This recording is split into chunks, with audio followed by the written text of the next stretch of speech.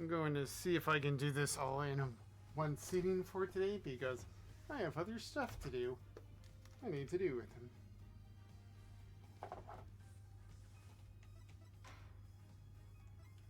A severe case of poisoning. Well, isn't that fantastic?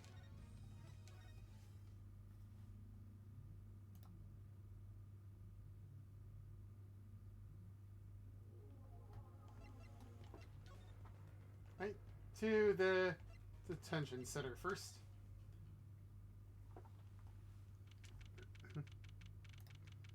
Right, October 7th, detention center, visitor's room. That's 20 minutes we've been waiting here. 20 minutes! Maybe I should complain? I'm sure that guard has better things to do than just stand here pretending he doesn't see us.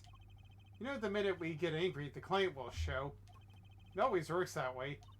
Like shouting, "Oh, waiter!" and they're standing right behind you. "Oh, guard!"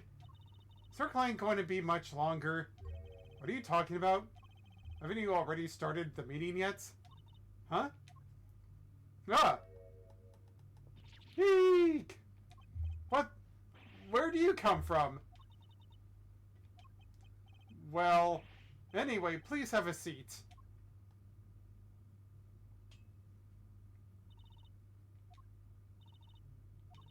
I'm nervous, Apollo.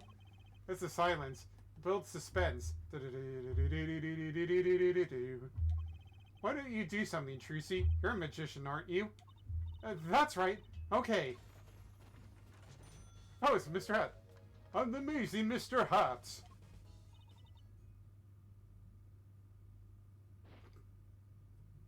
Eek! She passed out. This magic underwear might have been a better bet. That's magic panties, Apollo.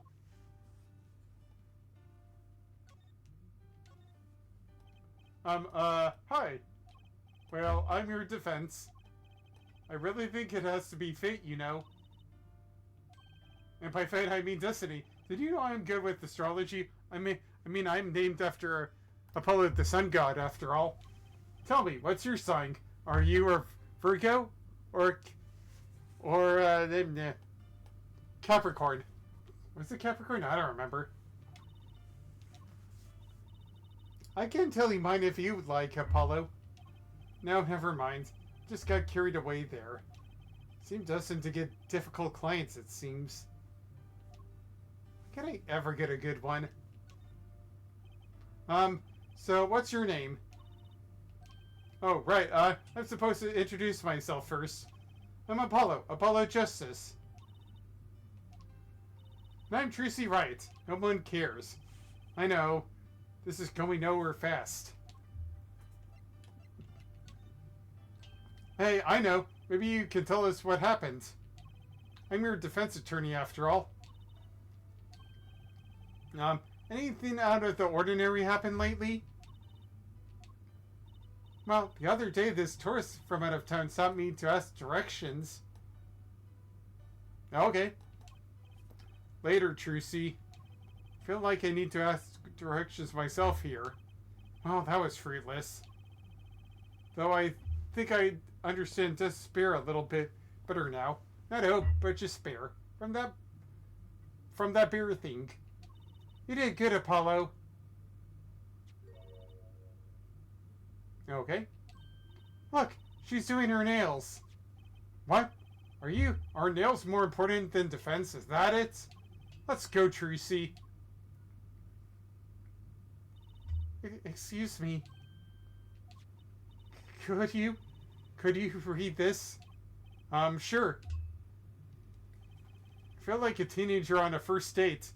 Like that prom thing that they were talking about with that Mighty Number 9 game. This is the love letter we pass out from desk to desk at school. Stop looking so wistful and read it, Apollo. It's a business card with a name and address. The name is Vermisham. The address is for Drew Studio. Drew's card, defendant's business card. And you're giving me this card because... Well, it looks like we're finished here. Wonder if Drew Studio is the scene of the crime. Let's go find out. Alright. Ew, beautiful. February 7th, Drew Studio. Oh, this looks like a studio. It's like live imitating art. Or maybe it's the other way around. With the tape on the ground there, it's a bit jarring. Yeah, looks like we found our crime scene. Look, Apollo, look at all those paintings. Hey, don't touch those. It's okay, I'm just looking.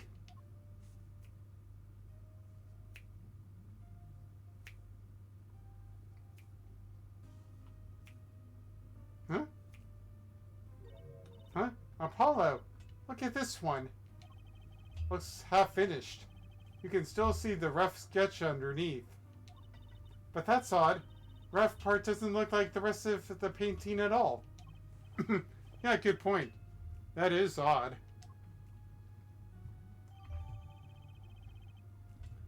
Huh. Paintings added to the court record. Well, the paintings have a really different style too. I thought I might find you two here. Eating me snackoos. Emma, no, long time no see. Long time no see? Long time no see. Oh? Seems like I run into you far too often. I bet I'll know why you're here too. You know about the trial simulation tomorrow? I've heard about it, sure. So Mr. Wright chose you, huh? We don't even know what the case is about. Well, he was killed. The artist who owns the studio, that is. Mr. Drew Misham. Misham. And his daughter was put under arrest. Yeah, we just saw her at the detention center. It was funny, though. She seemed more like a victim than the kind of person who could commit murder. Well, you don't say. Not even by poisoning? That's how it was done, you know. Poisoning is a common way to get the job done when the murderer is a woman. Poison? That girl is poison. Poison. Poison. Anyway, Mr. Wright told me you'd be coming.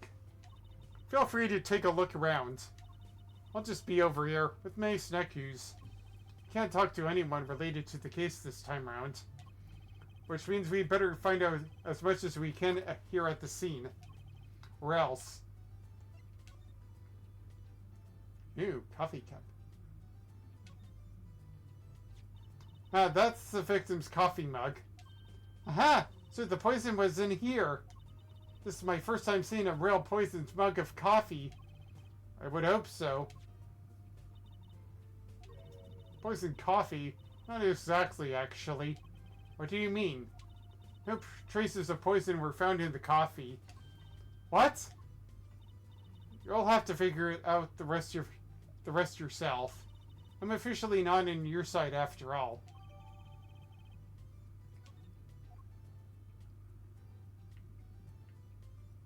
What's this?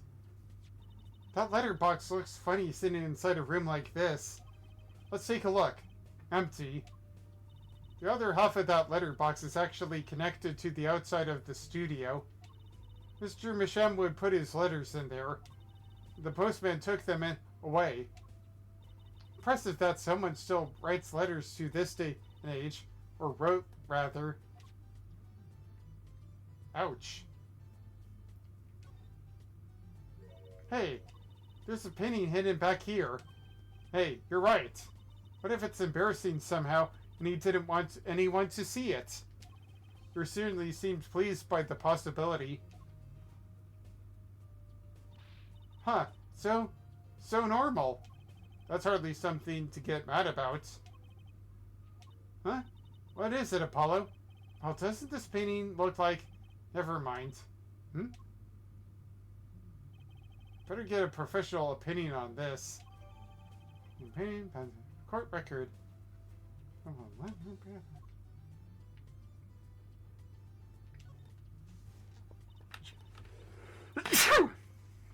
think, Apollo, that's where the body was. That's the spot where Mr. Truman passed away. He put the coffee mug to his lips in the next moment. There's quite a bit of paint on the ground. See the half-painted painting there? He must have been working on that right up to the moment he died. Wow, a true artist to the end. Or maybe he started a year ago and was procrastinating. I gotta have to look around.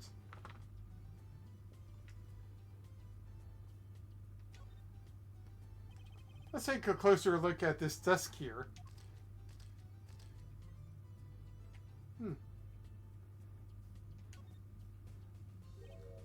Something about the way that figure is posed. I've seen that pose before. It's you, Apollo. See, you're making one of your flamboyant gestures. Please, I am a professional. Wonder why it's posed like that. Coincidence? I think not. It's here. This envelope has been opened and resealed. Oh, I know how to do that. You take a pot of boiling water and hold the envelope up to the steam. The glue melts and it opens. Cool, huh? Whoever did this wasn't so delicate. You're right. Looks like they just ripped it open and stuck it back together. Huh? Postmark on this letter is from 7 years ago. Why would someone open a letter, then seal it again? Better hang on to this. That envelope. Added to the court record.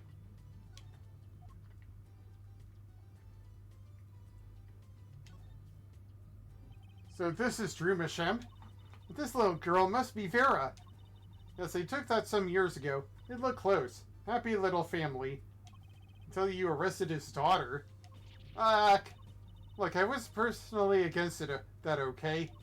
She just didn't seem very suspicious, scientifically speaking. Right. What's this? Oh, cute. Look at the tiny frame, Apollo. Tiny is right. That thing's barely 2 inches high. What picture would fit in that? None, apparently. It's empty. There's no glass in it either. What's it doing sitting on this desk? This is a lesson from us for us all. Be sure to check the size when you buy frames. Here.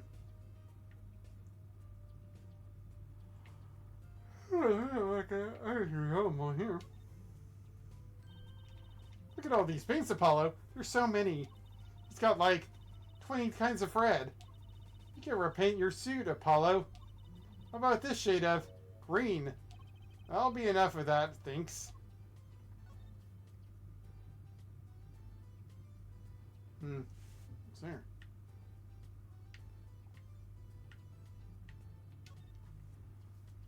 Imagine if this coffee cup was for guests to use. Guests? Did the police already analyze this cup too? Not a trace of poison was found in that cup. So the killer was after Drew Masham alone.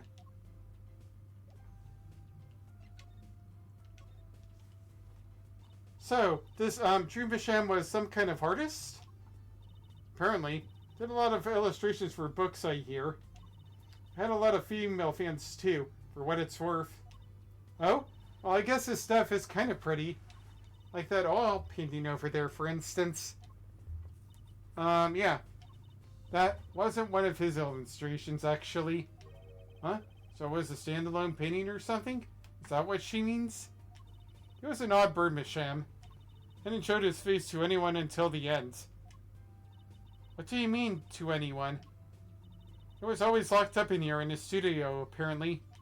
His only connection to the outside world was through letters he'd put in that letterbox there. Letters? Do people still write letters? What do you mean, Apollo? I mean, when was the last time you wrote a real letter?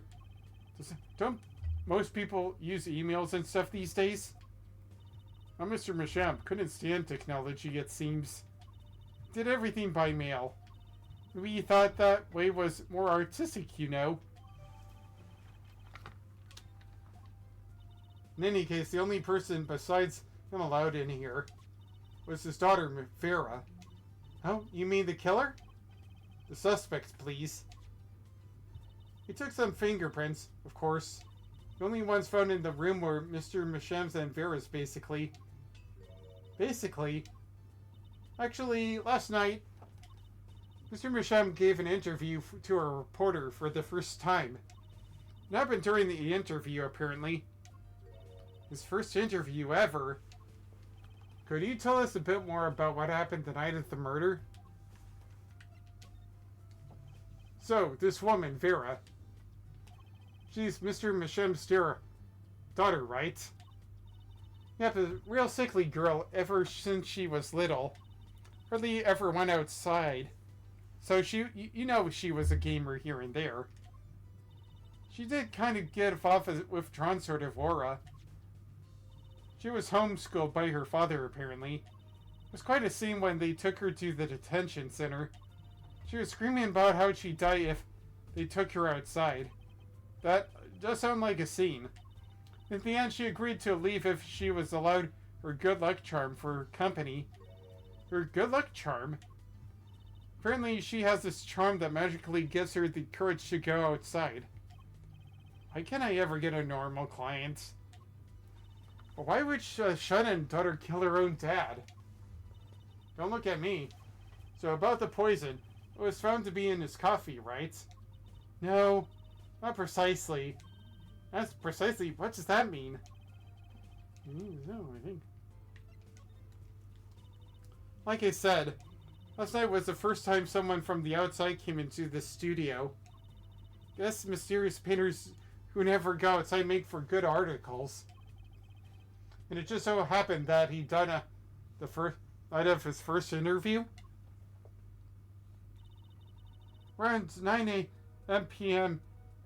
o'clock p.m. every day, Vera always made him a cup of coffee. Last night he drank his usual coffee and suddenly became violently ill. And died? She poisoned him on the night of his interview? Wouldn't the reporters see? It wasn't near Mr. Misham when she brought her father his coffee. He was checking out some equipment in the back of the room. Supposedly that's why she didn't notice he was there. It was a reporter who called the police, in fact. Wait, why is she the suspect? If anyone is suspicious, it's a reporter. If the reporter never got near Mr. Misham's coffee. Even Vera acknowledges that. Regardless, I want to know more about this reporter. Bet Emma could help us out here. Don't forget, flattery will get you everywhere with her, Apollo. Huh? What are you two whispering about? Well, I was thinking. I mean, what is it we always do when we run into you at a crime scene? What is it we always do scientifically? Ah, you know me too well. Okay. Okay, meaning we can get scientific now? Oh, I suppose. Just this once. Bring me anything you find suspicious and we'll check it out. Oh, hold on a moment.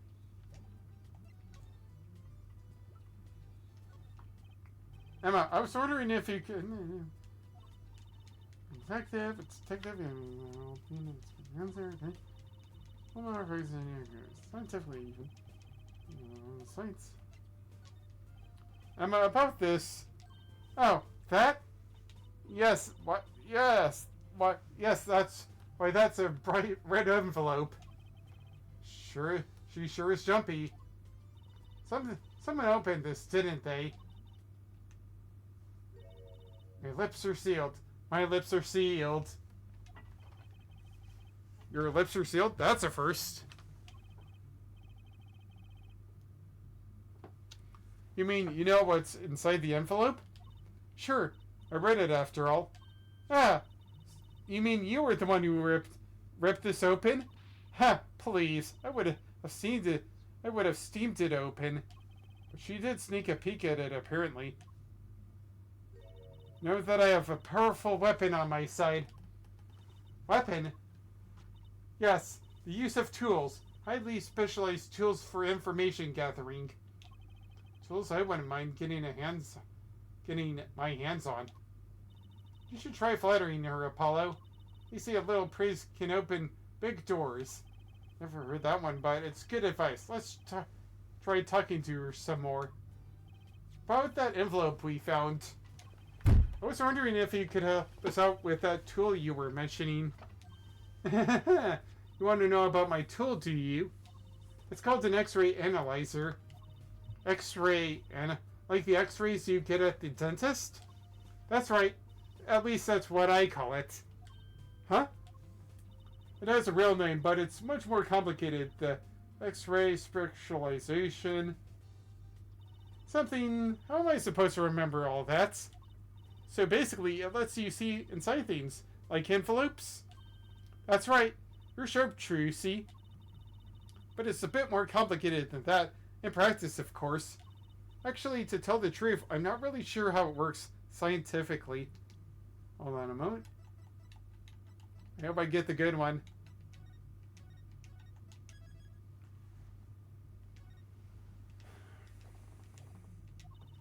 Can I try it out, Emma, please? Oh, I suppose. Of course, I've already checked out everything suspicious myself. Alright, let's give it a spin, Apollo. Yarg! What are you doing? Oh, just seeing if I could see through your hair. But it's like lead. Point that thing at me anymore and it might all fall off out. Then I wouldn't need an X-ray machine to see through it.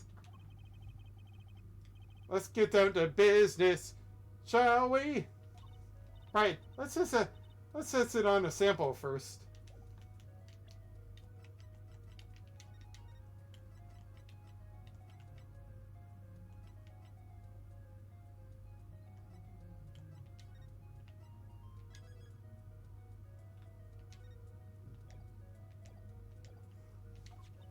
It just so happens that I have a lottery ticket here. Oh boy. Set the sample in the device like so. I don't see anything. Patience, there's no need to get all antsy. Look at the right side of the screen. That's a layer view of the envelope. Layer view? You got it to set it to display the outside of the envelope now, see? Actually, it's quicker to just have you give it a try.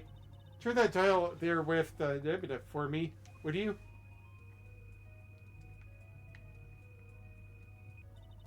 That's right. That's how you choose what Defi you want to scan. Hey, I got something. See, that's how you can read the letters on the ticket inside. Cool, huh? Except, I can't read them. Just turn the dial a little bit more.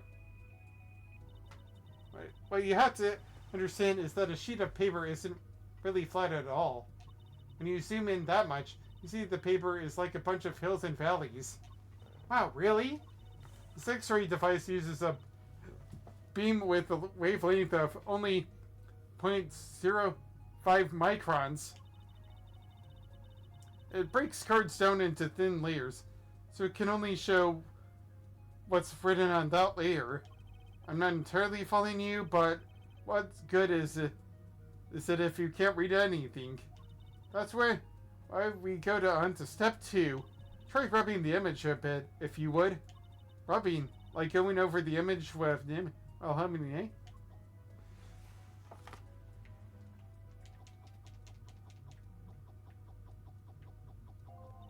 There, that fixes the image on the screen. Now, turn the dial again, just a little. Good. I can rub the image to fix it too. Hey, I get it. We just keep doing this until we got the whole thing. Exactly, not bad. Next, let's do some more. Let's do some more.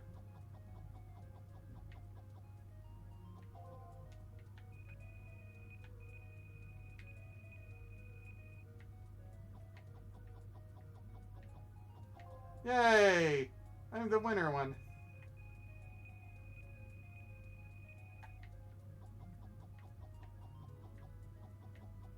I was waiting to see if this was the one.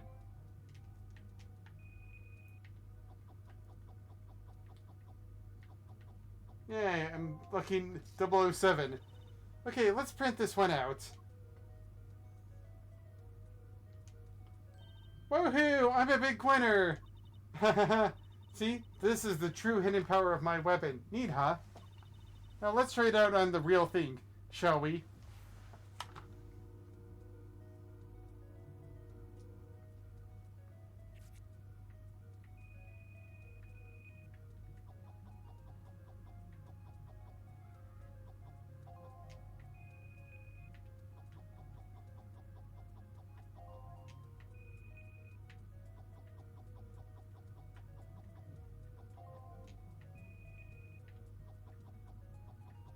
Stream machine.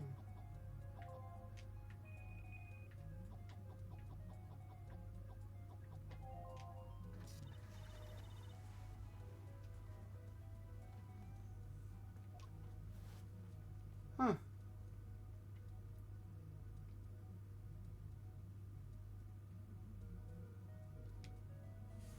Someone deposited $100,000 into Mr. Mashem's account?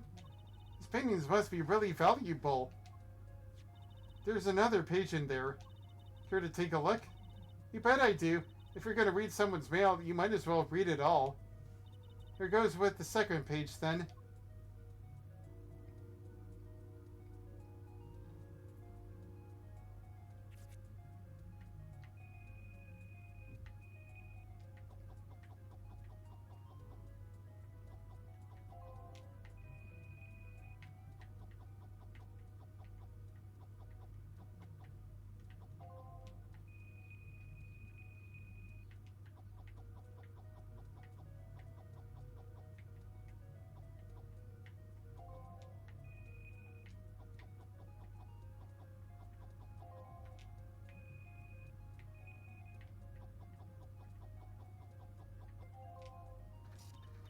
Okay, let's print this one out.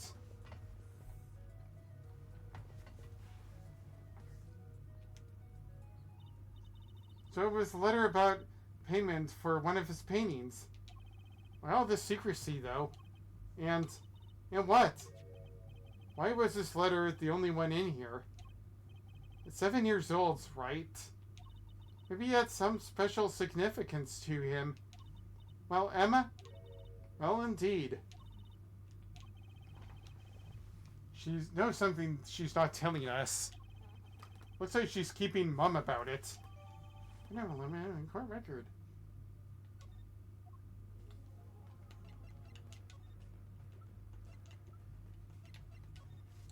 So, Emma, about this coffee mug.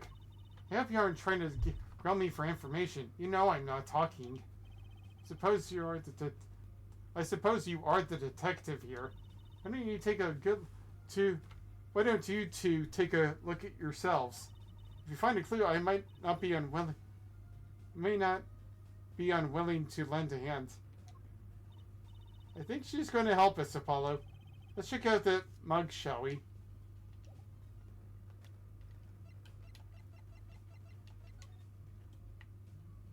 What's this? Hey, look's there. That scene doesn't look so healthy, Apollo. That must be the Blue Mountain stuff we've been hearing about. Something tells me that even Blue Mountain coffee isn't this blue. No, this stain is probably, better ask Emma.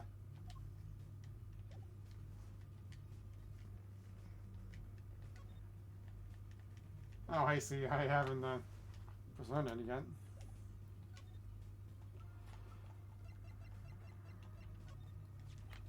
Emma, about this mug.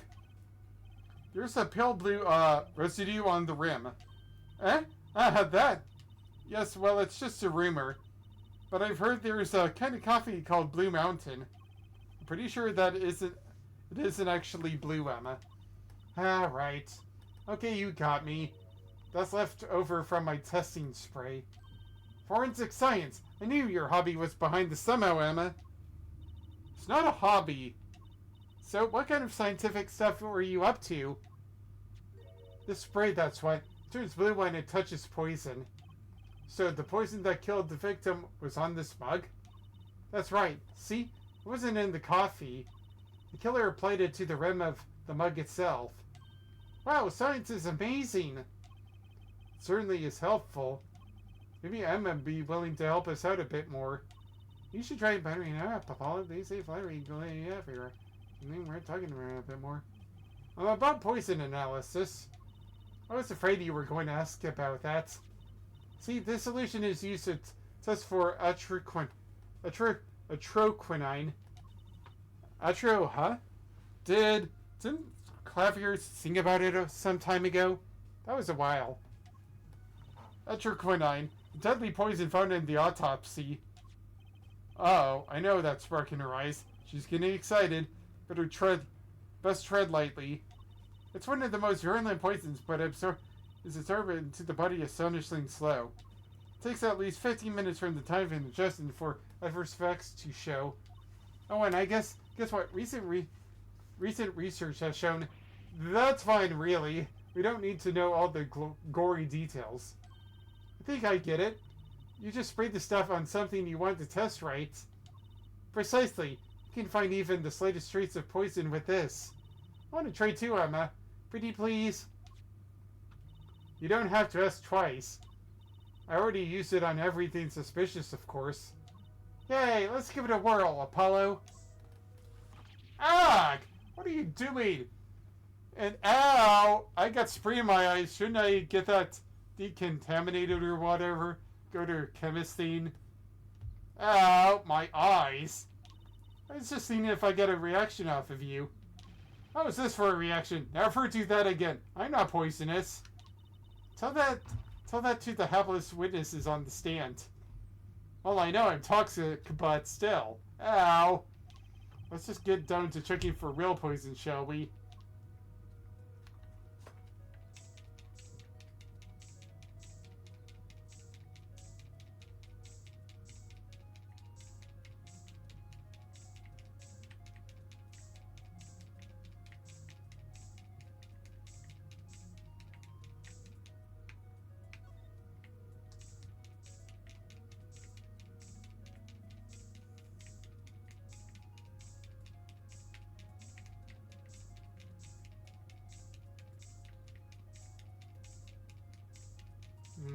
I don't see anything right now.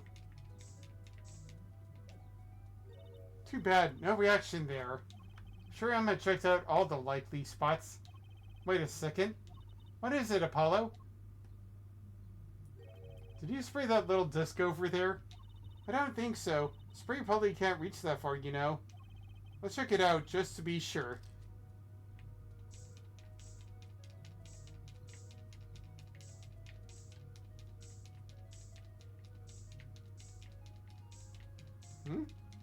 What is this?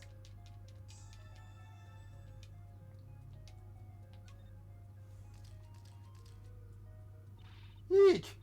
A reaction, Apollo! Ah! Where? At the inside of that cute little frame. Look! Well, would you look at that? Nice going, Tracy. I'm known to work magic. Never mind I was the one who found it. What? Why would it bear atroquinine? Why would the inside of the frame have poison on it? Looks like we found the only other place that was poisoned in any case. So Emma, I was wondering, what's the story about this reporter that came here for a story the night of the crime? I'm afraid I can't tell you because he's going to be a witness tomorrow, I hear. I thought so. I'll never forget that face, but what was his name? Oh, right.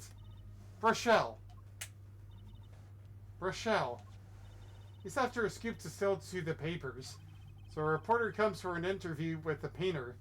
His first interview ever. And that night he's killed. Seems strange to you? Really strange. It does raise a few questions. I'd like to speak with this reporter if I could. Well, I heard he's on the beat today, too. He said something about covering a magician. Magician? Well, if it's not Tracy, that leaves only one other person. It wasn't Valanque Gramarye by any chance, was it? Yeah, something like that. He's got some big show lined up, I hear. So he's out interviewing Villain Gramarye. Looks like I'll be heading out to the Coliseum again sooner than I thought. Here, I'll give you that reporter's card if you want.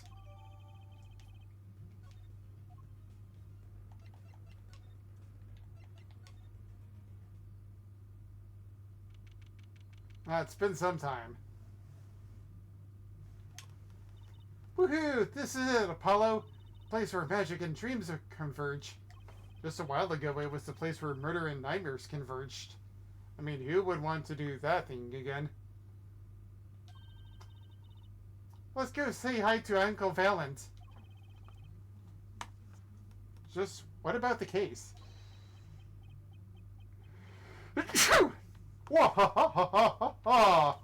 Only a performer laughs like that.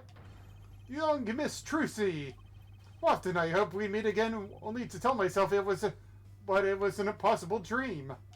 Teehee, Uncle Valent. How's it going? I'm glad to see you too. Oh, of course you are. Humility is definitely not one of his stronger traits. Well, Miss Trucy, how does the day find you? If you've come to give me your flowers, do it after the show, I beg you.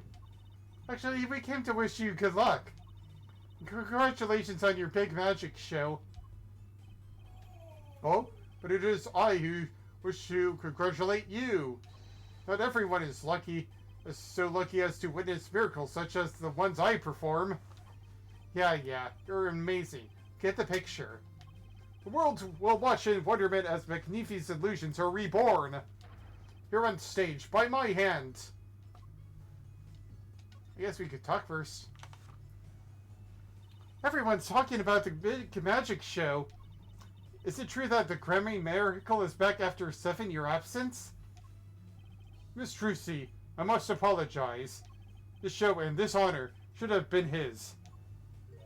Daddy. My co-magician in training, Zach Gramarye. That terrible thing hadn't. It's okay. Your father was a great magician, Trucy.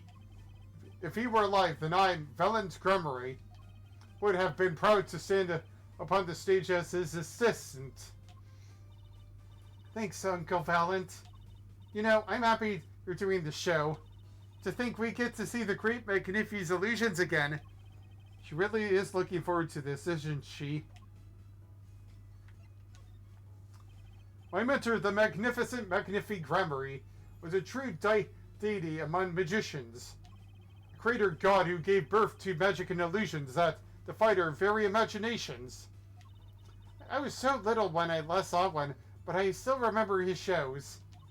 He did wheelies in a sports car through the air above the audience, and then sped off to outer space faster than the speed of sound. I'm guessing that memory was a bit embellished. For 7 long years, the world has been waiting for a miracle to match his. As heir to the Gramarye Group's secrets, it falls to me to provide one. It is my God-given destiny. Yes, you, nameless face, who speaks for the nameless masses. How can I help you? The world was waiting. What did you hold off for 7 long years? It appears the lad is uninformed. Perhaps you have heard of the magic known as law, which governs our land? I have, though I'm not sure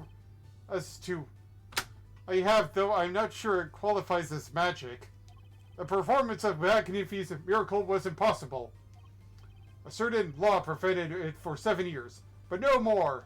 7 years? That phrase sure likes to pop up, doesn't it? And why was that? A little matter called performance, writes Miss Trucy. Can you tell us about these performance rights? Magnifi's magic relied on an incredibly innovative idea, a trick, if you will. That trick was considered his property, and such was protected by property laws. Ah, so it's like a video game or an IP where you don't, where a company has it. I get it. Intellectual property, maybe? Magnifique, he knew this and bequeathed it in his will. To one person. You mean him? Yes, Miss Trucy, it was your father. Zack Gremory was inheritor of the Gremory miracle. Daddy. Yes, as you well know, he is gone. He disappeared suddenly 7 years ago. I think I see where this story is going. Once a person is classified missing for a certain period of time, they're considered legally deceased, correct? In all absoluteness, those rolled up sleeves conceal your competence well, young man. That certain period of time of which you speak is 7 years. Ah! Yes, Miss Trucy, though it pains me to say it. This past spring, April to be precise, was the time. Your father was legally declared deceased. In the absence of a formal will, the secrets of our mighty mentor Magnifique passed to me. This was in fact stipulated in his will by Magnifique himself. Is that how it works, Apollo? Yeah, it's called death and absentee. It's called death and absentia. He is declared missing permanently. Daddy. Wonder what we could show to him. Ah ha ha! Ah ha ha! A challenge, is it? You want me to make that disappear? Very well, give it to me. Heck, no thanks. Are all magicians like this? Apollo, what was that look just now? I was just thinking how hard it is to get any information out of a magician.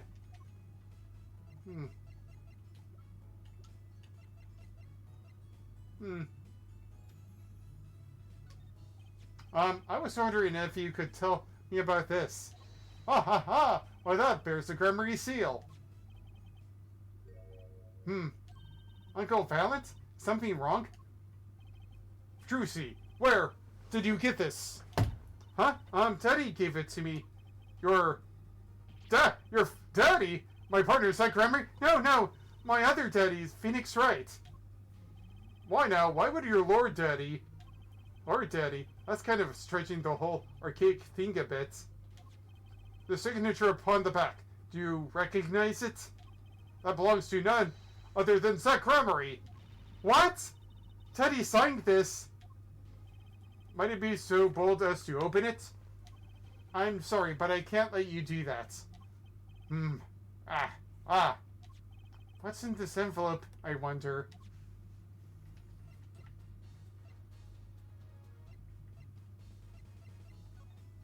So a journalist was here on the story? All eyes in this universe are upon my stage. All pen seek to commit its mystery to paper. His name was Burchell. Burchell.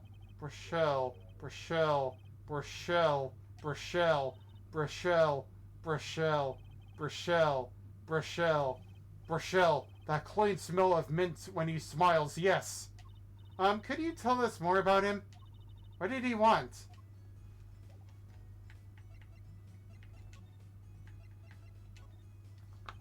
A man by that name called on me just now. Just now? Valent's visions is always towards tomorrow. Valent's feet step always forward. That is all. That's all? Very confusing. I am to perform a big magic show, yes? I wanted someone to cover it. Yet, he had ears only for that incident. That incident? In any case, I requested that the rapacious reporter remove himself. So a painter has died. What of it? It is but a footnote in the footlights compared to the magic of Gremory. Uncle Valent, do you know where the reporter went? I recommended he visit that place popular with penalized perpetrators. But it's with you an alliteration, man. The detention center? He was a rude individual. May I see that card? Sure. It would tear apart my respectability. I will tear apart him. Oh, here he comes, Apollo. Uncle Valent's big magic trick. Is he gonna fix the card? I'm sure that qualifies as big magic.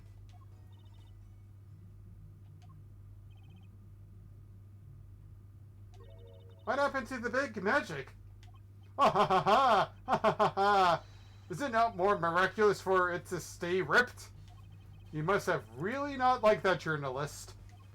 Now the time has come when I must return to make my prestigitation preparations. By your leave, Miss Trucy. Thanks, Uncle Valent.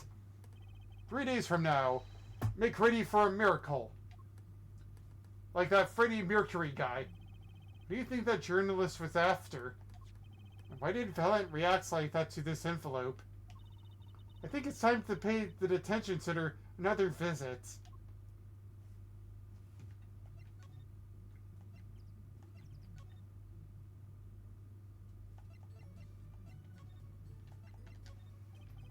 Presenting, are we? I did my first share, and I'm not around the name. You should have seen him before. Ha ha ha. You know me too well, Trucy. I'm glad you prevented this harmony of money. Present.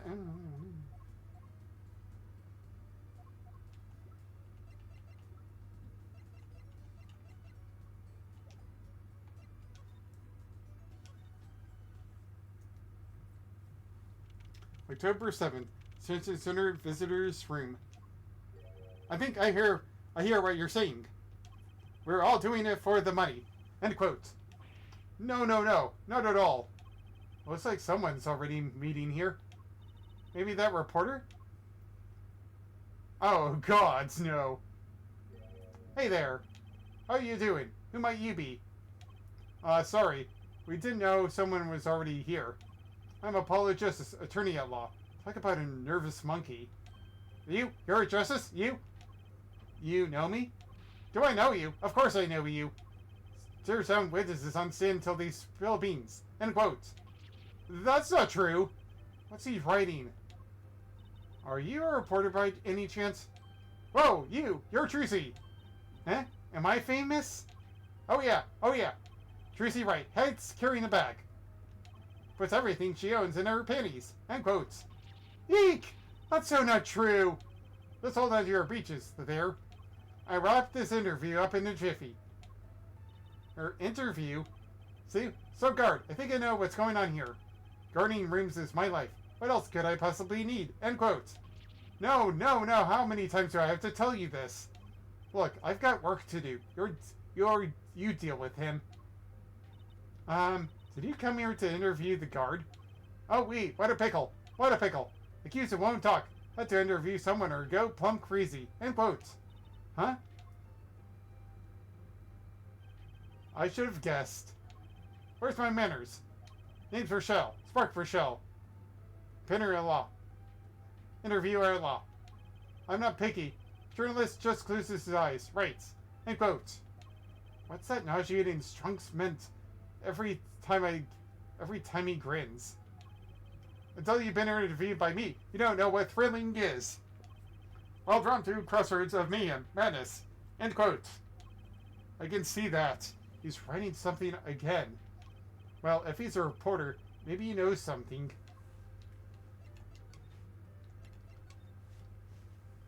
So, Mr. Burchell, you're a journalist? Me. Look, let me say one thing for the record here.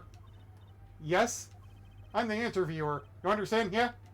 I'm the one asking the questions here. End quote. Okay. For instance, you think a movie director watches movies? Well, I think he probably does. Exactly. I knew you understand. Huh? So, the night of the murder, you were at Drew's studio? Whoa, me? Look, let me say one thing for the record. Yes? I may look calm and collected, but I'm busy. Real busy. Always on the road. Journalist always buys one-way tickets. Never looks back. End quote. I can understand that philosophy, but you want to know the thing about one-way tickets? Once you use them, they're gone. All because you have to give them to the guy at the airport. True enough. But don't they give you normal tickets away too? Exactly. See? It's the same thing. What is? So, you want to do a story on Drew Masham, and he never had a story done about him before? That's right. Look, let me say one thing for the record here. What? I'm sure you're gonna want to know about my source. What tipped me off to Drew? Why do the interview in the first place? Well, yes. Well, look, it's like... Oh, I've got it. See, there's this burger joint with this fabulous ketchup. You think the burger guy's gonna tell me where he got it? At the supermarket, maybe? Exactly. See? That's what I'm talking about. I think I may have actually understood that one. Well, there's nothing I can talk about, really. Walls have ears, eyes, especially glass walls with speakers. End quotes. Right. Guess we'll leave then. But since you're here, might as well tell you a tidbit of news I saw, just for the heck of it. Sure, tell us, just for the heck of it. I remember it like it was yesterday. I'd seen a movie on a trip, wandered into this burger place with an amazing ketchup, and an article in a tabloid caught my eye. Famous oil paintings stolen from art dealer's gallery. End quote, I believe it was. An oil painting? Happens every day, right? But I thought I'd seen that painting somewhere before. Painting of a giant plum floating down a river. Someone stole an oil painting of a giant peach? Wait a minute. Journalists can smell scoop better than burgers. End quotes.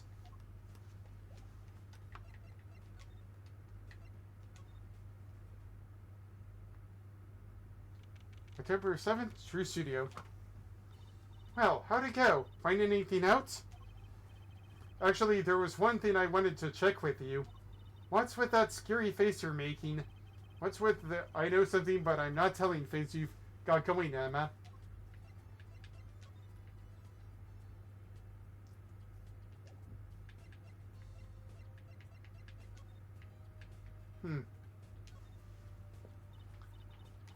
Huh? What is it, Apollo?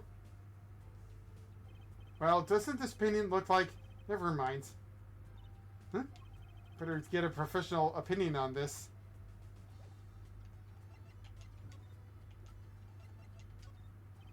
This painting came from behind that dresser. Yeah, so? It was stolen, no. I was hoping you wouldn't figure that out. Do you think you could tell me a bit about this? I suppose. That's what you think. Drew Masham was a forger.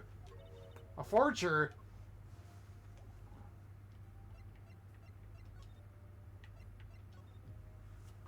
So, what exactly is a forger? Well, basically, it's someone who makes forgeries. Fakes, in other words. Fakes? Copies of an original. Exact copies, so precise you can't tell them apart. Well, why not just photocopy them? The big problem is with forgeries is that people try to sell them as the real article. It's a crime, of course. So, Drew Masham was a criminal? I'm afraid so. He received money to create elaborate forgeries. To supplement his work in an illustration, I guess. I see.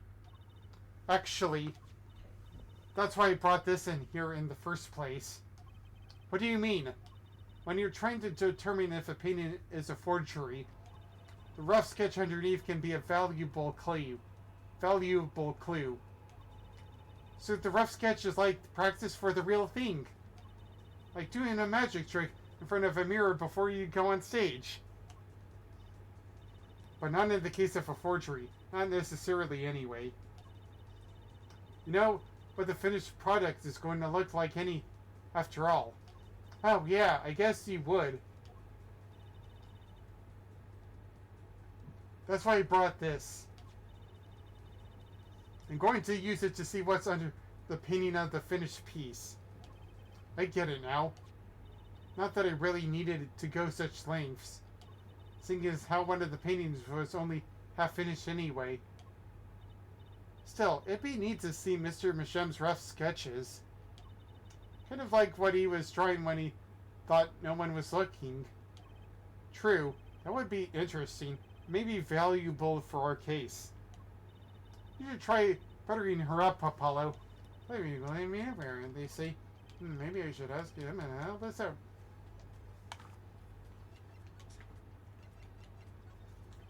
I kind of wanted to see the rough sketch under this painting, and I was wondering if your tool might do the trick.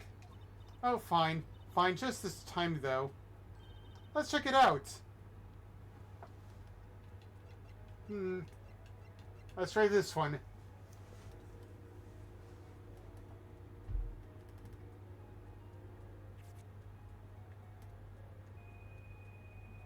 Oops, wrong way.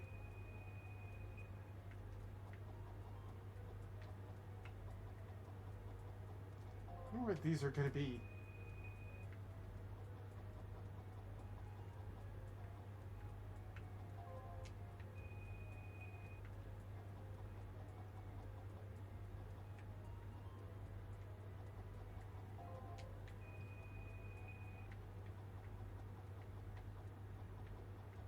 In the world?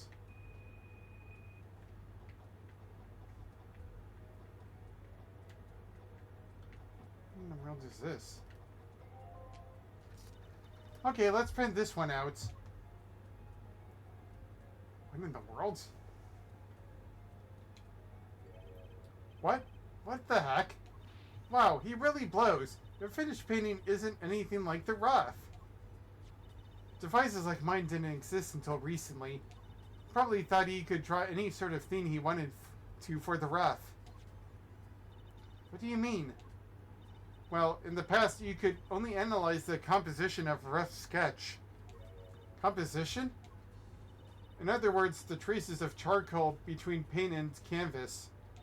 So you could tell if there had been a rough sketch, but not what it looks like.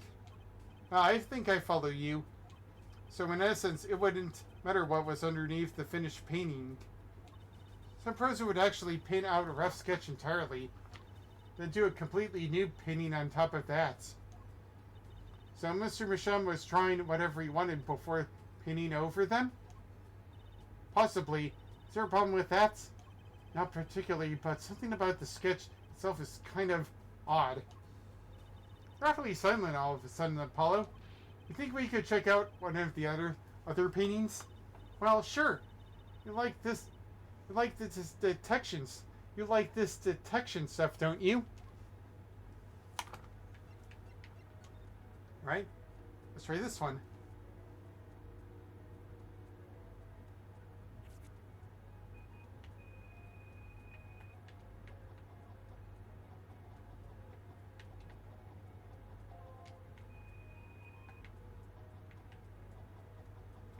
I wonder what this one's gonna look like.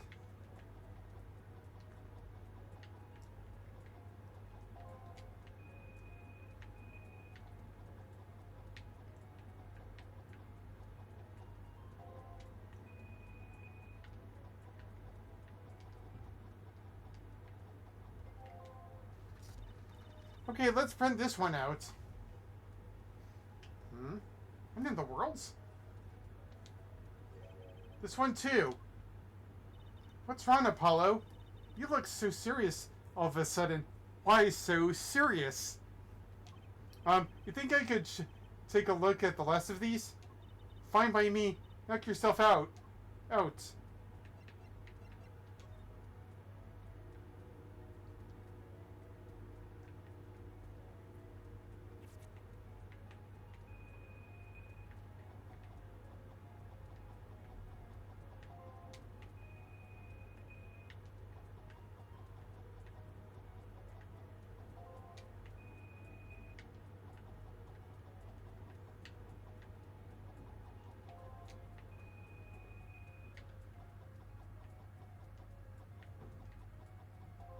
God, it's just like in a grid system.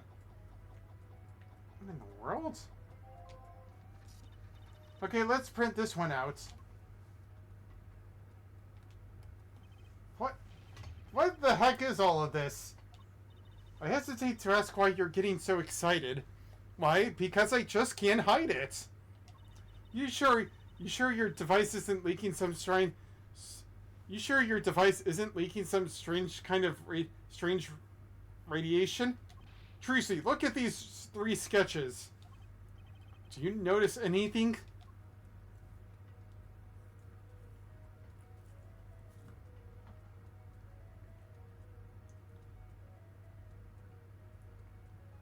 Ah! There. Now you're both white as the sheets. What's going on? These sketches are out of the 3 cases I worked on. What? The murder in the poker room at the Borscht Bowl Club. The dead man pulling the noodle stand. And then the events that transpired during the governor's concert. What could it mean? How could he have drawn those things? And why? And why? That's what I want to know. Wait, is Drew Masham your father?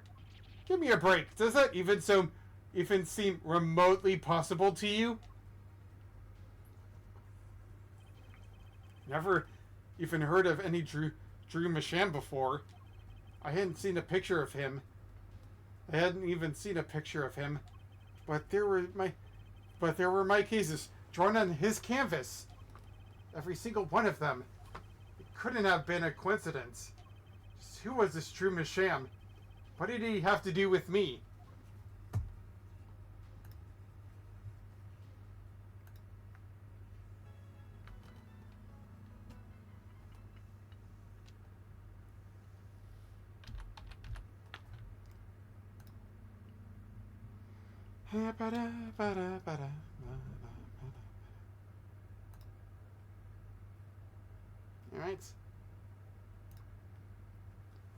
Alright, so I'm gonna go on another kind of bit of a break, and I will let you all hear soon. Time.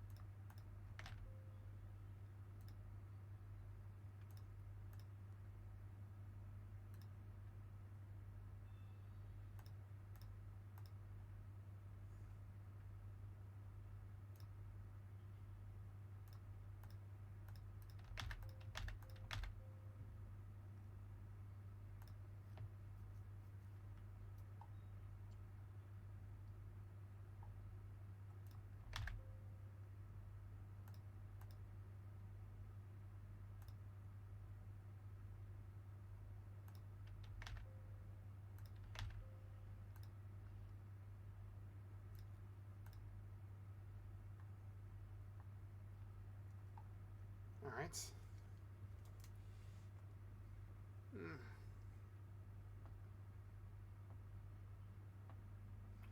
I needed to do what I needed to do there. So, back to where I was.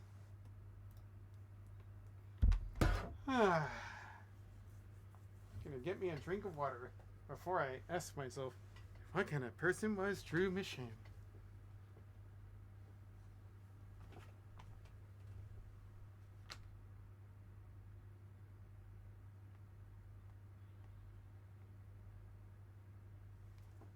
Yeah.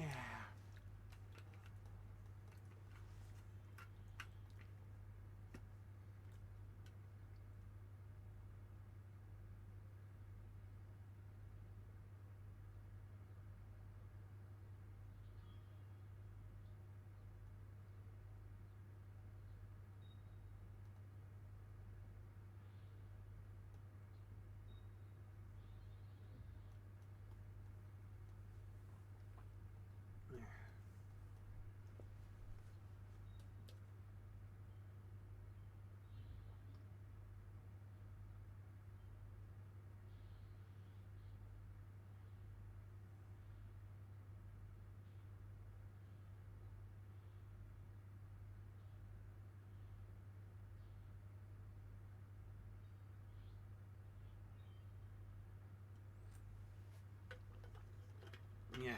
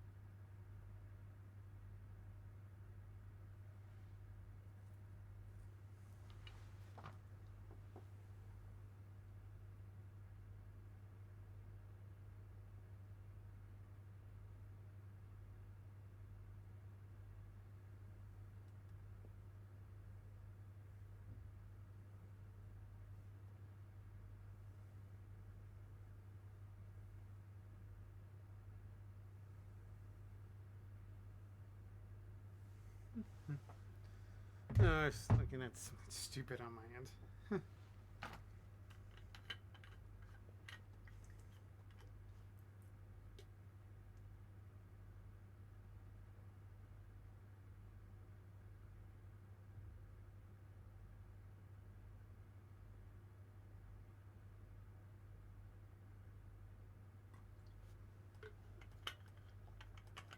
Yeah.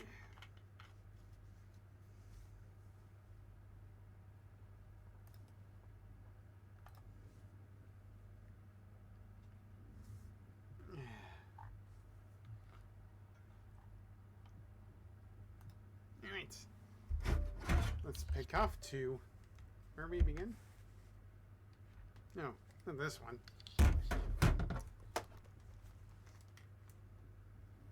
If everything's okay.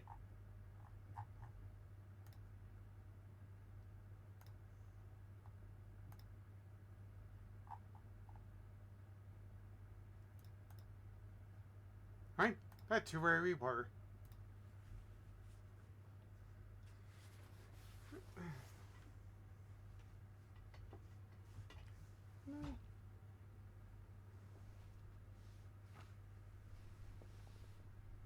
Where did I put it?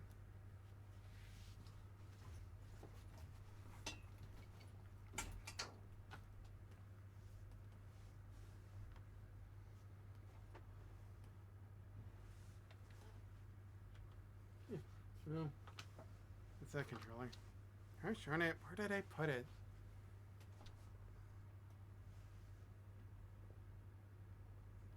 Just trying to do the dudes. No, Mom.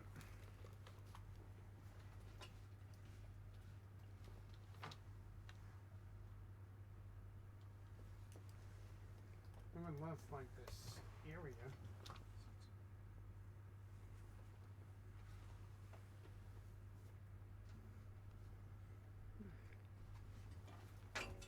Man, I hate my non-existent brain. Excuse me.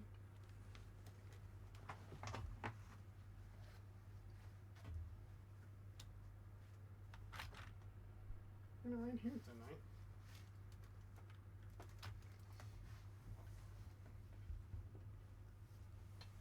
No, there you are. Under my seats.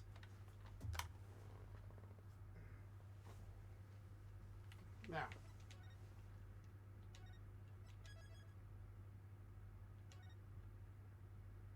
Anything else? Okay. Yeah, on to the next chapter. October 8th, 9:48 a.m. District Court, Defendant Lobby Number 6. Good morning. So, you're Vera, right? And Trucy. Trucy, right. That's right with the W, but not right. We're on your side. You can tell us anything, please. Good morning. Good morning. She speaks. Oh, not bad, not bad. I mean, you're definitely not like a monster. But I think you do better with a little smile, you know? You're never fully dressed without a smile. You're so pretty. You need to sell yourself, you know? Trucy, let's take it easy for starters.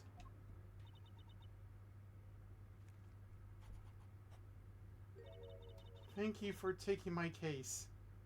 Aw, cute. Okay, well that's a start, I guess. There she goes with the nail polish again. That's great, really. So cultured.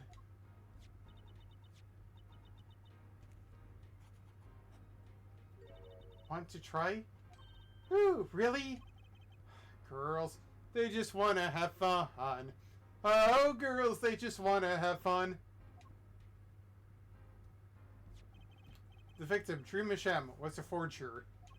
When the stolen painting was found in his studio. A life of crime, really. And maybe one that led to his death. October 8th, 10 o'clock a.m. District Court, courtroom number 3.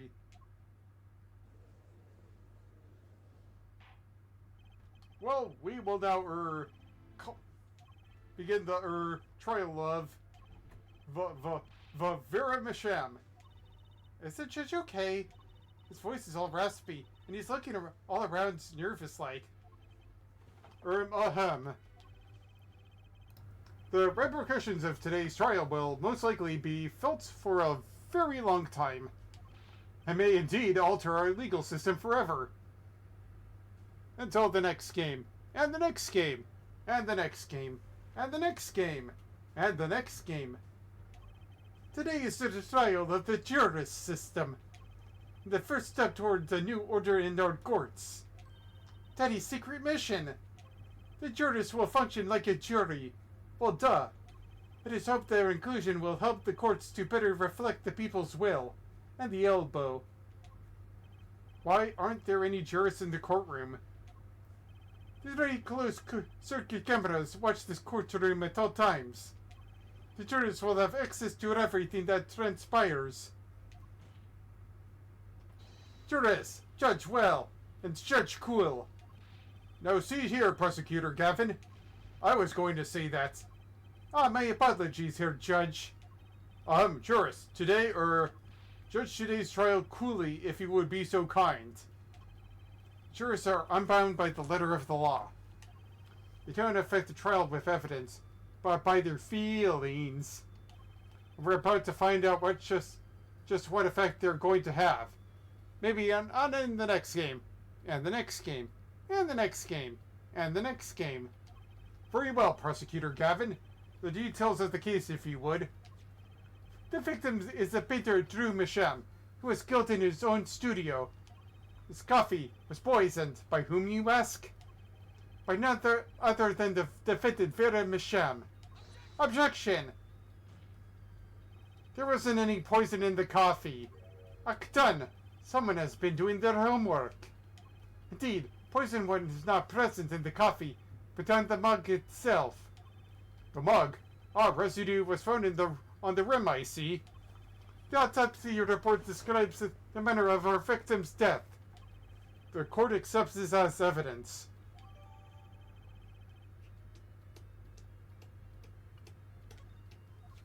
According to this report, the victim's death was caused by atroquinine poisoning, a chemical compound that does not occur naturally. Lethal dosage is a mere 0.002 mg. Touch of atroquinine in the body. It's a touch of the Reaper scythe. Very well, Prosecutor Gavin. You may prepare your witness. I have for you today a simple man for a simple case. A man who witnessed the murder in its entirety. That journalist, no doubt. The witness will state his name and occupation. Right. Well, for starters, my name's Spark Burchell. My job is Lone Observer of the World. In other words, a freelance journalist, right? If you don't mind, I'd like to state something here for the record. Yes, Mr. Burchell? I dislike conclusions, specifically the aspect of jumping to conclusions. Preconceptions make Park Sandbach of endless desert waste. End quote. But you are a journalist. You said so yourself yesterday. Well, that's true, yes. But you must understand, I stand before you today as a man with a dream. I'm offering my testimony in exchange for exclusive rights to the story. Scoop turns Mr. Burchell into that Mr. Burchell. End quote. Let's hear your testimony then, shall we? A simple case, Gavin. For me, the jury is still out. Oh! Oh! Oh! Oh! Burn! Burn! Journalist story. I visited the studio around 9 o'clock that night to do the interview. The first outsider to enter the atelier. Journalistic history made, end quotes. The starter brought us coffee right after we started. And you know what happened next. Star falls, end quotes. No one else entered the room besides her the whole time. That does sound like a simple case. Unless you were the one who poisoned him. What? What are you saying? Judge!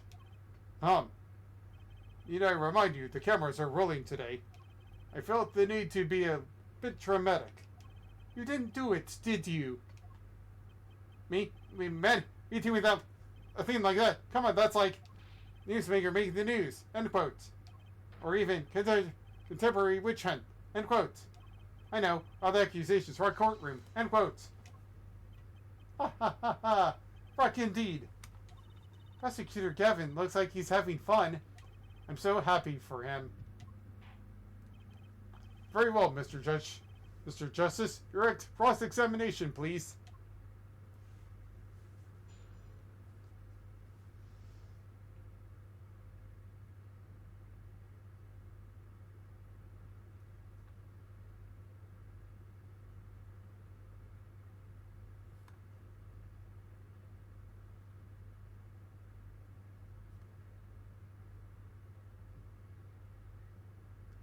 Sorry, I'm just captivated by his movements.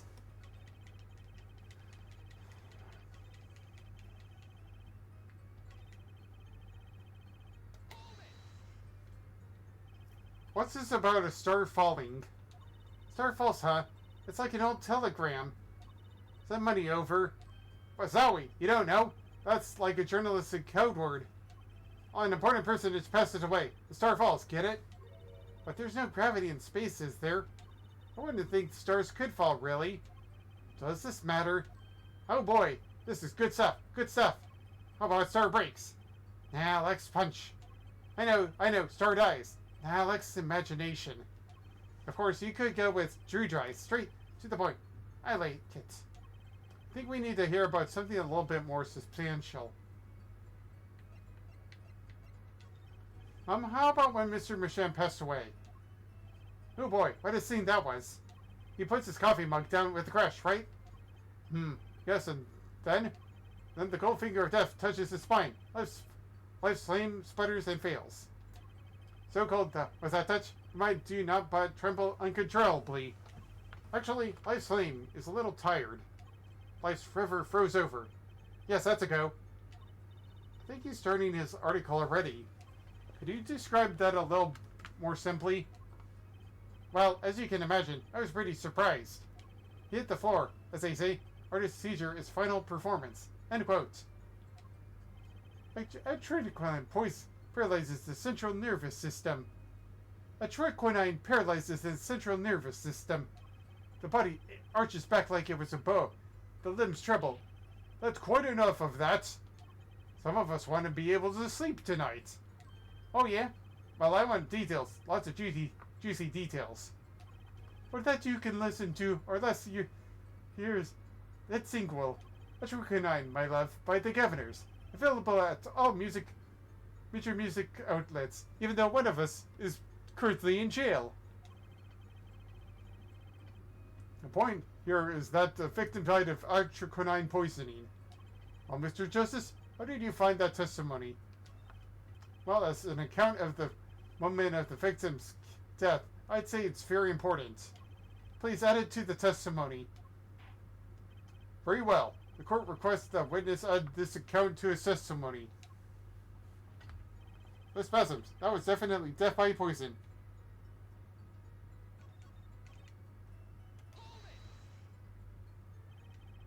Would you mind being a little more specific? Oh, let me tell you. Enjoy, Kappa. In fact, it all began when I was in the 3rd grade. No, wait, 4th grade. That's not what he meant. I believe I know what your forehead is driving at. This coffee the victim was served. Did anyone other than the defendant touch it?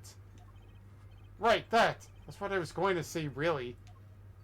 Well, now, if you got a question to ask, you best straight up ask it. That's what I tell all the new recruits, several times, if necessary. Write for a grade schooler. That's my motto. Which isn't to say I can only write grade school level. Who touched the coffee? Dunno. I was in the back, looking at the studio's equipment when she served it. I wonder what happened next.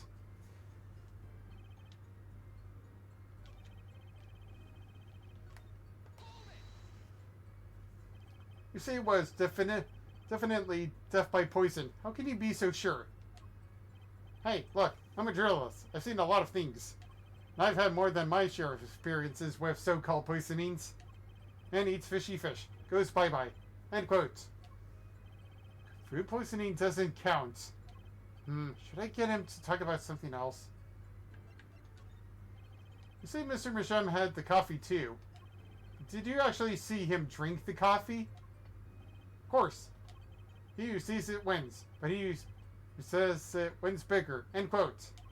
I live in a man sees dog eats dog and writes about it world. Yet. I guess I can't say I saw him drink it, really. He had one so-called sip, if that.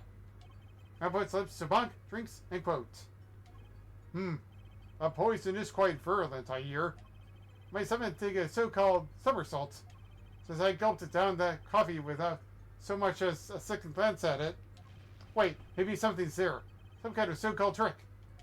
Anyone want to venture a guess for the record? Does this guy have a pause button? Well, Mr. Justice, did you find that testimony valuable? Very important. The victim drank his coffee and immediately fell over? Oh, yes, yes. You call it that, press. You can go to press for that one. Your Honor, this is a vital piece of information. Please add it to the testimony.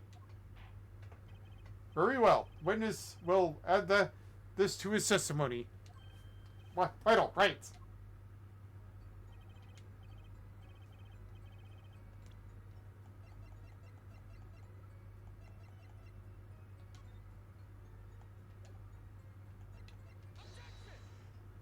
Hmm?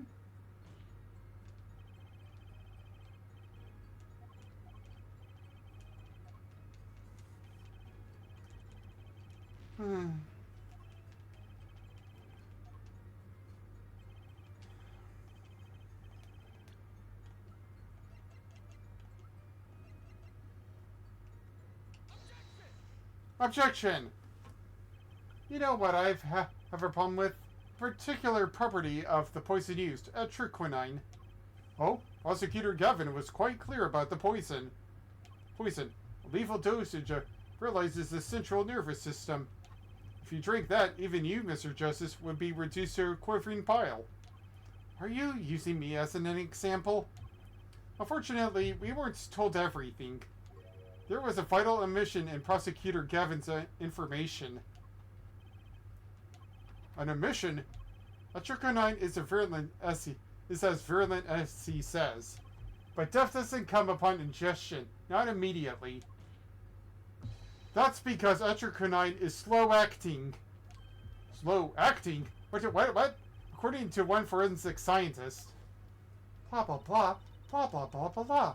Blah blah blah. Blah blah blah blah blah. Blah blah blah blah.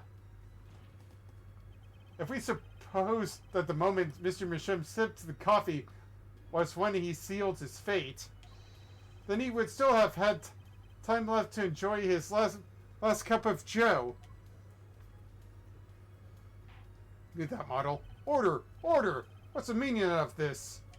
If what the defense says is correct...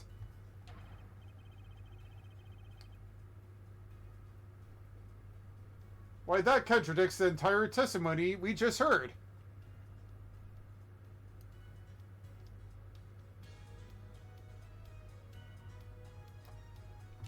Well, Mr. Brichel, anything to say on the record? Slow acting. Slow act. It was virulent, all right. Even then, it had already began digging its claws into the journalist. He's working on a scoop. Objection! Objection! It's Bruchel, Jaw. The Bruchel. Let's take a trip back down to memory lane. Huh? The victim literally died the instant he took a sip. Think it over. This is vital. You know what I think? I think that was an outside subliminal suggestion. End quote. I admit, it does cause a problem if he died when you said he died. I would be forced to say a Widersen to my simple case. And you would be forced to say farewell to your article. Come again? You can't write a story based on conjecture, can you? And as the case drags on, other reporters will pick up the scent. And you'll be forced to kick your exclusive scoop goodbye. Scoop. Scoop. Huh. Look, wait, just wait a second. Just 1 second. We're waiting. Oh, with it. I think I just recalled the so-called important detail. Revival of recollection, end quote. Story survival, end quote. Attorney utterly confused, end quote. Actually, I did notice something when I visited the studio. I'd heard of a poison that takes its sweet time, see? But not what I've been saying for the last few minutes, apparently. Mr. Bruchel, are you saying that you noticed something that explains what happened? You bet I am. The antidote for a poisonous contradiction, unquote, you might say. Or, I still have no idea what you're talking about, end quote. I might say. I figured it out, but only after an in-depth interview. See? Thanks to my journalism skills, I know who poisoned that coffee. Order! Order! Order! As far as I can tell, the witness is standing by his testimony that Mr. Misham died the instant after he drank. Of course I'm standing by my testimony. My dream of exclusive rights to this story. Ugh, I suppose it was too much to hope for. What was? Of course he wouldn't choose a simple case, not him. Him? Phoenix Wright, who else? Acton here, Brushel. Report to us, if you would. What is it you noticed? This court is a critical trial of the juris system. I'm afraid no room for doubt is permissible. You will testify to the court about what you noticed. In his testimony, what Brushel noticed. When I arrived at the studio, Mr. Misham was at his desk. He seemed to be writing a letter, but he quickly sealed the envelope. I thought nothing of it at the time, but of course. Now that I think about it, what if he was writing a suicide note? A suicide note? Yes, he had this look on his face. Man's face inscrutable as the quadratic equation, end quote. Suicide? Poor Mr. Misham. That means her is innocent. Would someone commit suicide in the middle of an interview? Oh.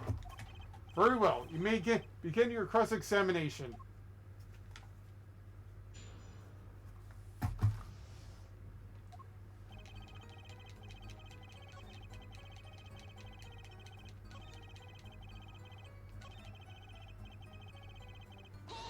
Hold it! A suicide note? Well, yeah, don't quote me or anything. I'm just saying it's a possibility, you know? So you didn't actually check the letter. Of course not. It was sealed. Contents of can unknown until can is open. End quote. You can always check the label. Do you think Mr. Misham...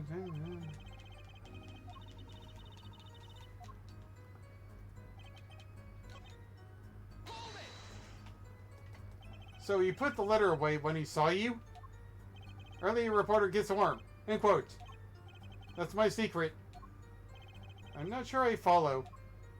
It's the night of the interview. I arrive 15 minutes ahead of schedule. The handle turns, the door opens, and I barge in. Are you sure that's okay to do? I mean, isn't that unlawful entry, really? Mr. Misham sure seemed to think so. You should have seen him. He crammed his letter into that yellow envelope as fast as he could. And it was secret when I spotted one. And that was one.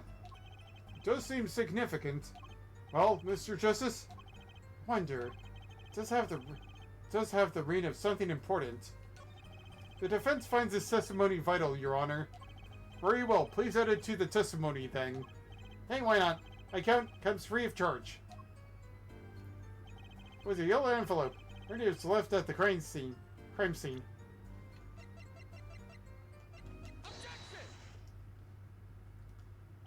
As it just so happens, there was a single letter in a desk drawer at the scene. In a red envelope. What? What? Prosecutor Gavin. Yes? Was a yellow envelope found at the scene of the crime? Unfortunately, no. But here, forehead. It's easy to mistake the color of an envelope. I guess, but not this envelope. You see, it was postmarked already, 7 years ago.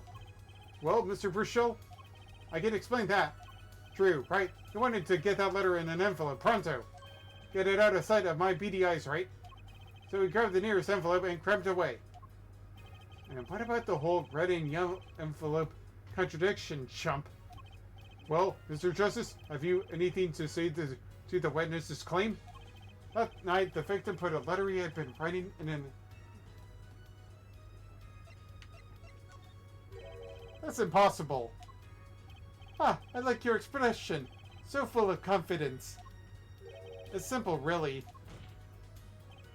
As it just so happens, the defense teams investigated the contents of this envelope with the assistance of a forensic scientist. What? Note that this letter is addressed to Drew Misham. Oh? Why would he address a letter to himself? Let alone send a suicide note to himself. I've been scooped! Order! Order! Order! Mr. Bruchel, can you explain this to the court?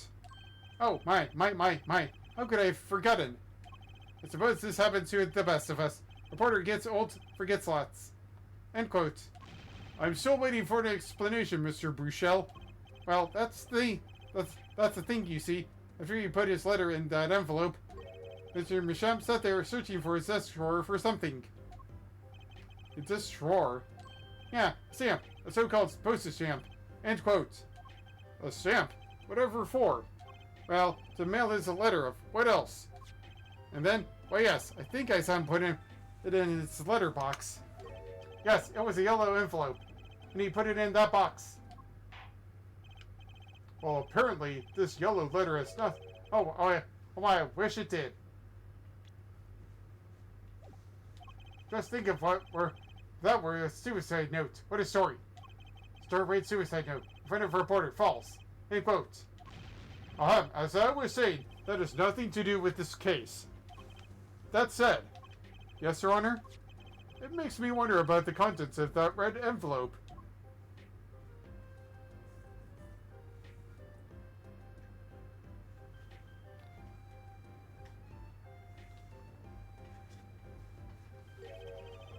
$100,000 is quite a good deal of money. So this was from 7 years ago, Jock. So, am I finished here? Am I finished here? I was thinking of, going home to start writing.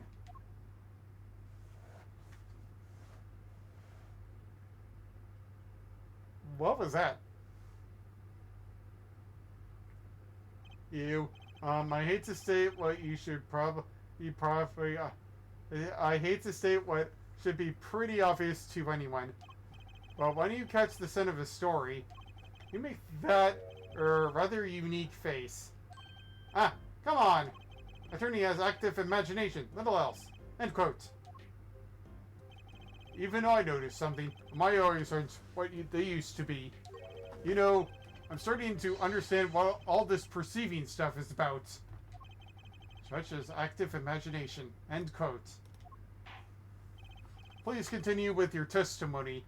Tell us about the scent of a story. Hey, I'm the one asking the questions here. Usually.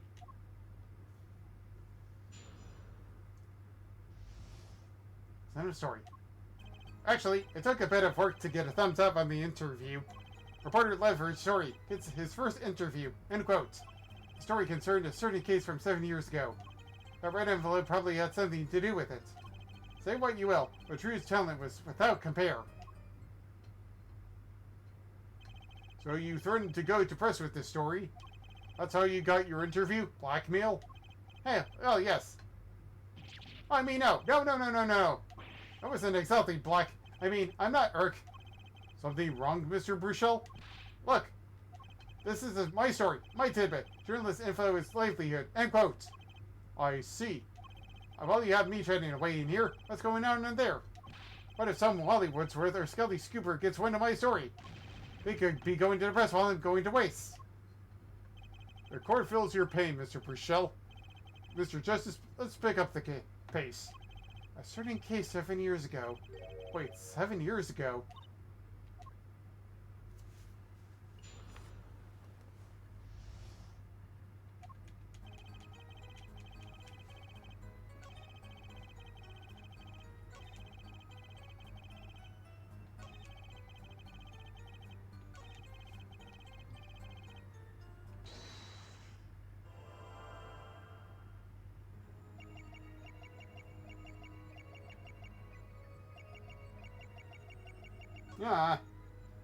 Ew.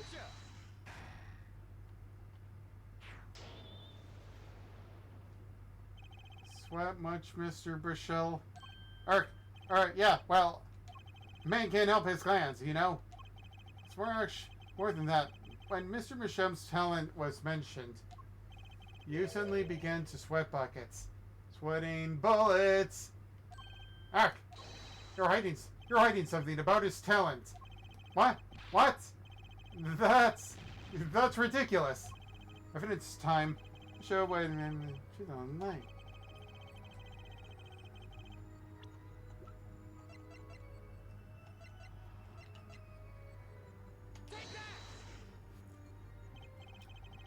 I can't help but wonder what the court is supposed to conclude from this evidence. Oh, other than that, you made a horrible mistake. Amber's bridge forgets to cross first. End quote. Let's try that again. All I have to do is reveal.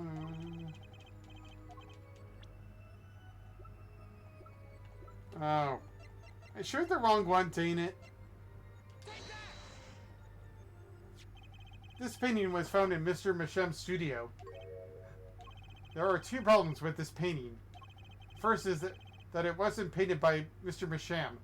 The second is that there was another painting in the studio, which looks exactly like this one, except it was only half done. Then we have a letter discussing a payment of $100,000, which suggests a certain business operation.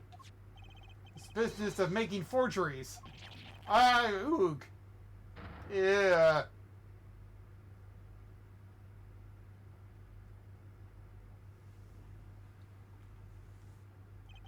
That is all, Your Honor. Everyone, please, everyone! Can we keep this private, please? This is my story, my scoop! Forgery. That's a serious crime! Drew Micham is known as an artist these days, but there were rumors he dabbled in another kind of art until a few years back. Another art meaning forgery? Drew Micham was talented, alright, talented at making his precise, detailed fakes. The fact that certain criminal elements were used were quick to discover. Criminal elements? Wait, what? You can't be seriously talking about... Exactly. I'm talking about forging evidence. The rumor started circulating 7 years ago. 7 years ago? So are we to understand that this letter, this payment of $100,000 was for... Exactly. Forged evidence, that's tidy profit. End quote. Order, order, order! Why, it's like your victim was living a double life. A double life. Dum ba dum bum bum bum ba dum bum. Gus, John, you despicable me. 4, 3, 4. It was 4. Aha! This is my chance. So the victim had ties to the criminal world, right? He could have had plenty of enemies we know nothing about. Objection! This is my first time hearing of this criminal world.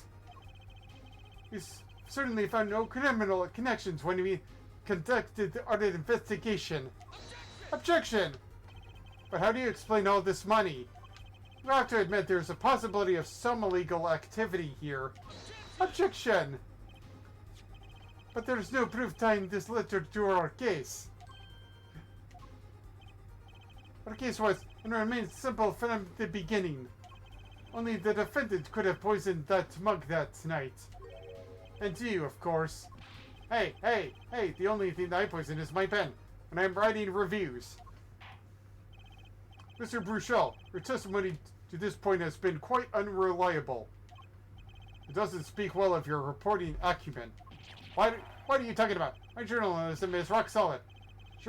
Journalism so solid you could stand an elephant on it. End quote. In any case, let's hear a summarized recap of your testimony. If we can ascertain the situation in that studio from the recap, the trial is over. Apollo, what's he talking about?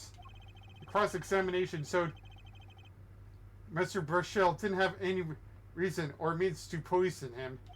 As long as there's no other suspects, then the killer had to be Vera, that's what.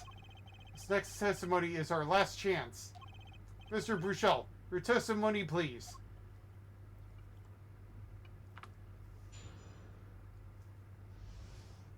Interview or recap? The only other person in the studio that night was the defendant. It was Vera who poured the coffee. She submitted as much as herself. The only thing that touched Mr. lips during that interview was the mug. Nothing left that studio after he died. Nothing. Clearly, the one who could have poisoned him was his daughter. Nice testimony, clear, succinct, and without room for doubt. Ah, shucks. You really think so? I believe this clarifies the situation that night. Very well, Mr. Justice. Begin your final cross-examination. Right. I still have one trump card left to play. I won't let this trial end until I use it.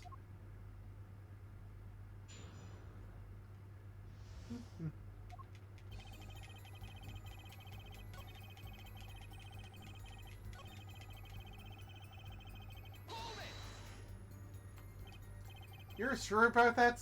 Are you sure about that? Well, to be really, really precise, I was busy gobbling mint candies the whole time. One of those candies might have been poisoned.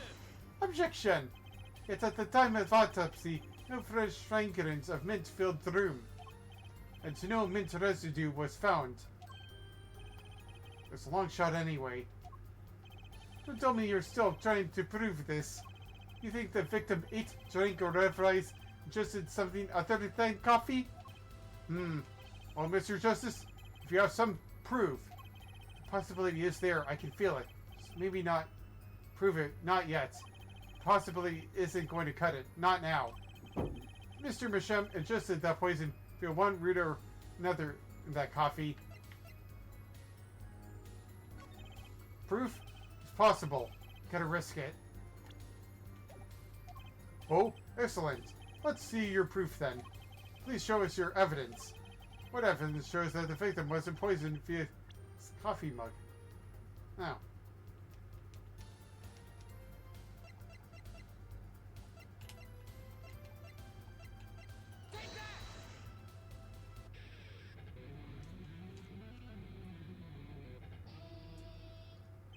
Let's explain this over and over and over. We don't need possibilities here, your forehead. We need proof. I know that. You should also think of it in a moment. Go the window is this way.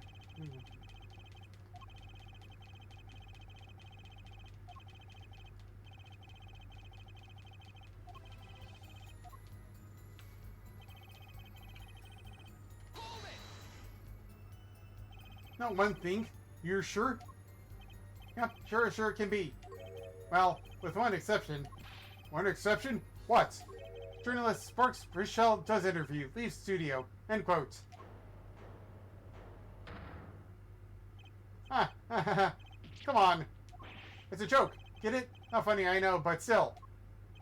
Did something leave the studio that night? Why does that sound familiar? What if I heard this something like that before?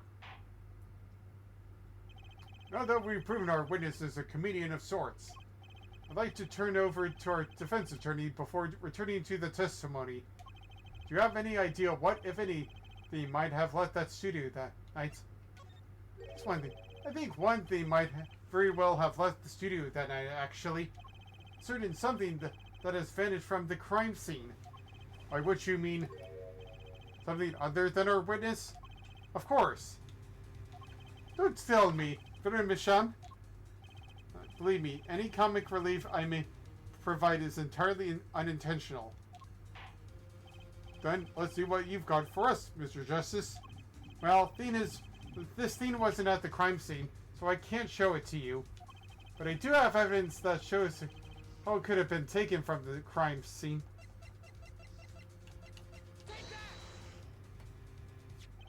This is the only link between the studio and the outside world.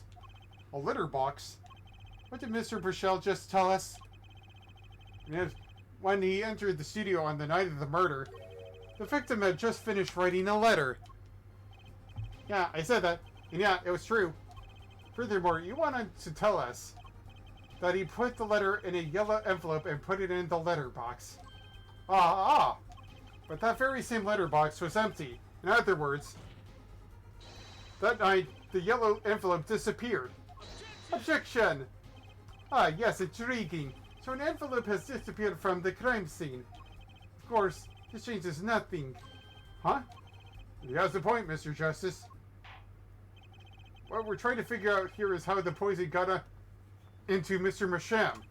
Is it really important that this envelope, the witness says he saw it disappeared? Well, if it did disappear, then something did leave the studio that night. That seems very important to me. Very well then. The witness will add this to his testimony. You got it. I still think this fails to change anything here, Forehead. I wouldn't be so sure.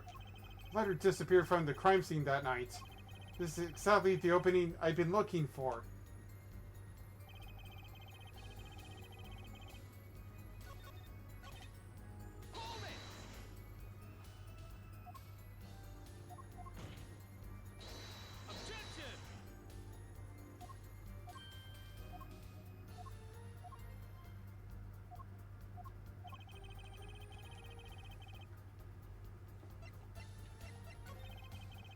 Proof is possible. Here goes nothing.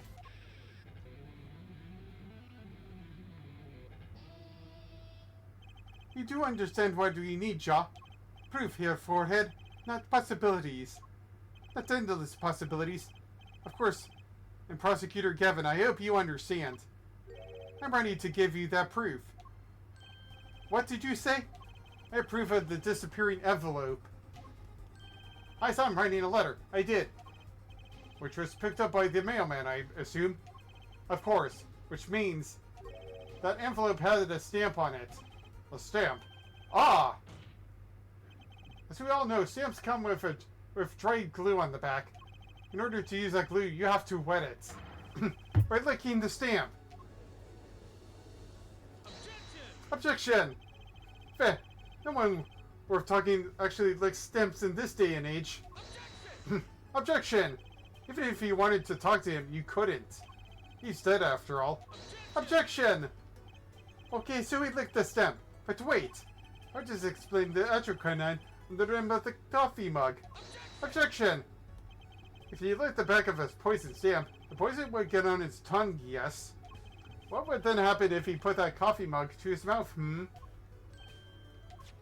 There's traces on the mug where the killer's doing. It was the other way around. What? Coffee mug didn't poison Mr. Masham. Mr. Masham poisoned the coffee mug himself. That's a weird way of phrasing it. But whatever. Order, order, order!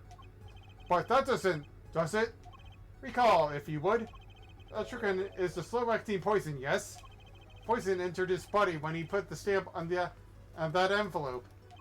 But his time wasn't up until the very moment he touched his lips to that cup of joe.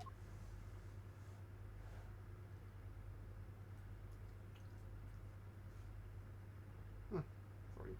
Stupid thing in my mouth.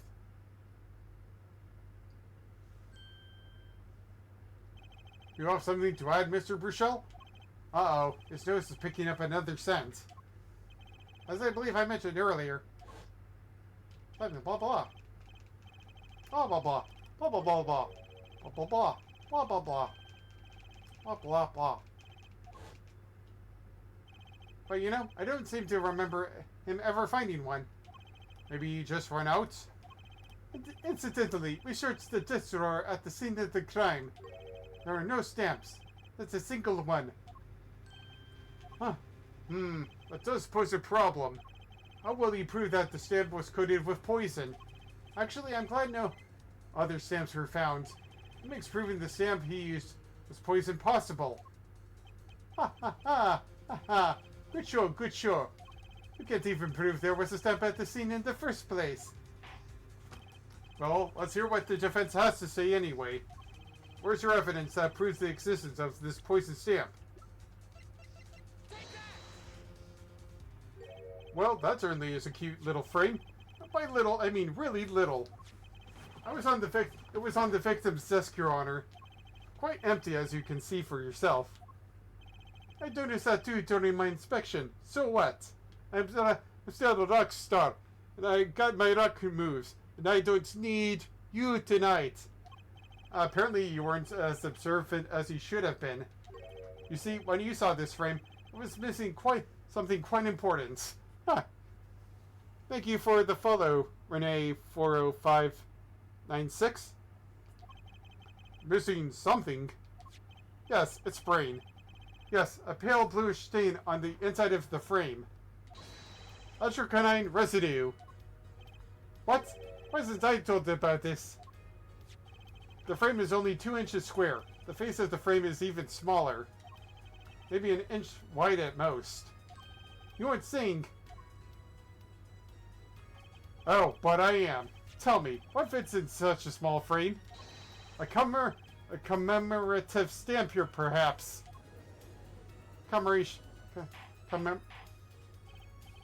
Something to commemorate by. Order! I would like some milk and french fries to go. The poison stamp was in this frame? Impossible! Prosecutor Gavin. Why would he put something like that on his desk? Don't tell me he had it there so he could commit suicide if the mood struck. You know, can I say something? I had a thought, see? What, Mr. Bruchel? And please stop chittering around like that. Don't forget it's a forgery, yes? There's a lot of money in that line of work. Forgery forges friends, makes enemies too. End quote. So the poison stamp might have been a murder weapon aimed at him. Objection!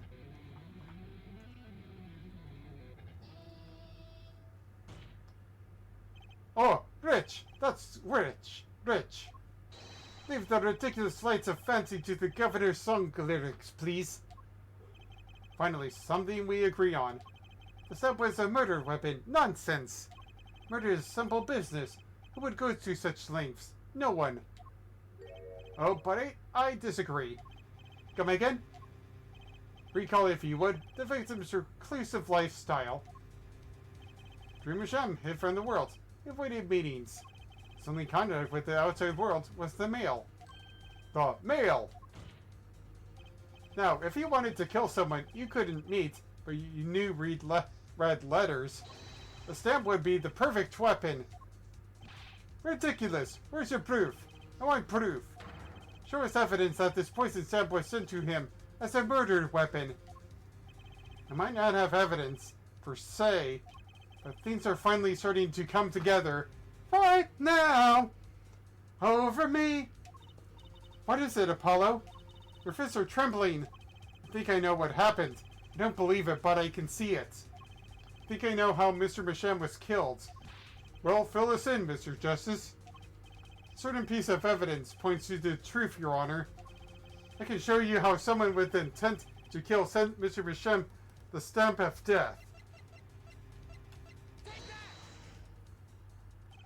Isn't that the envelope? The one from 7 years ago? Think about the text of the letter again. There were 2 pages in the envelope. This is page 1. And this is page 2. I want to draw your attention to one phrase in particular. Send in the enclosed envelope within the enclosed stamp within 3 days. The enclosed stamp, Your Honor. Ah! In other words, if I have this straight, the stamp, poison, on the stamp, lick, gasp. End quote. Now, what if he had done exactly as the letter asked? He would sign the document, put it in the envelope, and put in the stamp on it, right? Then he would put it in his letter box. 15 minutes wouldn't have elapsed between affixing the stamp and mailing the letter. But the clock started ticking. When the time came, he drew his last breath. And the murder weapon would be taken away from the scene. Quite conveniently, thanks to the postal system. Let's get USPS and USPS and UPS on this matter, and FedEx.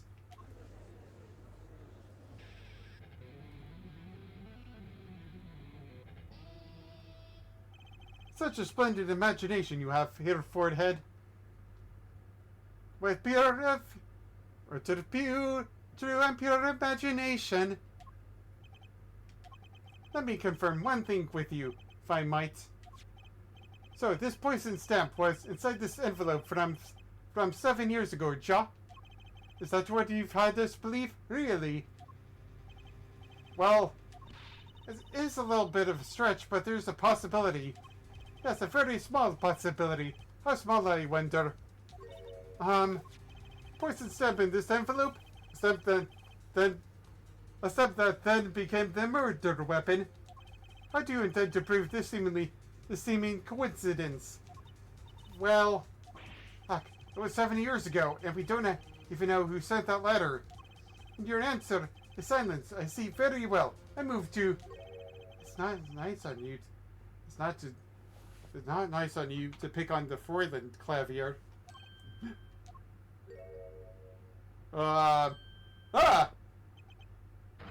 Emma!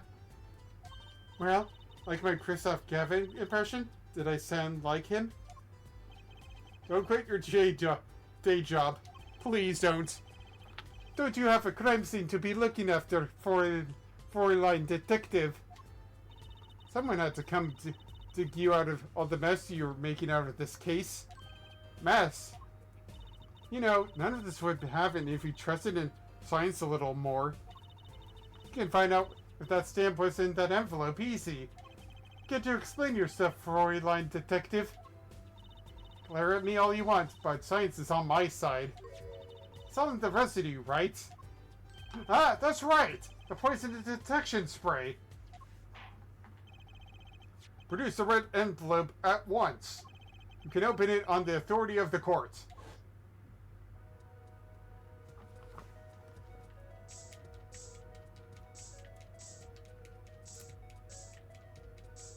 Ah, there we go.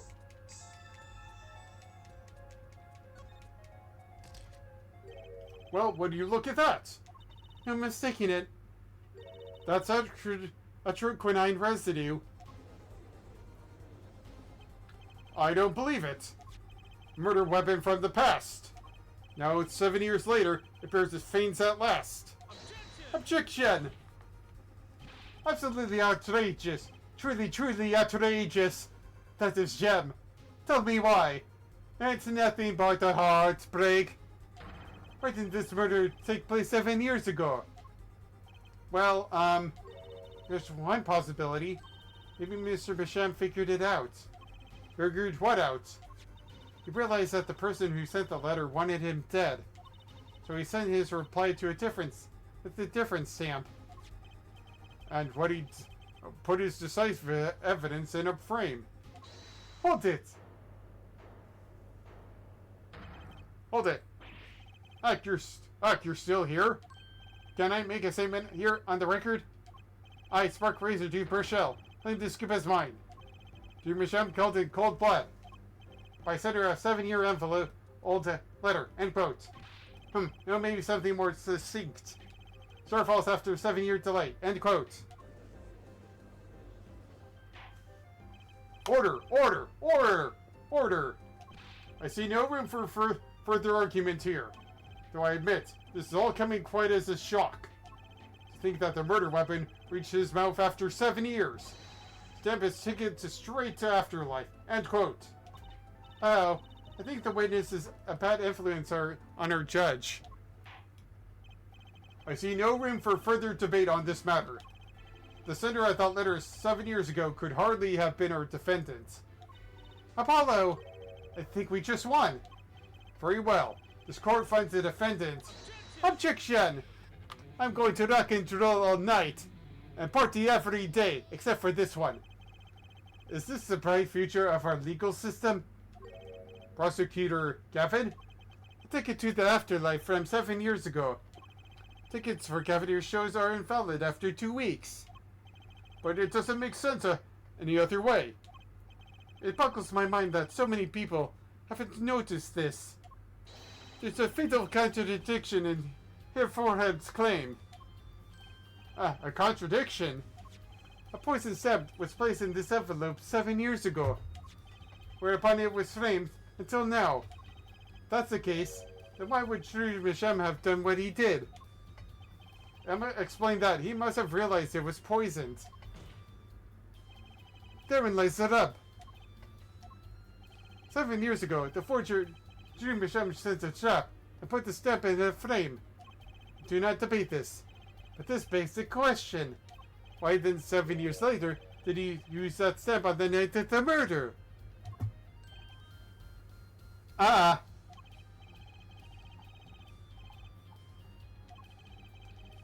a moment, please.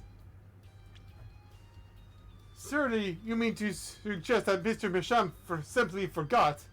He put the murder weapon in a frame on his desk for 7 years and forgot. You expect us to believe he sprang the trap on himself? Wag!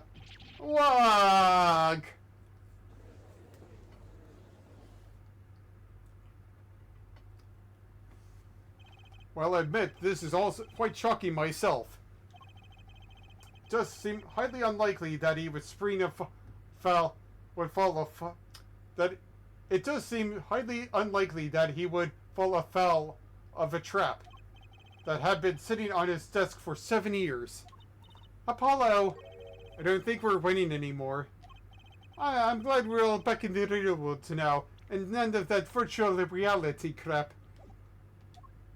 Welcome back to the reality. We've been waiting for you. Objection! Okay, then how do you explain the poison stamp that was in this envelope? The poison stamp? What exactly is this poison stamp again? Have you brought it to court for us? I see no proof that such a thing ever existed. Objection! What about the atrocanine residue, huh? Oh, I agree. That does seem to be atrocanine residue. But here, forehead, it's certainly no stamp. Yeah, but what else could prove with that kind of thing? Even if your precious poison stamp did exist, Drew Misham would never have used it. That is all. Urk.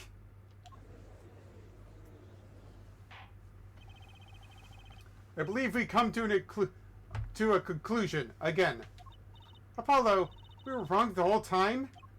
I can't believe it. The poison traces match up. Can't be coincidence. I'd like to bring some closure to this issue sometime this year. And this day, Mr. Justice. Yes, Your Honor? Let's review the facts and see where we stand. 7 years ago, Drew Misham received a red envelope. There were traces of the poison atrocanine on that document inside that envelope. Similar trace was also found at the crime scene. In this tiny picture frame, the defense has indicated the possibility of a yellow envelope. An envelope that left the crime scene of the crime, the scene of the crime with the poison stamp on it. Yes, but even if this envelope contained the poison stamp, Drew Misham, knowing this, put it in the frame. He never would have used the stamp. I'm afraid you're right. Which means there is a fatal flaw in the defense's case. I haven't been on the wrong track this whole time. I'm sure of it. The traces of atrocanine, the envelope, the frame, Drew Misham's mysterious death. They're all connected somehow. Well, Mr. Justice, do you have a conclusion for us? The defense stands by its case, Your Honor. We've seen the logical outcome of the evidence makes no We've seen that the logical outcome of the evidence makes no sense. Which means that one of our clues must be a fake. Ah, fake clue. Fascinating. And what if we find this fake, your wild fantasies will prove quite reasonable, ja? The fake clue that's thrown us off the poison's trail is none other than Drew Misham. And the victim was a fake clue. I'm afraid I don't understand. I'll explain. We have an envelope, a frame, and a mug linked by poison. That all makes sense. What doesn't make sense is the victim himself. Objection! Congratulations. You've completely lost me. So the fake evidence is none other than the master of fake himself, the forger? It makes a good story. I'll give you that.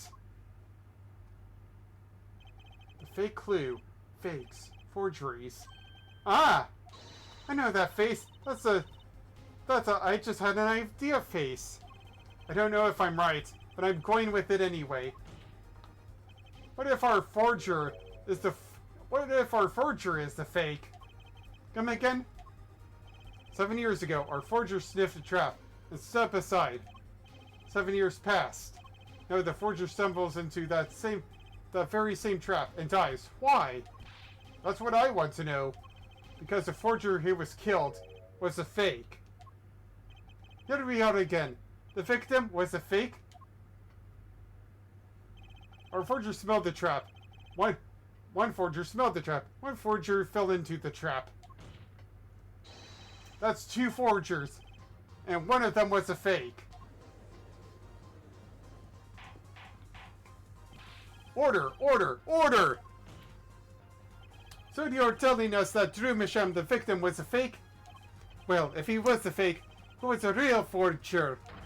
You better not be claiming there was some kind of switcheroo. I'm afraid you're going to have to back up your story. Mr. Justice, show just who the real Drew Misham was. If Drew Misham wasn't the real forger, there's only one other person who could have been. Understood, Your Honor. Forger Drew Misham himself was a forgery. The real forger was... What? There can only be one explanation, really.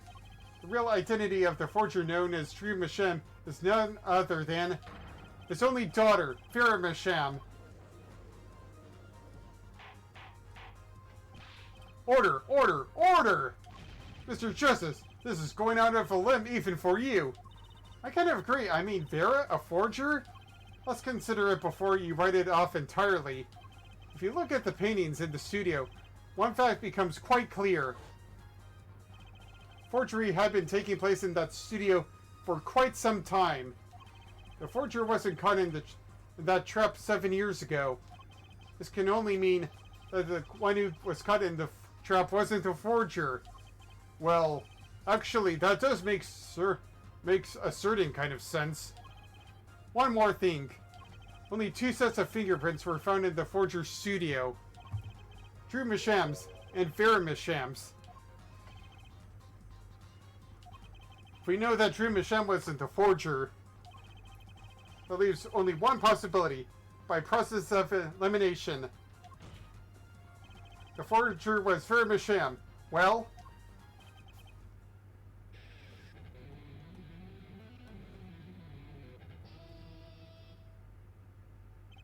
fascinating.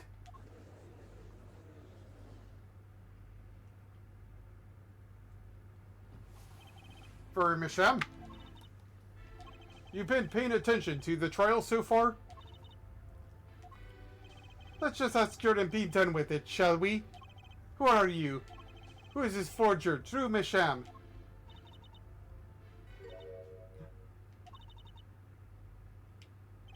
Was that an expression of emotion I saw on her face?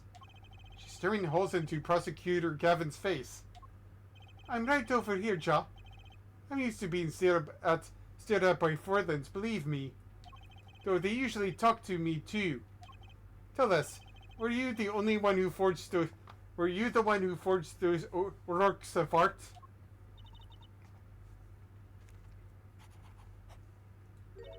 Yes. As I say with a smiley face. So the forger Drew Misham was you? Yes, it was me. What? What?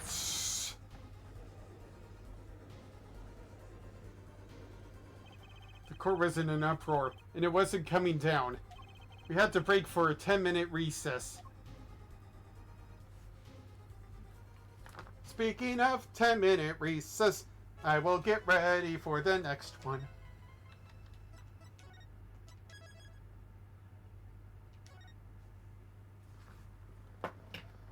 Knowing what comes next, and knowing what comes after that, it's probably going to take me a while to finish this case, all in its entirety.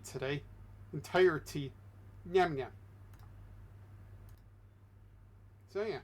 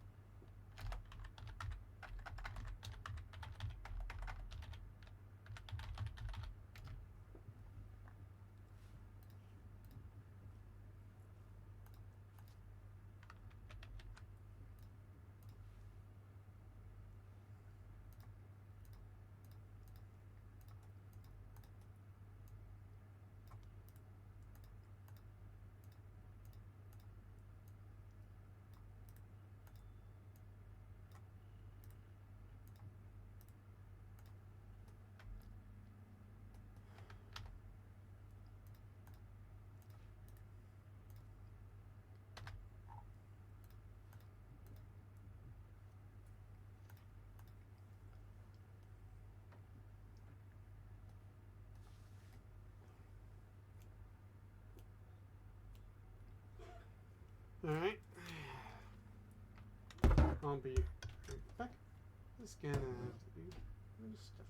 We'll be right back.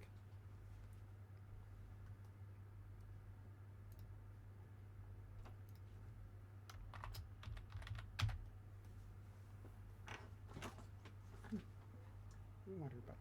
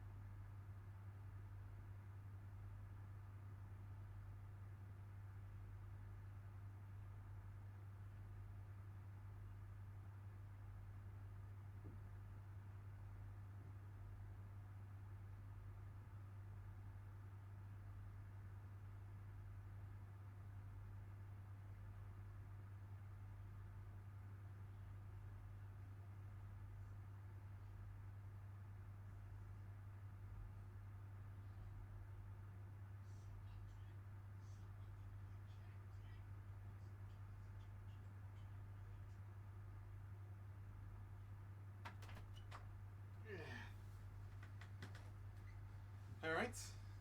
Let's continue on with the show. See how it goes. Good to read. I did it somewhere else this time, didn't I?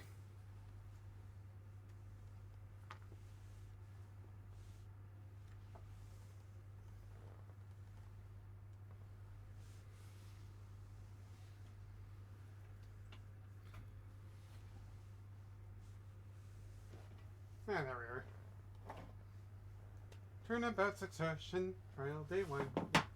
The rumor comes out.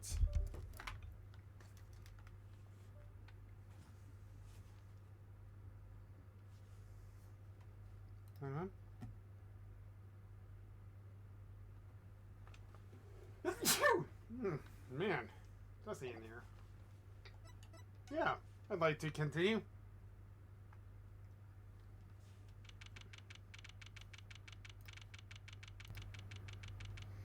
October 8th, 1:24 p.m. District Court, Defendant Lobby Number 6. Okay. So where exactly does this leave us, Apollo? Well, the Drew Machem who was killed. Wasn't Drew Machem the forger, basically? Huh? Well then, who was he? Well, he was actually doing her nails. So, you really made those forgeries?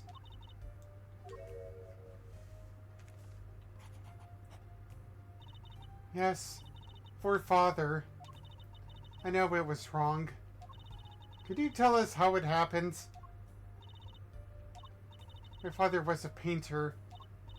My mother was a journalist. I loved paintings ever since I was a child. One day, Father saw it in me. He saw that I had the talent. The talent for making forgeries? How should I say it? It was not only paintings I made.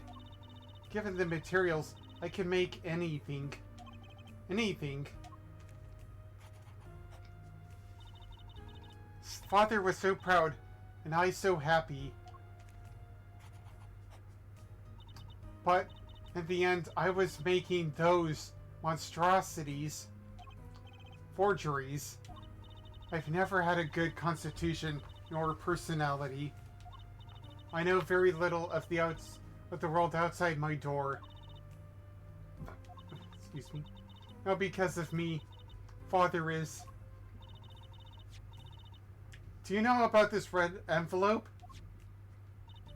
I remember that envelope. It was some time ago. So you already were creating your works back then? I started back when I was only 12 years old.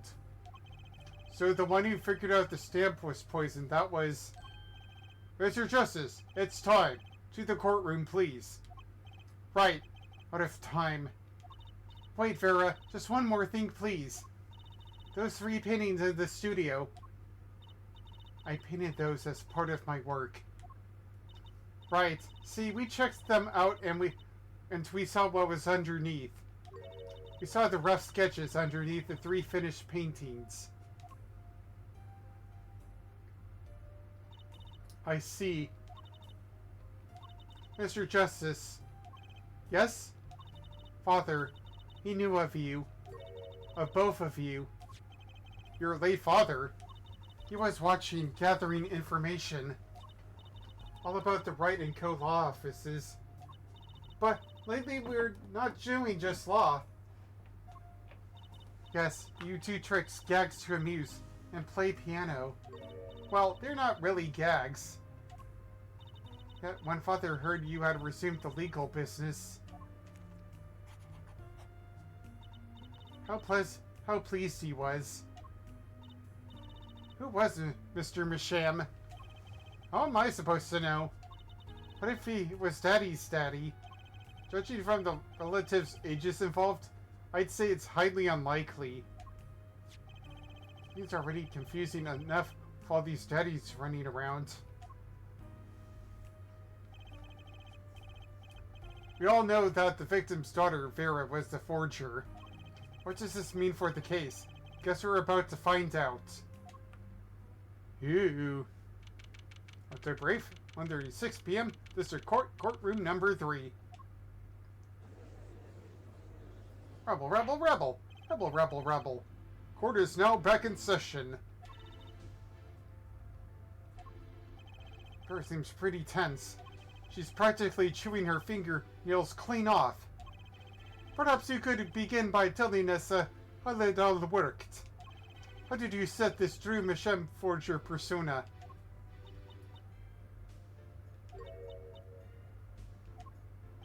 There's that seer again.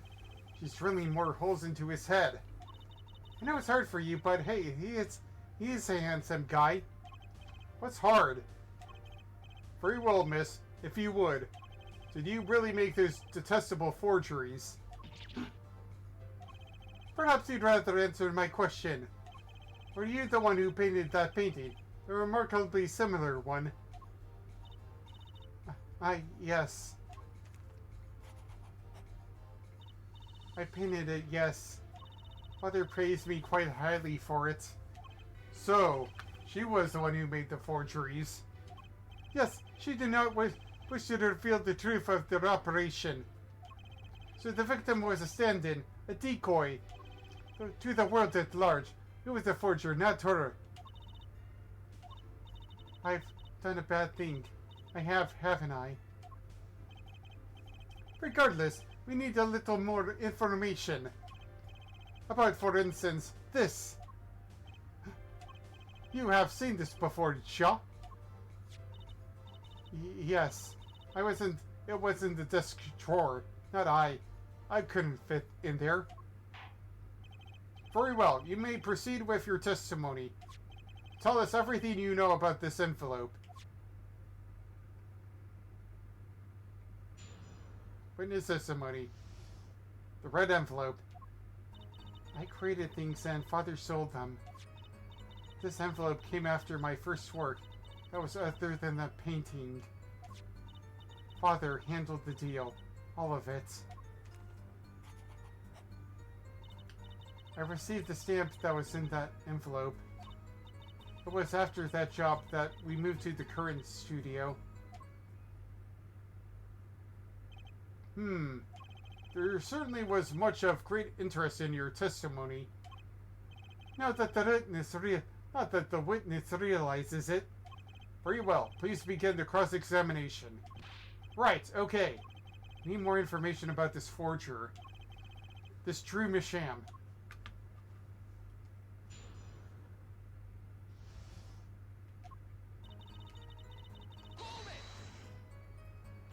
So these things you were making are... You mean paintings identical to other paintings, right? The closer they were, the happier Father was. I was happy too. Still, you're quite young now. When did you begin this work? My first painting sold when I was 12. Your Honor, she had no idea what she was doing was illegal. Objection! Easy there, little attorney. Little attorney. You're not here to defend her for the crime of forgery. True. Please, tell us more about this envelope. This envelope that may very well have killed your father. Alright.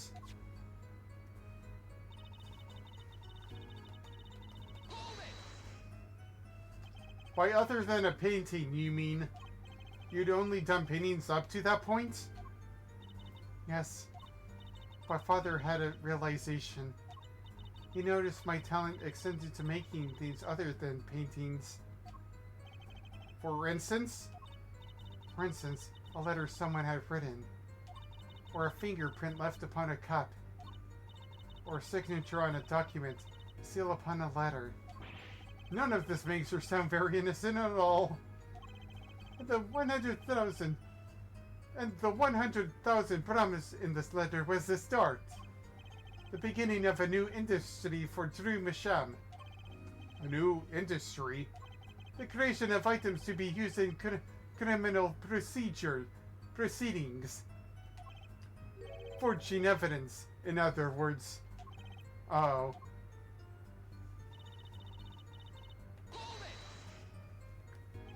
So you didn't know how the things you were making were being used? I enjoyed painting very much. I think I understand. The Fräulein has lived in an unusual little world. Can you tell us what happened to the papers that were in this envelope? Father signed them and sent them back, I believe. Did he follow the instructions? Send in the enclosed envelope with the enclosed stamp? This is a rather important matter. Give your answer some thoughts.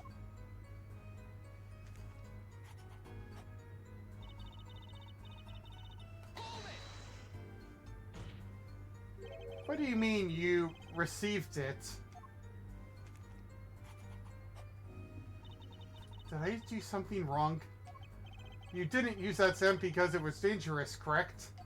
Deadly poison. On the back. Atroquinine. Objection! Moment here, forehead. You can force an answer upon the witness. Now then, perhaps you would tell me, Fräulein Vera, why did you receive the stamp? Is something wrong? It was beautiful. Ah, you mean it was one of those commemorative stamps? Yes, I think it was. So, you didn't know about the poison?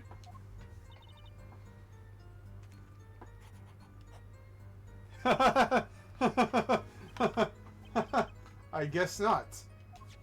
So the trap failed by chance, by mistake, thanks to this commemorative stamp.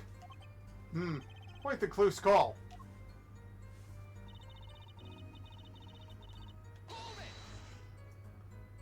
You mean you moved to where the current Drew studio is? Yes, we saw very few people there. I began drawing picture books. The single job had tied them to the criminal underworld. I think Mr. Masham wished to reduce their visibility in the world at large. And we had to meet someone for some reason. Father posed as the creator of the work. So that was the real essence of the artist Drew Masham. You did the work and he supplied the face. So, you really didn't know anything, did you? You had no idea how much danger you were in. Aw. Apparently not. About this commemorative stamp. Could you tell us more about it?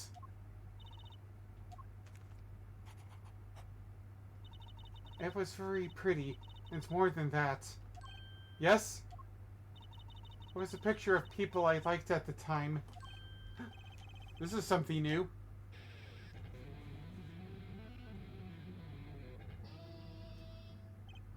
Apparently, we've got some cross-examination yet ahead of us. If you would be so kind as to continue your testimony, Fräulein.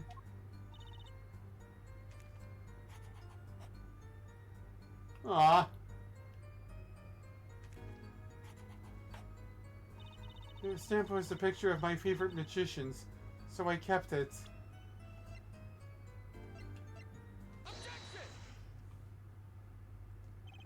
Those magicians you liked, was it this bunch?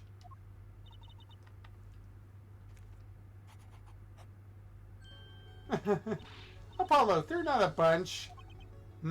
I see. Still, I have to wonder. Why include a commemorative stamp like that in a business letter? Good question. Well, pretty stamps are always better, and you can't beat Troop Gramarye. But the whole murder plan was a failure because of it. Ironic, don't you think, Prosecutor Gavin?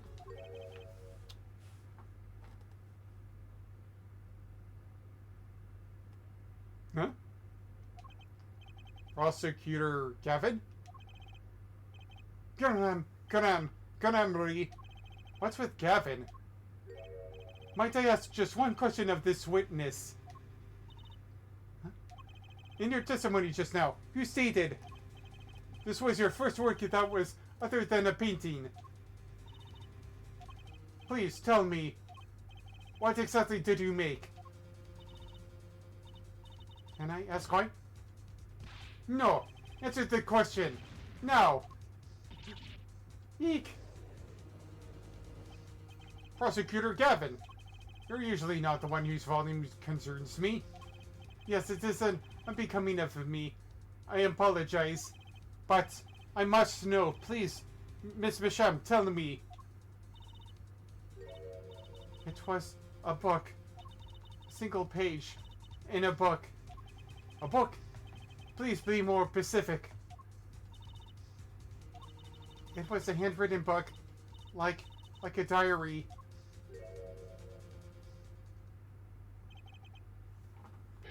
No! I don't... No!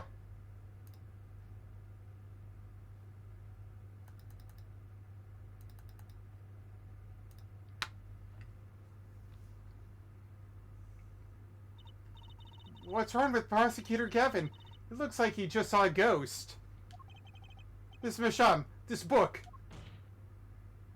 Was there a picture of a silk cat on the back cover? Yes or no?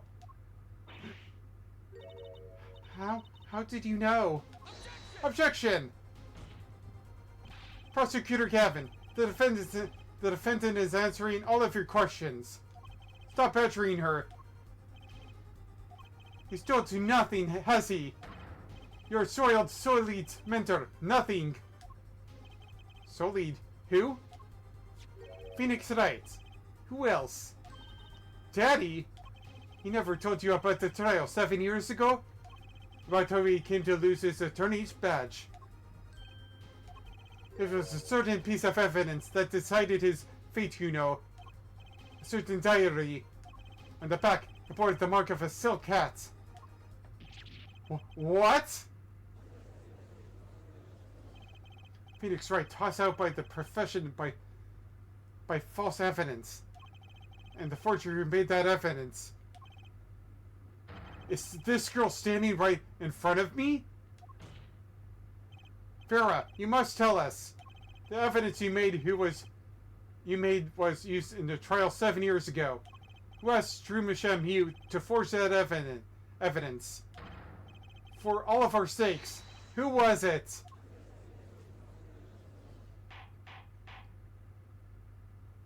Spit it out.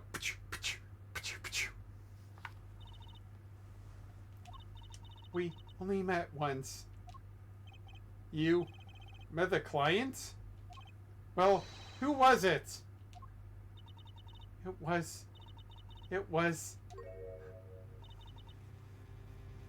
Look in my eyes. What do you see? The cult of personality. What's going on with Vera? She's staring at Prosecutor Gavin's face again. Guess what?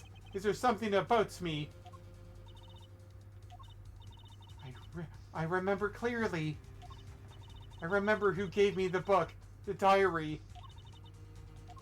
Who was it? Ugh. Farah!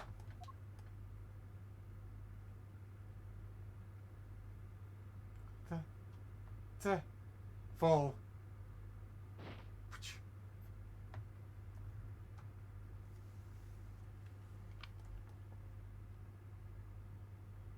Defendant Vera Misham, condition unconscious. Examiner's diagnostic, acute atrocanine poisoning. This ends the recording of the trial for the murder of Drew Misham. Vera Misham was, during the trial, poisoned by an unknown assailant. The dosage was just under the lethal amount, sparing the defendant's life. She is currently in intensive care and is not to be disturbed for any reason. A very simple case at first glance, until it finally began to show its true colors. True colors. True colors? The long road to the truth takes us to the record of another trial. In some ways, that was the starting point of it all. And that is where we must go. to find the whole truth and nothing but the truth. To be continued. To be continued.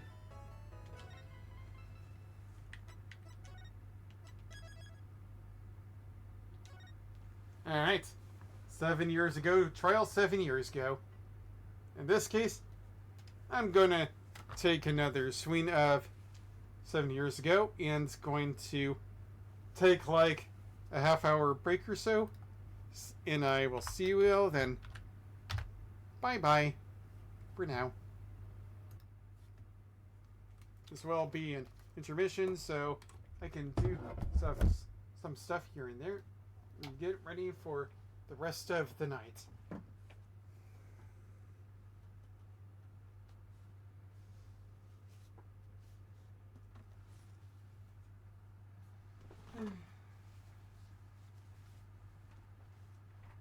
It will probably take me at least another 4 to 5 hours, so we're gonna have to sit back here.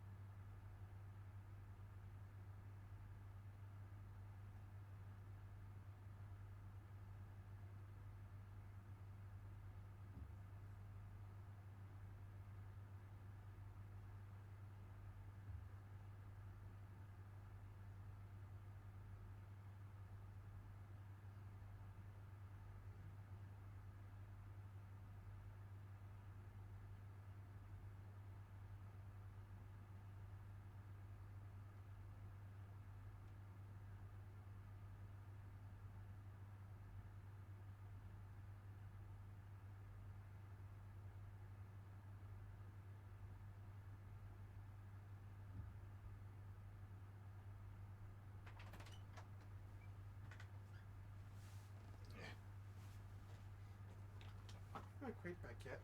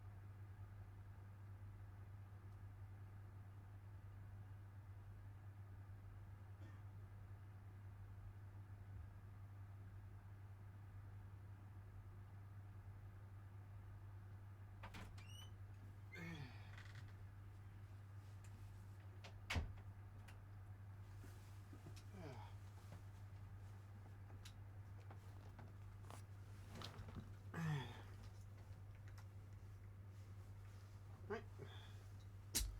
Here. Sorry for the long drawn out wait. I had to finally eat some dinner, get in my system, and yeah. Let's continue on. Of 7 years ago.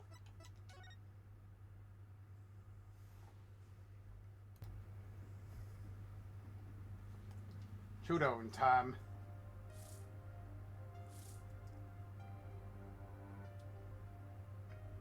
I lost. It's only a game of poker. A game I played for a long time and only lost twice. Who was the first man I killed? Of course. Well, it seems I found the partner I've been looking for all along. Over a game of cards? Why, yes. Over a game of cards.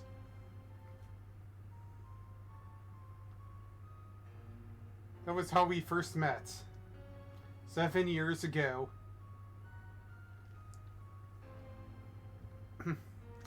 7 years earlier, Phoenix Wright's final trial. Well, then.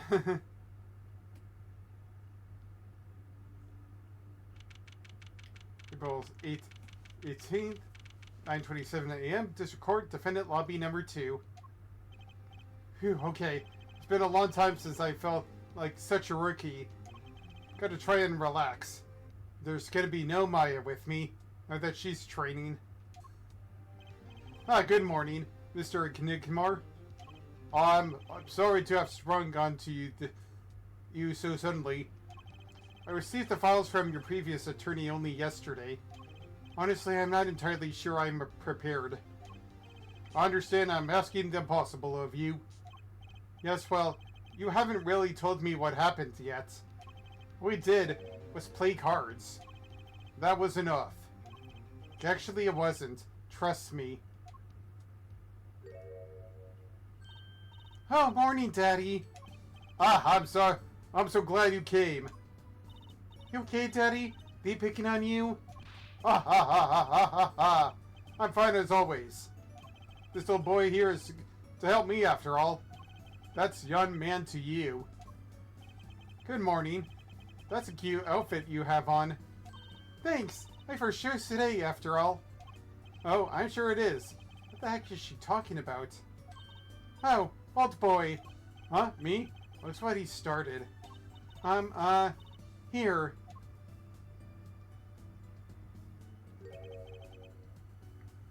What's this? I don't know. I just got it over there in the hall.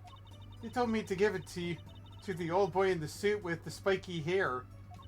They said it was really important. What's this?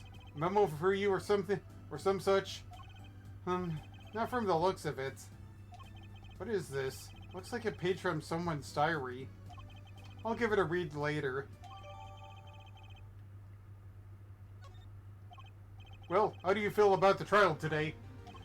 We'll get through it somehow. Incidentally, prosecutor today is a new guy, I hear. Ah, an easy win then, yes? They're calling him a true thoroughbred in the history of the prosecutor's office. Of course, there's one of those every year.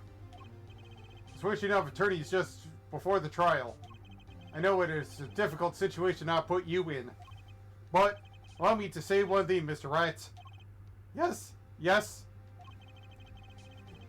They will not be able to pronounce me guilty today. So do your best, but do not worry. First time a defendant's ever given me a pep speech. I'll do what I can. Ha ha ha ha ha ha ha. I see you do not understand. You see, it will be impossible for them to declare a verdict. Impossible for a man to be declared a guilty sentence. Impossible. Yes, isn't that right, Trucy? Yep, you bet, Daddy. My first look at the case was only yesterday. The information I was given was a tad bit lacking, to be honest. Still, I'll do what I can, for their sake. I believe the curtains will be lifted any time now. I'm in your capable hands, Mr. Wright. Ha ha ha! Ha ha ha ha ha! Ha ha ha! My client is Shady Ignigmar.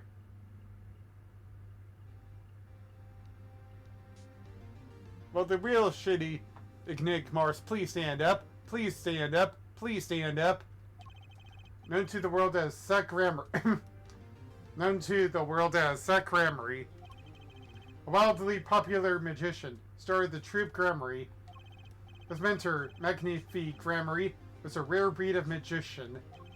He single-handedly ushered in a golden age of stage magic, until he was shot dead. Oh boy.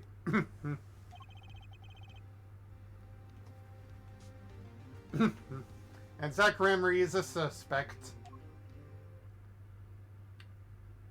What else is new?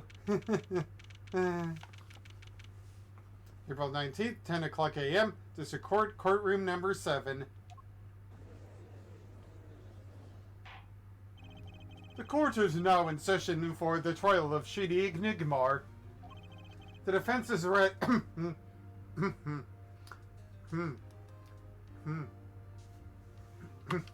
The defense is ready, Your Honor.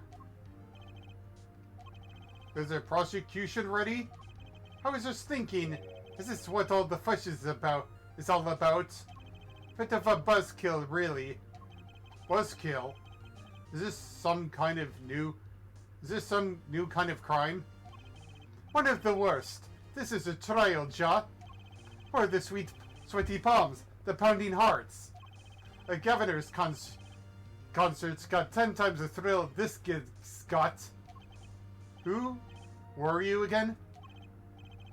Clavier Gavin. I came to get the party started legally, Ja. Gavin, defense attorney Christoph Gavins? Figures my bro's more famous in this part of town. Clavier Gavin, lead singer for the mega hit band The Governors. You're out of your luck. You're out of your league, rock boy. I know what you're thinking. You're out of your league, rock boy. Through my debut single, 13 Years Hard Time for Love, went platinum overnight. But that's just a hobby to me compared to this, Ja. Talkative, aren't you? I like your rock and accent, by the way. I'm just getting warmed up. Here, attorney, right?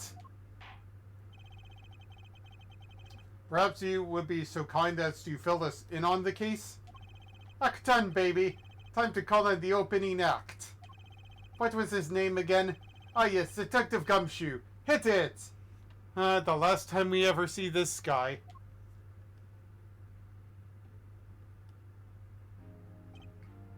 And you are? Hey, you were the one who called me up here, sir. Name's Dick Gumshoe. I'm a homicide detective down at the precinct. Detective Gumshoe, long time no see. Hey, you. Huh? Me? Today's the day, pal. Today I win and you lose. And you lose. I got confidence in my testimony today, see? You normally lack confidence in your testimony? Hey, detective, this is my stage. Candy antics. Huh? All this hey youing and such. And I couldn't care less about your history together. Work. Very well. Detective Gumshoe, if you would. Please tell us about the case at hand. It happened 6 days back in a room at the General Hospital. The facts are as simple as they come. Here's a crime scene. The victim was a patient, asleep in the hospital bed. The killer comes in, puts a pistol to his forehead, and bam, lights out.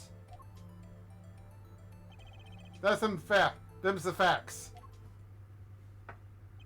Not so long ago, the victim, Magnifique Gramarye, was a famous man. He did that stuff with a turtle, that stuff with an elephant, and that thing with a cat. He had the entire country under his magical spell, as it were. Ah yes, the great magician. He retired years ago, though.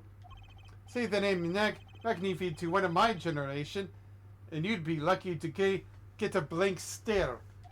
Yes, though I'm sure the youngsters today know his disciples even better. I dare say True Grammary has made quite a name for themselves. Anyhow, the retired McNeefy's been in the hospital for the last year. What was it? A ignorant tutor or something. Doing something to his liver, I think. Yeah. A malignant tumor, perhaps? In other words, he had liver cancer. He had only 3 months left to live, in fact. Ooh. The facts do seem simple enough, but something's not right. The victim was already climbing a 3-month stairway to heaven, and he's climbing a 3-month stairway to heaven. Why not wait for him to knock on heaven's door? Knock on heaven's door. Yeah. Why shoot him? I wouldn't have put it quite so lyrically, but it's true. Why make the effort to commit murder when the victim was about to die? Incidentally, the victim had a serious case of diabetes. Diabetes? In fact, he was about to shoot up with insulin when he was shot with a pistol. The syringe was found at the crime scene. Chronic diabetes and cancer. As much as it pains me to say it. The victim was clearly at the end of his life. Ah, that stinks.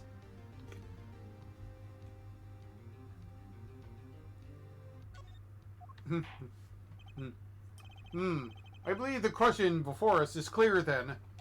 Why did the killer have to shoot this dying man? What reason could he have had? Very well, detective. Perhaps you can enlighten us as to the circumstances of the shooting. Yes, sir.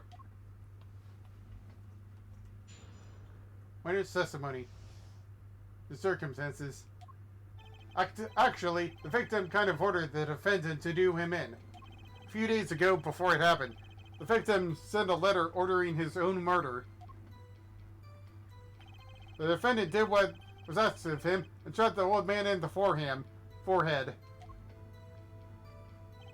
The bullet was fired from the pistol found at the crime scene, no doubt about it.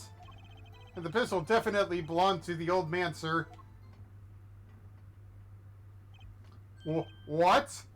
You're saying that the victim ordered his own shooting? Those are the facts. I've heard the letter in question.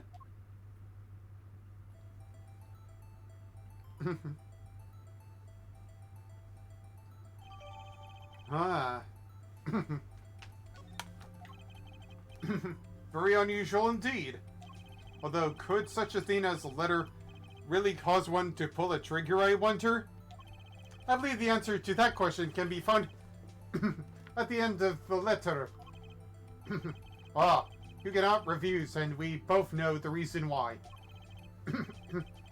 Detective Gumshoe, can you explain this to the courts? Unfortunately, even the defendant won't say a peep about that, sir. One thing bothers me about this. Why didn't he just say 11 o'clock p.m.? I haven't come at 11:05 without some specific reason. The devil is in the details here, attorney. Well, was there some reason? As it turns out, there was. Every night for half an hour, starting at 11 o'clock p.m. The victim, McNeefy Grammary, was given an IV. An IV? There it is in the picture, off to the side of the bed.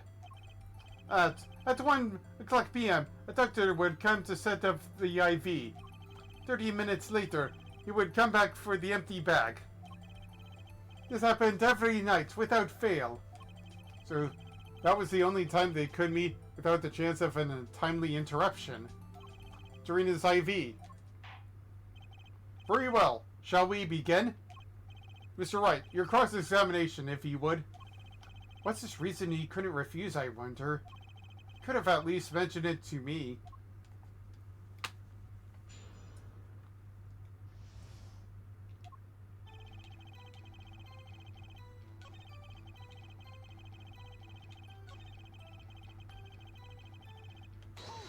Hold it!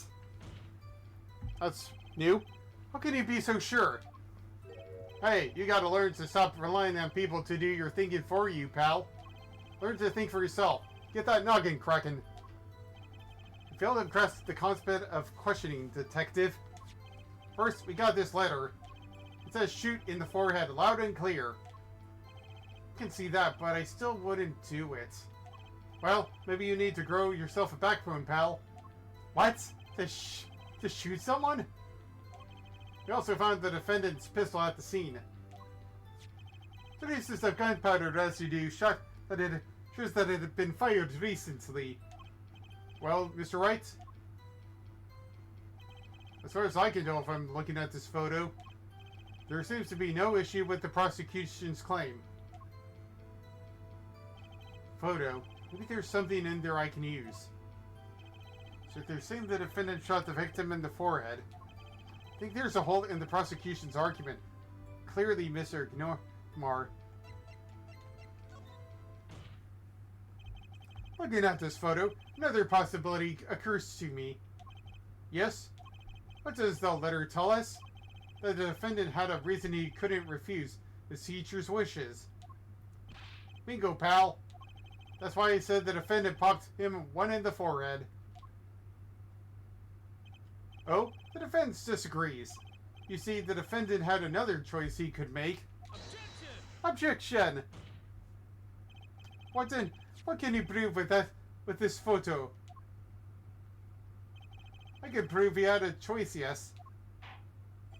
The defendant might have fired like he was ordered. Or he didn't shoot the victim's forehead. Well, let's hear what you're thinking, Mr. Wright. When did he shoot?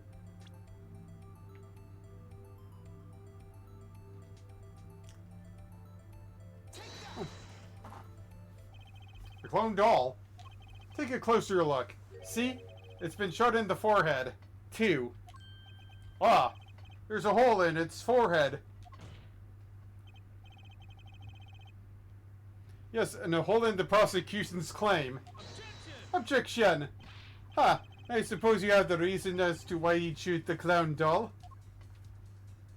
He didn't just shoot the doll. He shot the doll's forehead.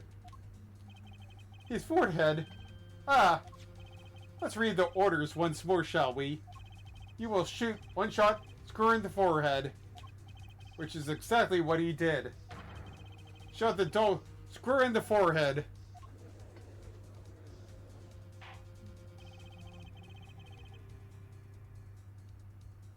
The defense has raised an intriguing possibility. That hole in the clown's forehead. It definitely looks like it was shot. Bailiff, send someone to investigate this matter. Objection! I admit, I'm impressed, but I expected nothing less. Still, this doesn't mean he didn't shoot the victim. Objection! Perhaps he did have to shoot a forehead, as ordered. But if the letter says nothing about whose forehead, this was the only way he had to follow his orders without taking a life. The bullet hole in the clone's forehead does demand an explanation. It might very well be a clue, yet Prosecutor Gavin is right. It alone does not prove the defendant's innocence. You cannot say for sure that the defendant didn't shoot the victim. So sorry, Mr. Wright. How sad it is to see the mighty fall. How sad it is to see the novice's overconfidence. He doesn't realize just how big this little hole is going to get. Detective Gumshoe, please take this newfound fact into account as you continue your testimony. Somebody shot the clown. You still shot the victim, pal.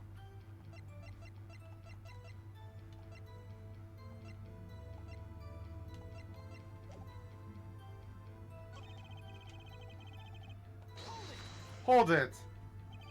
Why are you so certain? Why Pyle's hand has your head been stuck on all this time, pal? You never heard of second Valence quick draw shoot him? Huh? What's that? One of the defendant's specialties. second phalanx stand on each other's side of a girl. Then they shoot, but the bullets don't hit her. Instead, they hit everything else on stage. This is one of the pistols they use in their show. Got a great design, huh? The kids love it. Many boys and girls join the police because of that pistol, I hear. You know, that would explain a lot about the police force. Proof Dremery stopped doing that act a while ago. The old man held on to that pistol ever since.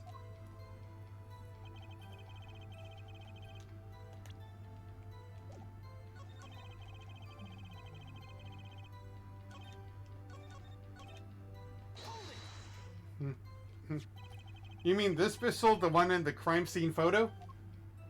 That's the one. It's a funny looking gun, so there's no mistaking it. We compared the bullet taken from the victim's skull with the bullet fired from this gun. The rifling marks on the bullets were a perfect match. So, you verified the murder weapon, in other words. You bet we did. The court would like to see the pistol in question. You got it, sir. Here she is. Well, this truly is a blast from the past. It's siege pistol for magic, so see? But it can't fire real bullets. Looks so much bigger in real life than on TV. Yeah, but it can only hold one round. By the way, the pistol's firing chamber is empty. And it shows traces of having been fired recently. So, were any fingerprints found on the gun? Unfortunately, no. Of course, the defendant is known for wearing gloves. We might say that a lack of fingerprints is in fact a fingerprint on its own. Aha! Intriguing point. Well made. Whoa. Not well made. Not intriguing. In any case, the court accepts this as evidence.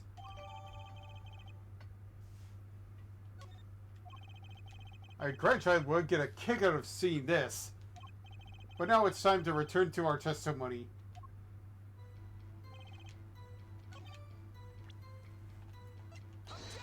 Objection!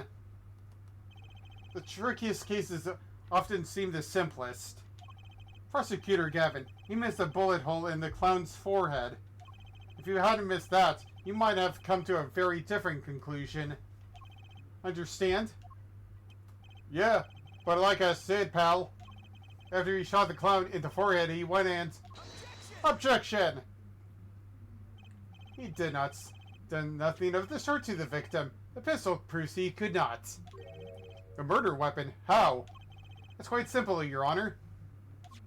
This pistol only holds one bullet at a time. Ah! If he had shot the clown in the forehead, he couldn't have shot the victim too. Yarg! Objection! That's not a contradiction, not even close. All he had to do was reload the pistol after the first shot. Objection! Oh, where do you get the extra bullet? You're not so easy to come by, you know.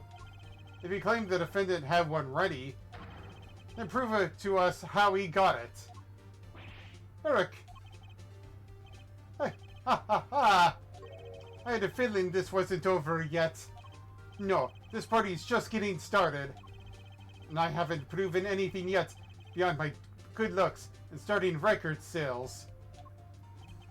An utter lack of humility. And, what's this? It seems that the prosecution has another witness prepared. Hey, what about me, pal?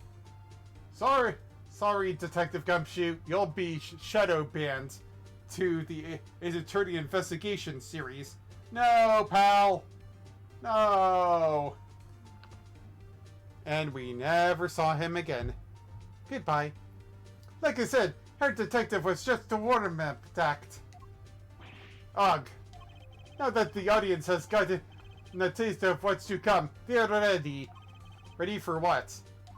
Y'all ready for this? Da da da da da da da da da da da da da da da da. For my decisive witness, of course. A witness who you will find can prove one thing for us. That it was Zach Gremery who shot the victim in the forehead. Very well. We will pause for a 15-minute recess. This might be my lucky break. I'll need that 15 minutes to talk to my client, Zach. Court is adjourned.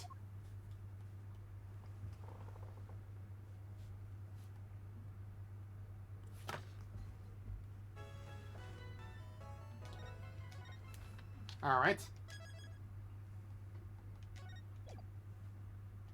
Yeah, of course.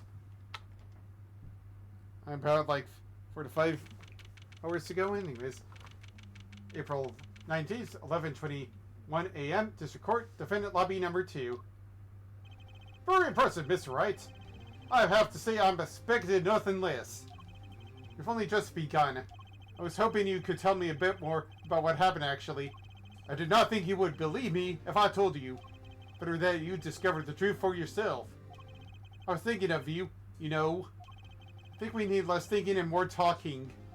That night in the hospital, what really happened? Ah, the way your eyes gleam, Mr. Wright. You'll scare Trucy. Speaking of which, where is she? You have seen the problem with yourself, the letter. The one shot in the forehead. One, right? Yes, and that reason he speaks of.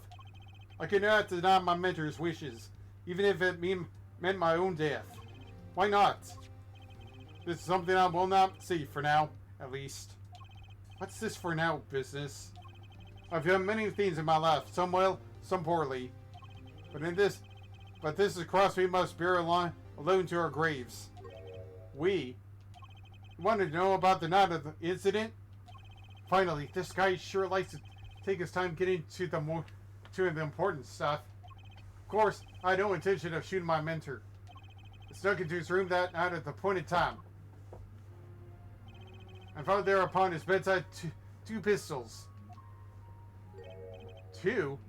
Yes, the one I used on stage, and the one that had been used by my partner, Valent. Oh, for the second Valent's quick draw thing. My mentor had the look of one sleeping. Stood by his bedside, hearing only the light sound of his breathing. Then I took the pistol into my hand. I cannot deny that my resolve faltered then for a moment. You faltered? You mean you thought about shooting him? Recall there was a reason I could not refuse his request. His last such request, though not his first.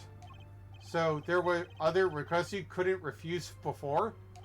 To be honest, I have not always been steadfast, and I fear I brought pain upon Trucy. Was Magnifi coercing his disciples somehow? Just what was going on in Troop Gramarye? Yet, in the end, I did not shoot him. Instead, I turned and shot the clown. I took the pistol I fired and placed it in my pocket. In your pocket? I believe if you examine the bullet in Cloud's head, you will find it to be different than the one in my mentor. What were those called? Rifling marks. Yes, well, that is all I have to tell you concerning the case. Concerning the case? You mean there's something else you can tell me? Ha, ha, ha, ha. You're a fascinating man, Mr. Rat. Thanks. Yes, there's something. My mentor, his eyes opened. What? Magnifi Gramarye? The old devil, who's not asleep, you see. Of course, the gunshot would have woken him up anyway. And there we had our last discussion as mentor and pupil. It was not a long discussion, maybe 5-10 minutes or so. What did you talk about? Ha ha ha, Mr. Rat, did I just not tell you? It does not concern this case. That Gramarye seems pretty steadfast to me, or maybe just stubborn. Mr. Wright, your presence is requested in the courtroom. Once again, I'm in your hands. Right, let's get back in there. April 19th, 11:37 a.m. This is courtroom number 7. Court is now back in session. During our recess, blood was found in a dugout from the clown's head. All this is news. And the rifling marks? There wasn't in time to do a detailed analysis.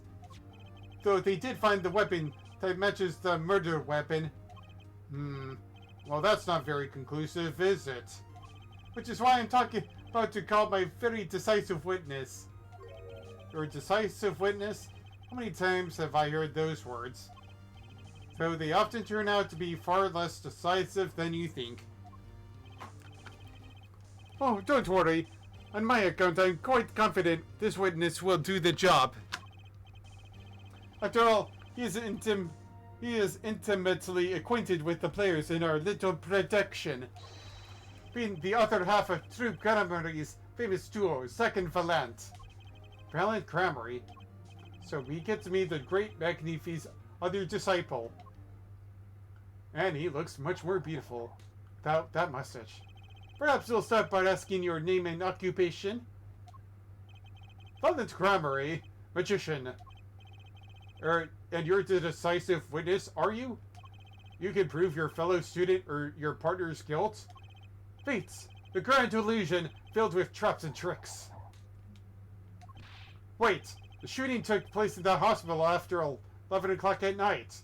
If you're a witness, does that mean you were there that late? If one were to deduce this logically, the conclusion is yes. Okay. I always get the characters, don't I? I have an interesting fact for you. You see, several days before the crime, my witness received this. That looks very familiar. Whoa, wait. That's the same letter Zach Cramery received. Yes, or perhaps I should say, ta-da! Bum dum bum bum bum bum. Order, order, order! What does it say? Surely not the same thing.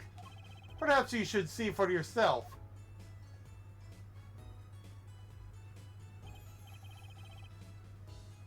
Why, it's practically the same. The court accepts this into evidence. I give you the second letter added to the court record. This is most unusual. Exactly what was going on with you folks? What exactly was your Troupe Cramery up to? By which you mean? I'm just having trouble envisioning a man who would ask students to kill him. Both of them, no less. It's just my opinion here, Forehead. Here, Judge. But from these letters, I'd say he was coercing them, not asking them. We walked the magician's path together, and in doing so, shared much of our lives. When people are so close, there's a strain, a warping of relationships, you might say, that this has nothing to do with the case at hand. By which you mean you're not going to tell us. Which makes me wonder even more about this reason they couldn't refuse. Well, let us get on with the testimony for starters. The defendant, Zach Cramery, stands accused. Tell us why. Tell me why? Oh, I'll do more than that. For when he walks, the red roses ring by his singing hymns to the miracle that is magic. Fascinating, though I hardly need to remind you that the evidence could just as clearly point to you as a suspect. The letter, the murder weapon, and now the 2 bullets found at the scene. In fact, the only difference seems to be the designated time. Ha ha ha ha ha ha ha ha! As every magician knows, timing is everything. Yes, and now it's time to get this party fired up.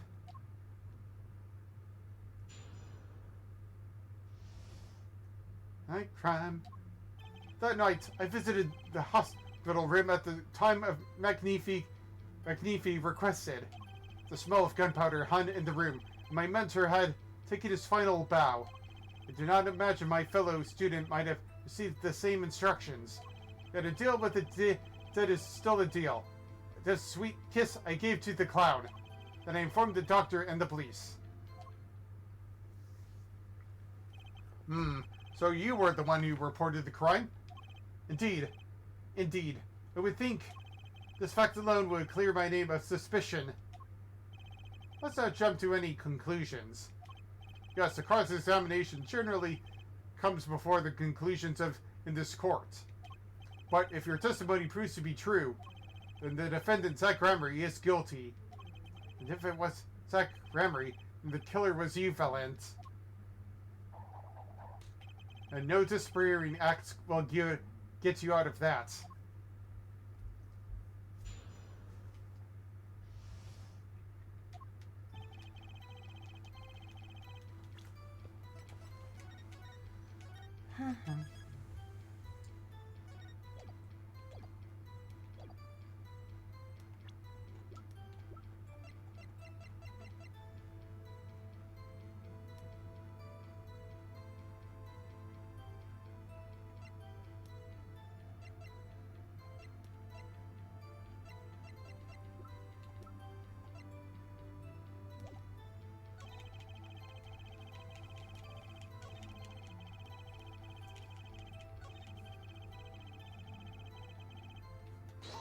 Hold it! There were 2 bullet holes at the scene.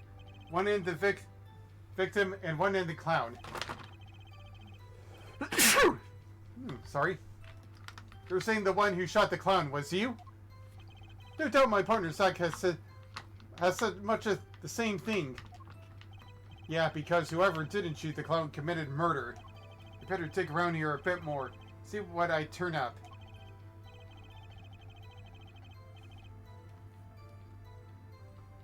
Mr. Valant, let me ask you something else concerning the crime scene, namely, how many pistols were there when you entered the room? By which you mean what, precisely? 2 pistols were used in the Zack and Valant quick draw shoot 'em, correct? One for each of you. You are well informed yet. Only one of my old friends sat in the hospital that night. What did Zack tell me back in the lobby?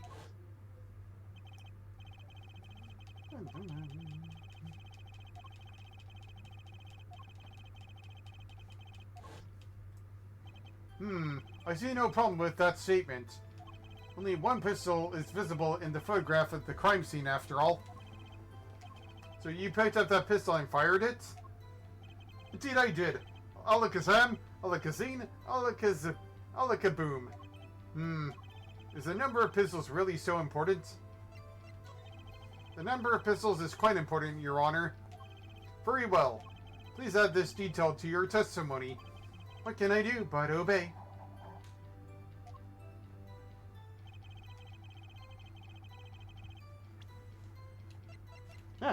Thank you for the follow, Francisca von Karma. Oh, this is hilarious.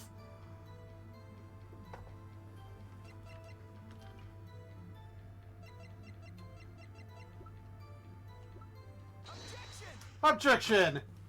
Thank you. Yep, this isn't indeed a big Kirby. Francisco von Karma. According to the defendant, Zack Ramry, when he entered the room, there were 2 pistols on that table.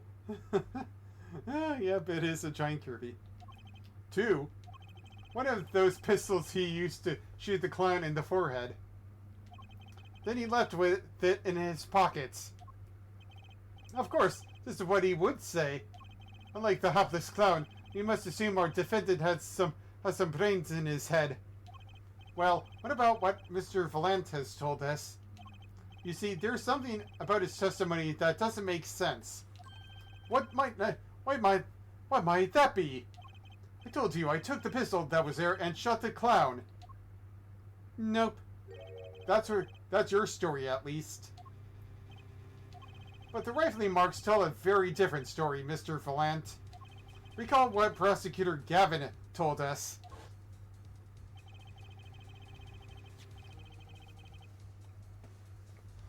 Oh, thank you, I guess.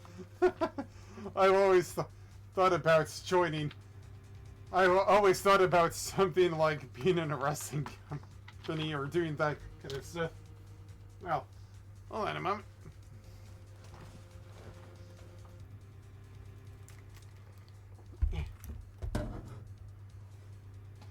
Oh, of course it's Seamus. Oh boy.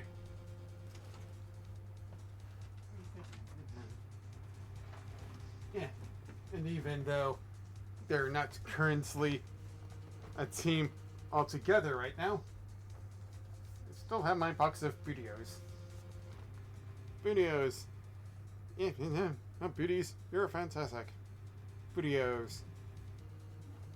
Move this over. You can see you're in the Snorlax.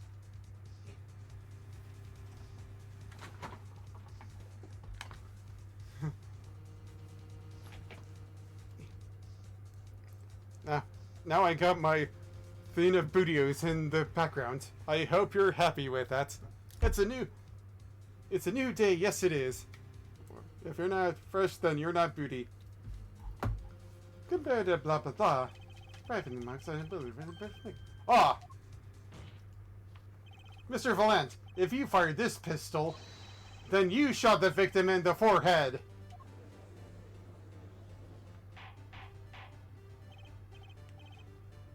No, I will not open that box. It's a collectible.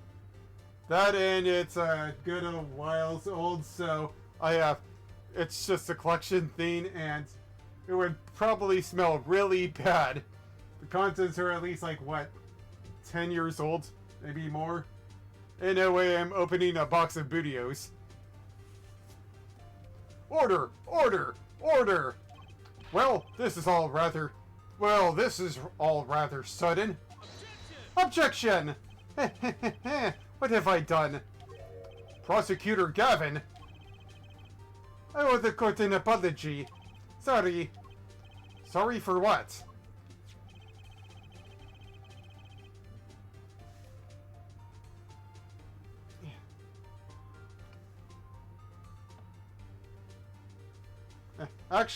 Actually, I've yet to see an anthill over there. Although I guess it's because I put it on my back there for so long. But who really knows? You see, I was unaware that 2 of these unique pistols were crafted. The analysis of the rifling marks only proved the type of gun that fired them. Objection! But that's not what you told us before. You said you'd verify the murder weapon. Which is why I'm apologizing to you now. Quite sincerely, I might add. Would you hold me accountable for a mistake made in my youth? That was just this morning. And I'm still young. And I might add, it wasn't really my fault. If the defendant had only admitted he took 1 pistol from the scene of the crime, we would not be having this pleasant discussion now. Valent Grammary? Yes, Your Honor. You were presented to this course as a decisive witness, but you've proven to be more divisive than decisive. Objection! You'll see in time. The testimony so far has merely been a review of the facts. The proof comes next. Care to elaborate, Prosecutor Gavin? When Mr. Valent entered the hospital room, the victim had already been shot. As his next testimony will prove. Alright, the real fight is about to begin. Bring it. Very well. The witness will now testify to the court. Help us determine who shot what. Who shot who? And I shot you. Wait. Let me try that again. Who shot what? I arrived in the hospital room at the appointed time, which is to say 11:20 p.m. After discovering the body, I fulfilled my obligation, then called the doctor. The doctor examined the body before the police arrived. It was quite clear about the time of death, 11:10 p.m. And the one in the room at that time was my partner. Not me. Those times are rather close, you have to admit. You were talking about an alibi established over a matter of minutes. To use a 10-minute discrepancy as the basis of your alibi is easy to explain in this situation here, Judge. For example, take our Hit single. 13 years. Hard time for love. Cue to the song. Press the play button and it will play for 2 minutes 15 seconds. Do it 100 times. The result is the same. Their debut single was only 2 minutes and 15 seconds long? What a ripoff! Hey, dude. Hey, there are a good amount of songs that go for 2 minutes and 15 seconds long. How dare you? Magic is a world of utmost precision. Hocus pocus. Requires an admiral focus. Da da da da da da da da da da bum bum bum bum bum ba da da da da ba da da da da bum bum bum bum bum. And in the time of death determined by the doctor, there is an incontrovertible truth. Very well. The prosecution warns us that we're dealing with rather precise times, and we can expect a cross-examination to require the same level of precision. I would hope the defense refrains from its customarily broad sweeping accusations, lest we blur the focus this case so clearly demands. Point taken. Baseless remarks will result in a penalty. Carry on, Mr. Wright. Carry on, Wright. Carry on.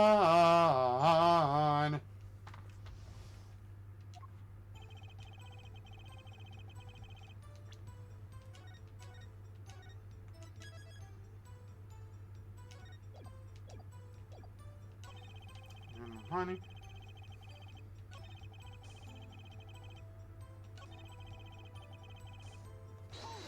Hold it! I don't think I'm stepping out on a limb to say I have some doubts about this. How could the doctor be so precise with the time? We do usually get an estimated time of death true. I'm not sure I've heard of a verified time of death. Magic reveals in the making the complex appears simple, but reality is the opposite. What appears complex, in this case, is the simple matter of subtraction. I see another person has done their arithmetic homework. The point here is the IV the victim was taking. It's quite visible in the photograph of the scene. Recall what we heard earlier about the victim Magnifi Gramry's schedule. Every night at 11 o'clock, Magnifi took an IV drip for 13 minutes. I can see the IV bag right there, yes. Now look a little closer. Follow the tube down from the back to the end. Ah! The needle's been removed. Doubtlessly, it fell out when he was shot. That would seem to be the case. When the needle comes out, the IV no longer drips. Ah! You could just measure the remaining IV liquid. Precisely. The IV liquid functions, for our purposes, as an hourglass of sorts. This is how the doctor determined the time of death. From the amount in the bag, it was determined that the IV had stopped 10 minutes after administration had begun. Ah, interesting. IV reports. Approximately 10 minutes had passed since the IV began. And so it was, when I, Valent, entered that room. 10 minutes had passed since that horrible crime was committed. And this is proof. Well, Mr. Wright? Did that seem important? Well, seeing how it is the biggest clue we have to the time of death, I'd say it's very important. Agreed. It would be hard to imagine a more precise way to determine the time. Hold the power of arithmetic. Very well. The witness will add this detail to his testimony. Sometimes the most magical thing of all is the truth.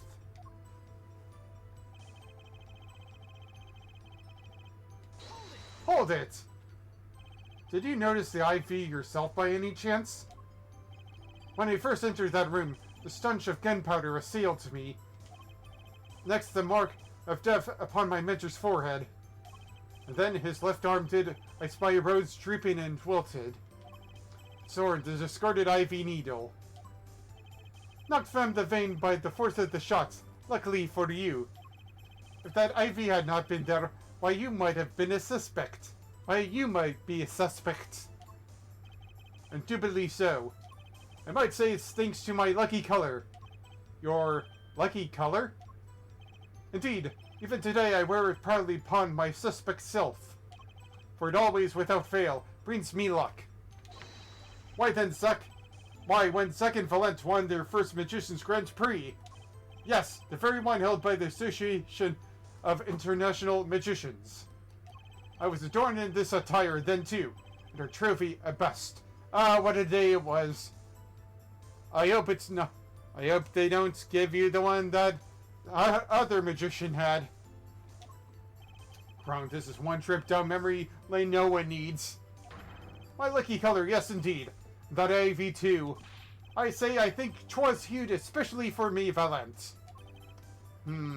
That does seem to be the case indeed. Well, Mr. Wright, any thoughts on this testimony? Alan sure looks happy with himself. Okay, how about this lucky color testimony? Yep, there's a contradiction. Certainly sounds like your lucky colors brought you plenty of luck.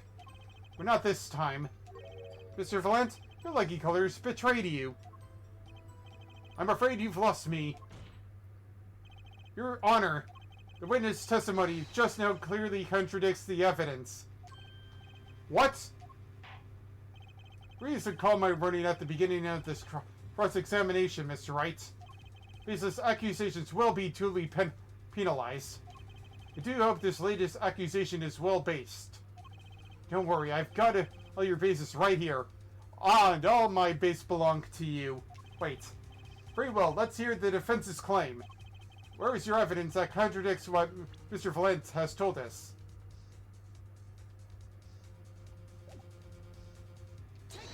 Take that! The crime scene tells all, Your Honor. The photo of the crime scene? All of this talk of color has me yearning for black and white's clear-cut simplicity. Tell us, you're right, just what is the contradiction in this photo? My pleasure, and I assure you it's quite simple. But I can't promise anything in black and white. Da-na-na-na-na, ba-da-da-da, ba-na-na-na-na, ba-da-da-da. Great, now I got Michael Jackson in my song. Head. Tee-hee. Hoo! Valen Cremery, let's get one thing straight about your lucky color. It's yellow, yes? Kind of takes the mystery out of it, but yes. Something wrong with yellow, Mr. Wright? Yes, there is. Decisively wrong, in fact. Take another look at the photo of the crime scene. Look at this photograph. Da-da-da-da-da-da. How did that crown get so wet? And what the hell is on Agnifi's head? Confusion, doubt. Tell us, what do your elderly eyes spy? Hold on a moment. What's this? Confusion, doubt. Tell us, what do your elderly eyes spy? Even my elderly eyes can see a problem here, Mr. Valente. Look at that IV bag. Fuck. What is this? What fell magic? Yuck. It would be hard to call the IV liquid yellow. And I'm afraid that no magic was involved in the taking of this photograph. And great, now I got Coldplay in my head. Ah, I'll look at Zuno! Bunnies! Order! Order! Order! Can I have one of those bunnies? What does this mean? Objection! This is some kind of mistake.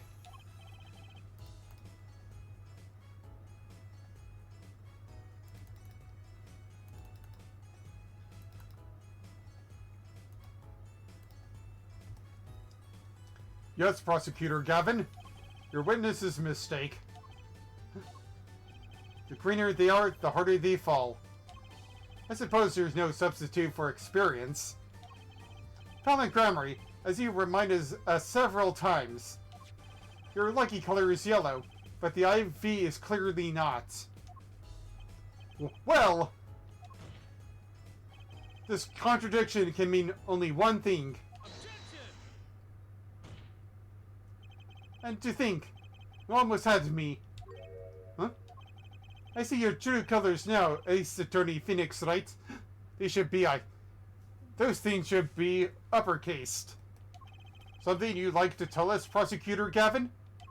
As far as this court can tell, the witness's testimony does contradict the evidence. Ha ha ha ha ha! That's a contradiction. One that I shall be pleased to hand right back to Mr. Wright. What, this isn't like that one tossing game, whatever it's called. Hot potato? What do you mean? Oh, because the witness has made no mistakes. I agree. At a glance, the IV liquid does appear a sort of greenish yellow. But I assure you, the liquid itself is quite yellow. Yellow liquid? How could you say that? As far as I can tell, from this photo it's green. Yes, but what color is the IV bag itself? The bag? You mean the plastic bag on the hook? It looks like, I want to say light blue? Precisely. Figured it out yet? Put a yellow liquid in a blue bag. Put a yellow liquid thing in a blue bag and you get green. This, incidentally, is the liquid's true color.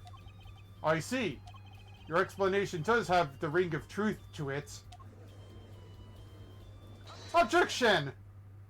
Nope, it doesn't, as I thought. There's no substitute for experience, Prosecutor Gavin. What?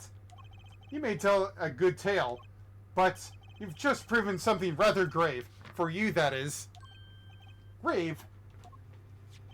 Gravy? The liquid in the IV is yellow, yes? But how did this witness know that? It's quite unnatural when you think about it. You did think about it, didn't you? Ah, Urk. Your Honor, the defense requests an explanation from the witness. At the scene of the crime, the IV liquid appears to be green. And it's not always easy to be green, is it? So let me ask. How did the witness know the IV liquid was actually yellow? Aglazoomg!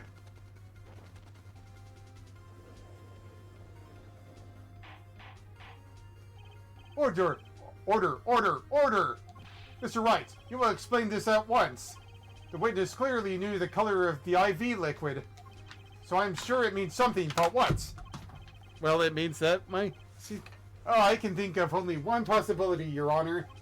The witness, Colin Grammary, has testified that the IV liquid was yellow because... From the facts before us, the answer is clear. Crystal clear.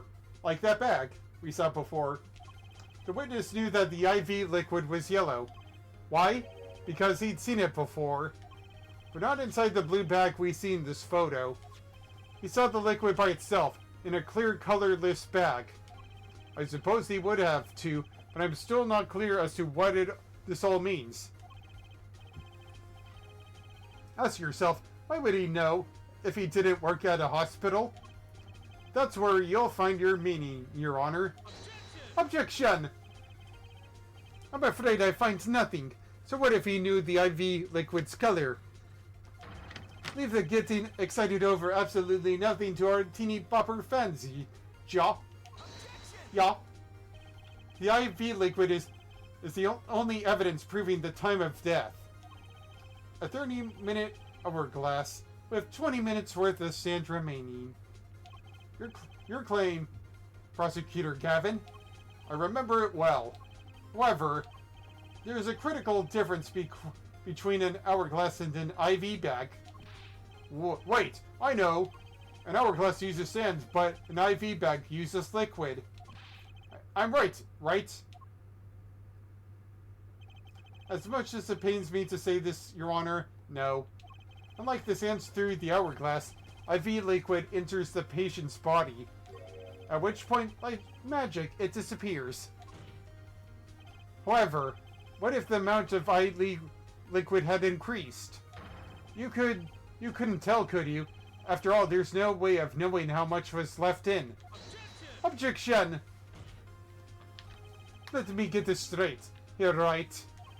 You're saying the witness watered down the victim's IV bag?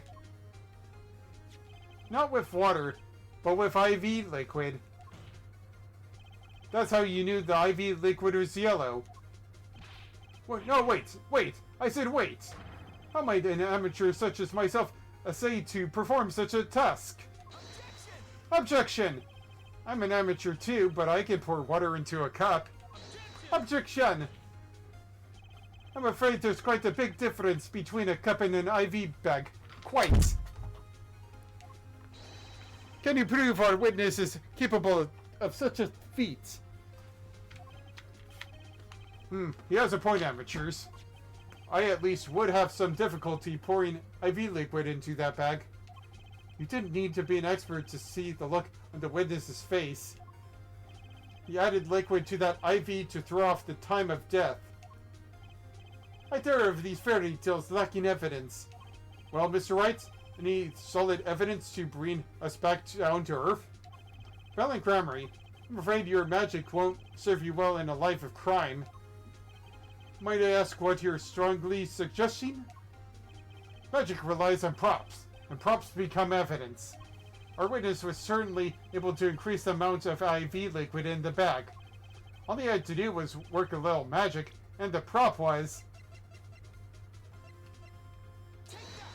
Take that! The victim's syringe. It's a perfect prop for the magically increasing IV trick, and easy enough for an amateur to use. Objection! What kind of evidence is that? The syringe was clean, not a trace of liquid is in it. Objection! And don't you find it that odd, Prosecutor Gavin? What?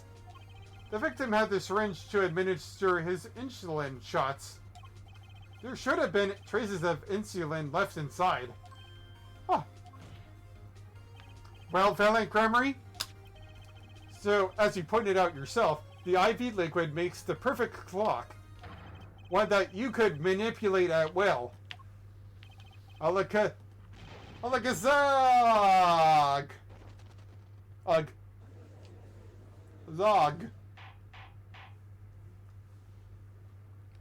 And now for this part.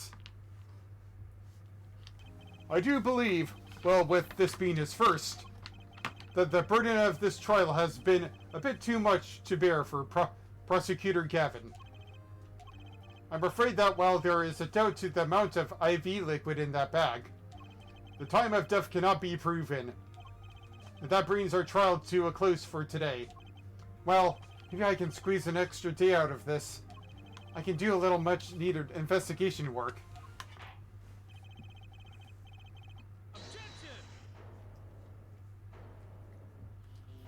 What's now? It's me. Hi hee hee hee hee. Truly, there's no substitute for experience. Nothing blinds one to the truth so effectively. A word to the wise. Underestimate the young, and they'll sweep you out of your feet. Sweep your feet from out of you.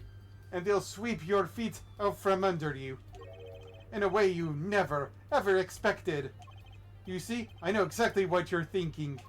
What's he talking about? You say the witness used the syringe to manipulate the level of the IV liquid. But there's no proof. There's no proof he didn't do it either. Yes, quite true. Huh? He's admitting to it? Nor was this witness quite as decisive as I've hoped. I'd hoped. This I admit. After all, why linger in the past when the future holds up so much? You have something in mind, Prosecutor Gavin?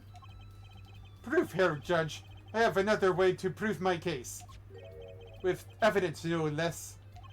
What's this? This is the victim Magnifi Grammary's diary. After going into the hospital, Magnifi began writing his memoirs, it seems. The story of his birth, his startling debut, and of meeting his disciples. It seems he intended for the last chapter to end, quite appropriately, with his death. Wait, that book doesn't say what the reason was, does it? The reason why his disciples couldn't refuse his last request? Sadly, it does not. What's important here is on the last page. Apparently, the victim wrote in his journal that tonight, even after the IV had begun at 11 o'clock p.m. Let's read it, shall we?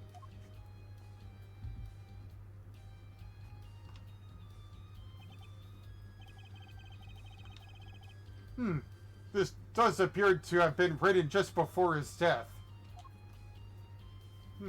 Strange. The court accepts this into evidence. Magnifi's diary added to the court record. Hold on a moment. Let me see something. Ah, it is the silk top half. Read the very last part with particular care. This journal may end here, or it may go on, like my heart, or my forehead, but it is not long. That depends on his hand. Of course, by his, he refers to our defendant, Sakuramori. That would make sense, yes. He was the first scheduled visitor, after all. But look at what he said before that. The journal may end here, or may go on. It may go on. Magnifi Gramry intended to write again. That is, if Sakuramori didn't pull the trigger. I see the defense understands the meaning of this. The victim's diary does not go on. It ends. Because Magnifi's life was brought to an end by the defendant, Sakuramori. Order! Order! Order! Prosecutor Gavin! Are you certain that Magnifi Gramry wrote this? There is no mistaking his handwriting. Well, this does seem to be significant. According to this, Magnifi did intend to continue his diary. Yet if his diary ended here, which plainly it did, then the other who pulled the trigger was the first visitor, Sakuramori. Well, how do you like me now? Here, right? Still too green for your taste?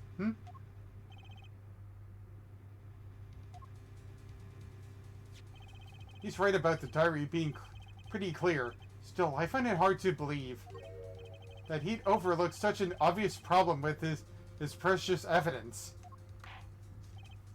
Well, Mr. Wright, this witness testimony we heard was lacking.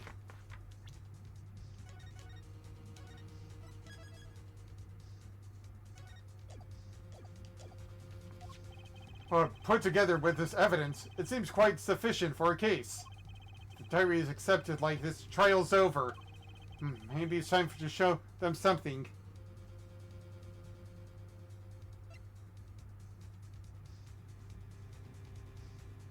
I'm going to subvert everybody's expectations. We all know it's probably going to happen. Let's say no need. I don't like anything about this situation, but the judge is already getting twitchy with his gavel, so I better show them something quick or else. I'm left with no choice but to show you my own Phoenix, what? What? You have some evidence that overturns this diary? It's not like too late to rethink this and avoid more embarrassment. Very well. Please show us your evidence, Mr. Wright. Incidentally, don't even think of showing this diary I've shown to the court. Now that we've come this far, I hope you have something a little more decisive. Show us evidence that proves the victim continued writing in his diary.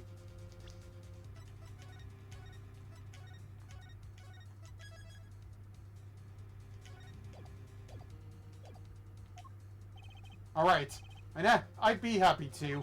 The decisive evidence proving that the diary didn't end with this page is my attorney's badge.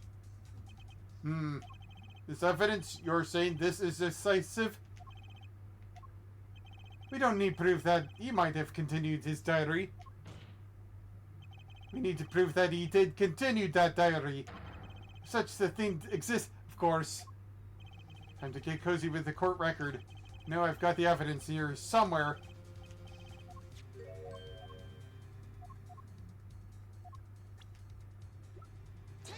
I'll try it again.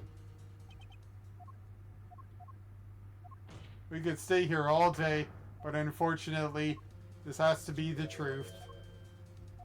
I can't sugarcoat it anymore.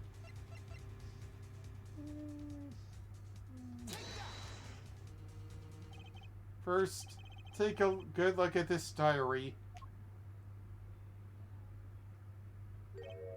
Note that a page has clearly been ripped out. What's this? I hadn't noticed that at all. That's why we're still here talking about this. As it just so happens, I have here what I believe to be the missing page. Oh look, I don't believe it.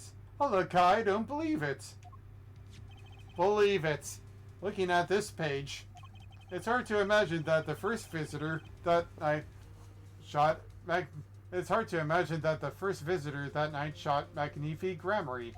That's a defense's position. Wait, let me see that.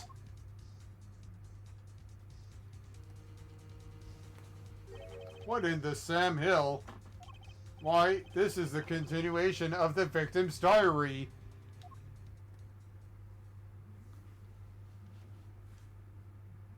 Why is Clevier looking so smug? And this is the moment I hate. Note the torn edge of the page. It's a perfect match with the torn remains of the last page in Magnifi's diary. How convenient. Quite remarkable. Would you care to explain of what this all means here, attorney? The diary continued after his first visitor came, which means that the victim was still alive. Still alive. After Zach Gramarye left alive, leaving no one else to take his life but the second visitor. Valen Gramarye. No. No! The handwriting, too, matches that on the other pages. This is, without a doubt, the genuine article. Order! Order! Order! But wait! That's impossible! That old man couldn't have written that!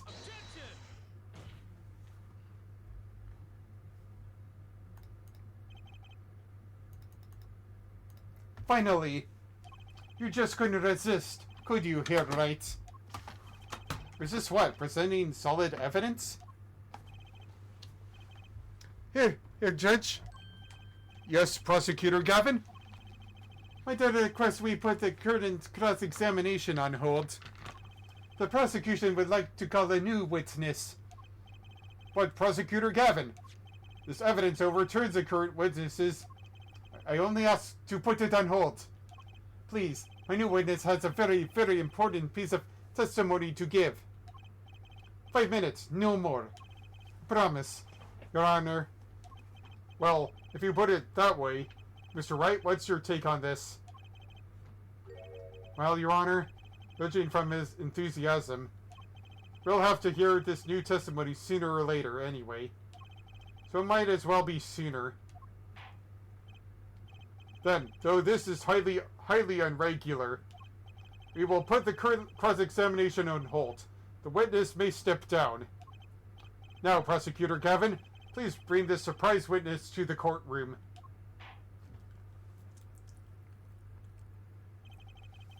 I had a bad feeling just then.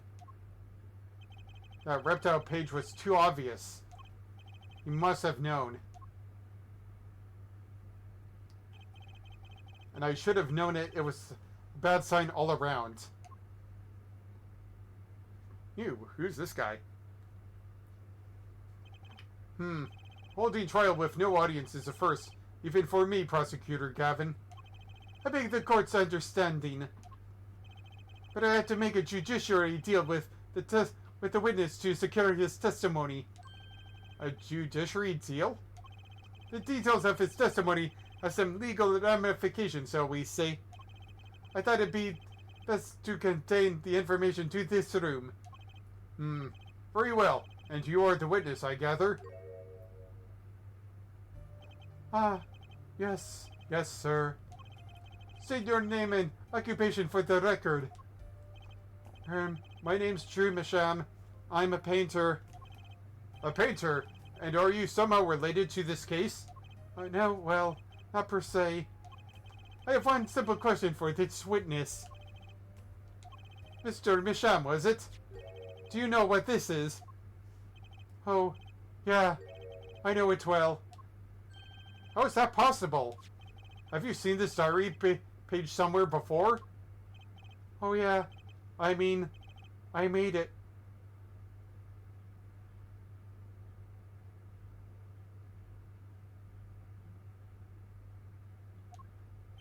You, what? You made it? Yes, you might call it one of my works. The prosecutor's office received a tip-off yesterday. Illegal evidence has been prepared for the trial of Sakuramori. Illegal evidence? I initiated an investigation and found this witness. A painter to the world at large. Drew Masham has another side, you might say. He is skilled in making perfect reproductions of certain things. Forgeries, in other words. Forgeries? Well, so we are to understand that this page here is a fake, prepared by a certain defense attorney. Objection! Hold it! I didn't prepare this evidence. Objection! Ah, the attorney speaks. Something about this page, I presume. What was he saying? It makes no sense. After all, it was you who presented this evidence to us, Phoenix, right? Witness, Masham, was it? Who requested this forgery? Who was your client? That, I don't know. What? Most of my clients prefer to remain anonymous, even to me. I make the items they want, and I receive my payment. That's the extent of my contact with them. Objection! But, there's no proof this is a fake. It's a fake. Huh? To avoid just this sort of problem, I always put a special mark on my works. I can say without a doubt, this is mine.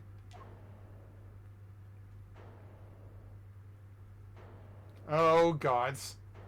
Oh gods. Mr. Wright, you have just presented illegal evidence to this court. My court!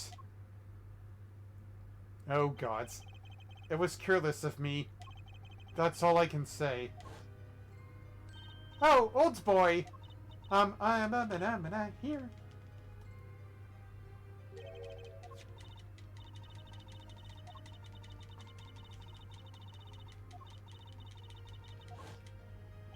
It was all a trap. A fatal trap. Mr. Wright. Yes? Do you have an explanation for yourself? If I did, would the court hear it?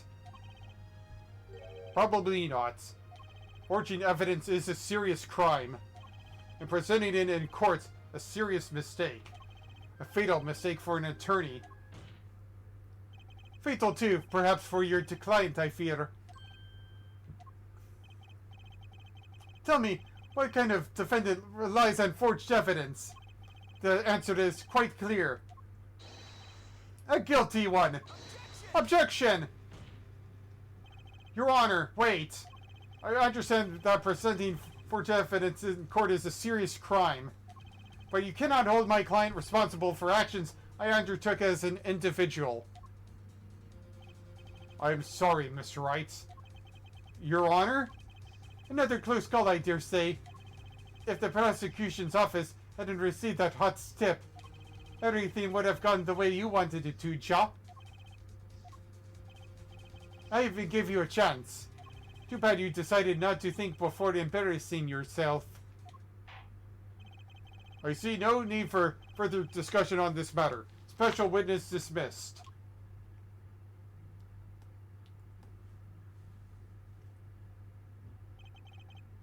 Mr. Attorney. Yes? Could I ask your name? Phoenix Wright. Mr. Wright, I have seen and studied many people, but none like you. I'll remember you, Mr. Wright.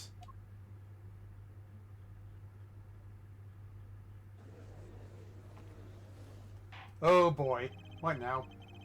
Though I deeply regret having to declare a verdict in this way, this trial is over. You have the rights to find a new attorney and to make an appeal. However, this court must... Your Honor. Yes, Mr. Zek? There is one thing I wish to make clear. Today, in this courtroom, you cannot declare me guilty. It is impossible.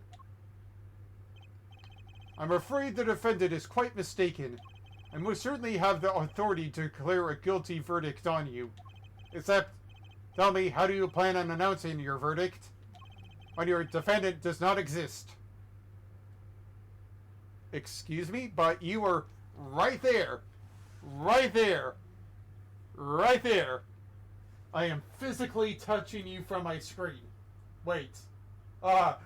Sorry. That was not supposed to be out of context.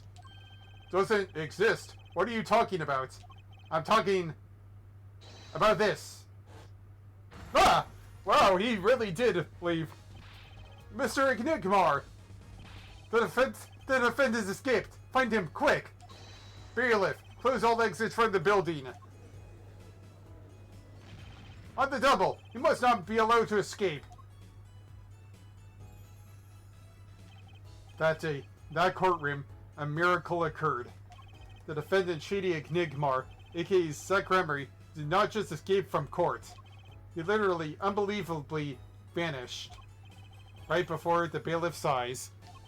No one ever saw him again, not since that day. This is the Remry miracle! Ha ha ha ha ha ha ha ha!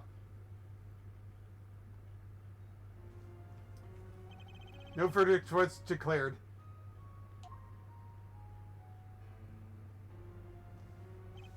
After all, the defendant didn't exist.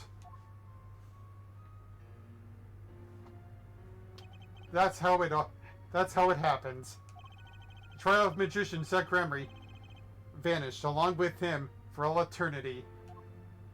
And apparently my attorney dispatched too. The mysteries that remained behind were all solved, however. But not until 7 years later. To be continued.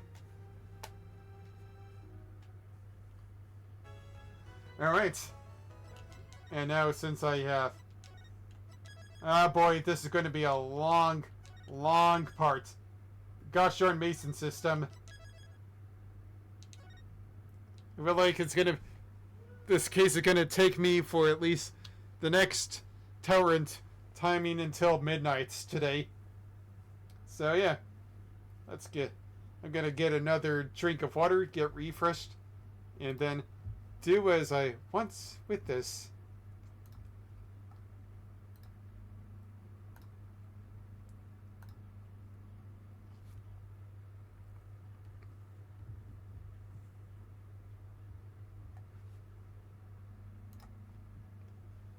Yeah.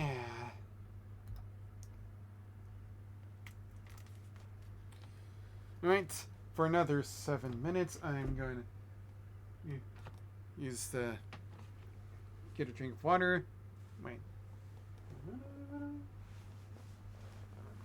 Jonah might be downstairs. Okay. I did not bring it up here. Well, I have other stuff that I need to do, so I'll be right back.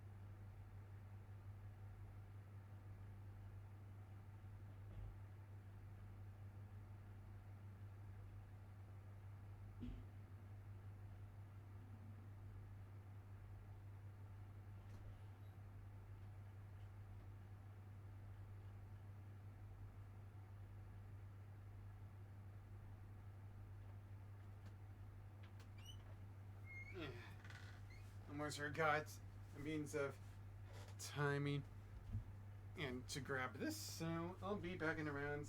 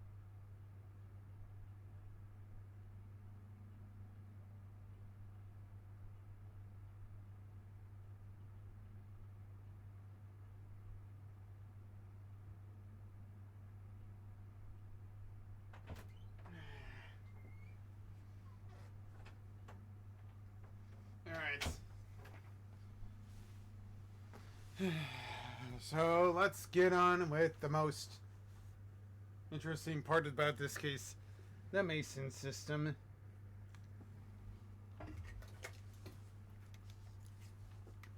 Or maybe the most confusing part of this game, the Mason system. Yeah, I'll continue on.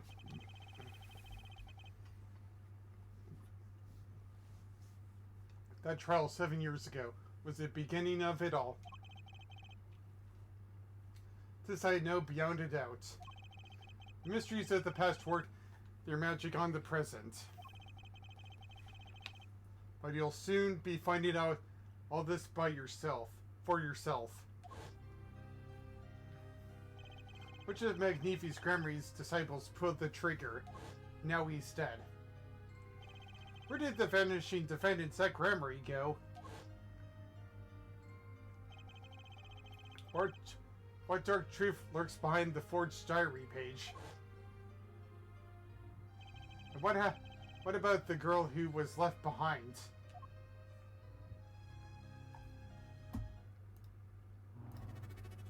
Ah! Hey there, ECG Studios. The past left us these 4 keys to unlocking the truth.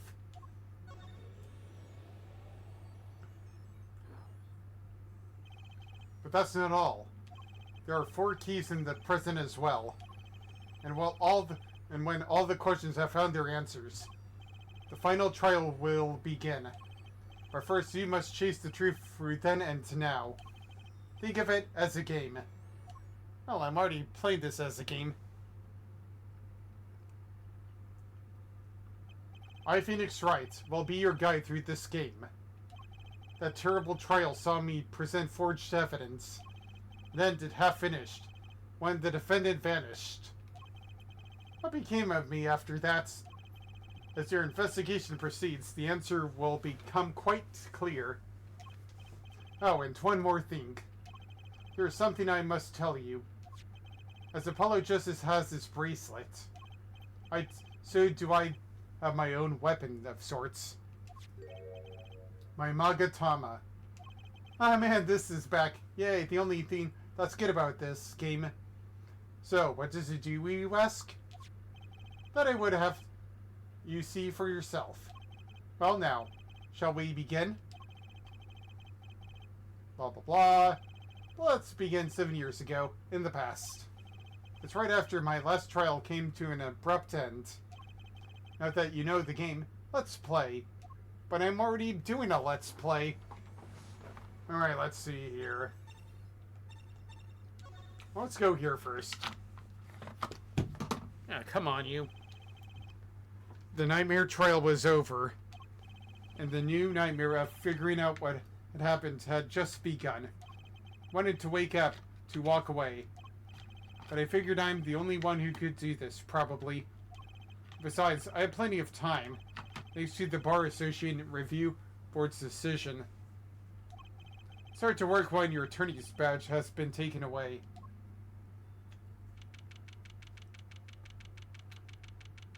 Rango Houses. Morning, Daddy. No.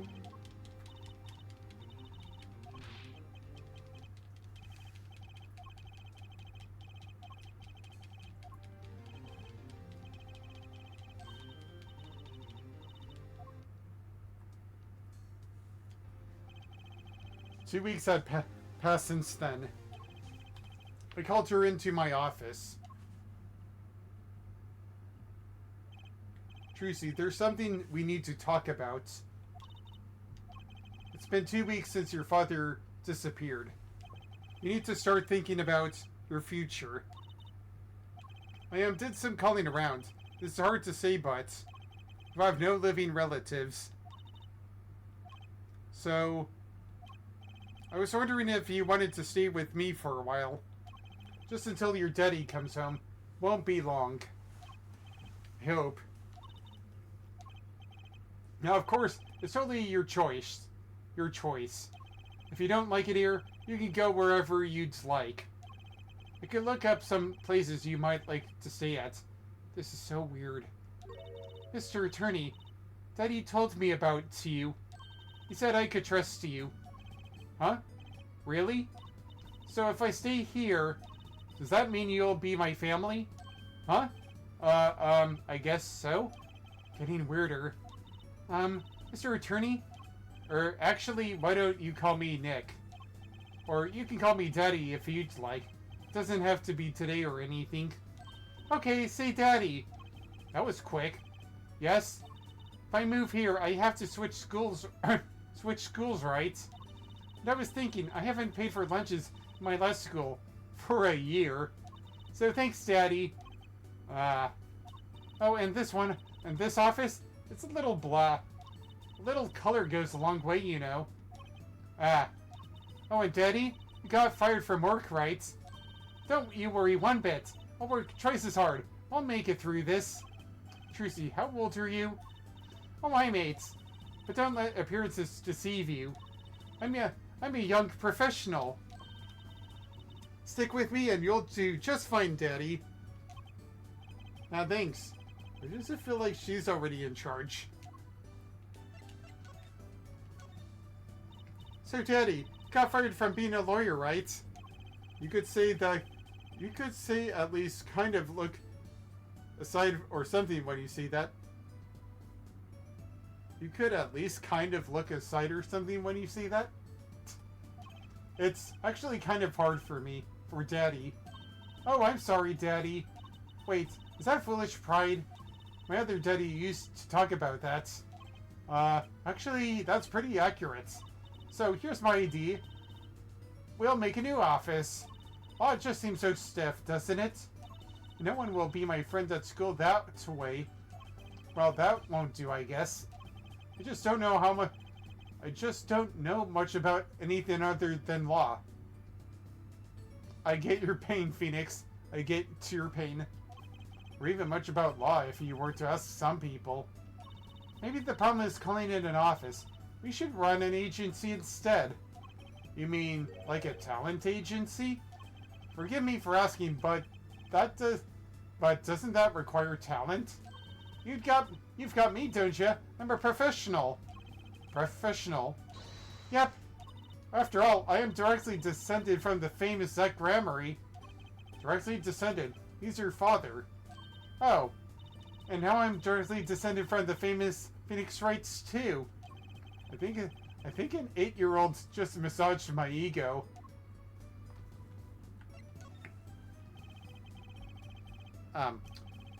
Could you tell me a bit about your daddy or Zach Gramarye?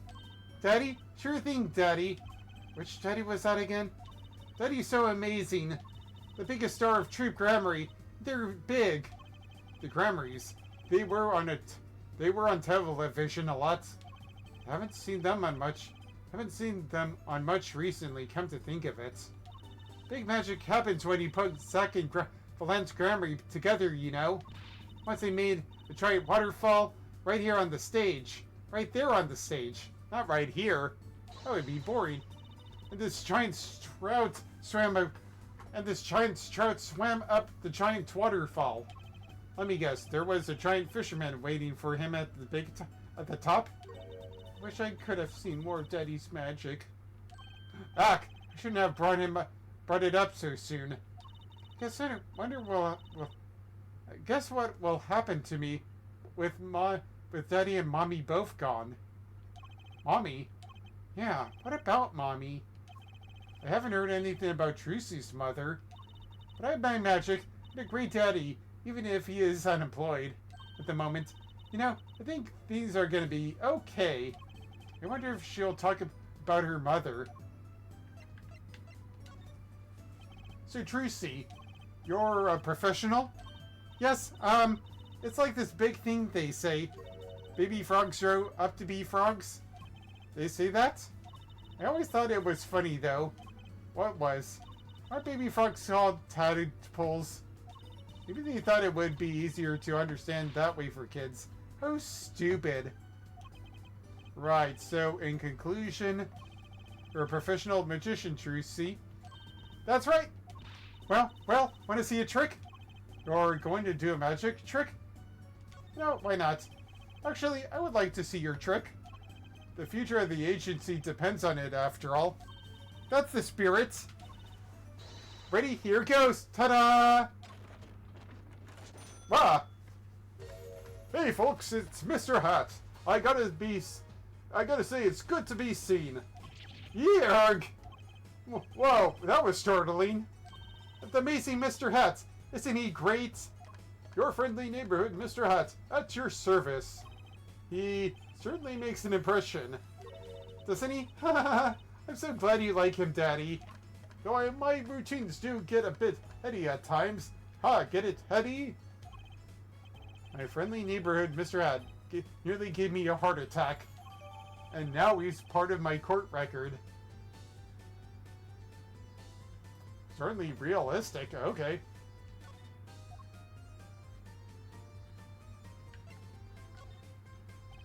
Could you tell me about your mommy, if it's okay?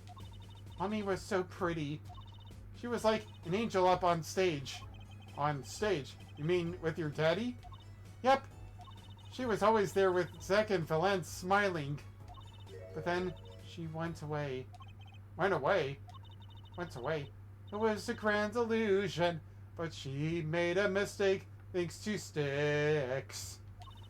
She vanished, and I guess she didn't know how to get back. Maybe so. Maybe so. I cried then a lot. That's when Daddy gave me this here. Aw. Wait, that seems familiar. This is your mother? She's beautiful. Her name's Felicia. Felicia Gramery. Poor girl. I didn't know her mommy had gone recently. Now her daddy's vanished too, right before her eyes. Hey, Daddy, you won't... Don't worry, I won't vanish, I promise. But I'll be gone for 10 years to make sure that you have to wait for another Ace Attorney game. Yay! Hurrah! Capcom, what are you doing right now? Give us another Ace Attorney. Ace Attorney now, please. Oh, it'd be one Ace Attorney. Okay. Right, you can't even do magic. You're like a backup plan. Daddy always had to have a backup plan. Guess all I read is a backup plan. Ouch. I think that's probably enough for today. Sorry to ask you so much Sorry to ask you so much all at once like that. It's okay. After all, we're family. We are family. I have got my daddy with me. That doesn't roll at the top of the tongue, but you know what I mean. I just hope you're ready. The Right Talent Agency opens tomorrow. What?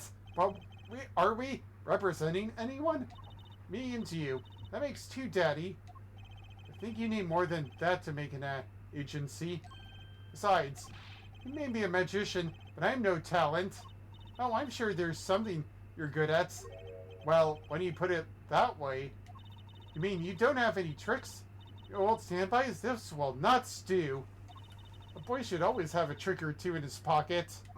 Okay, I'll think of something. That's the spirit. See you bright and early tomorrow, Daddy. Aw. Welcome to the team, Daddy-o. The team, right. Sometimes when magicians vanish, they leave something behind. That's how Trucy became Trucy Wright, my daughter. To be honest, I was pretty lost those first few days. Thinking back on it, it was a pretty dark time in my life. But Trucy, happy, smiling Trucy, she was my light. Aww. At least there's something that this game at least taught us. That's really cute.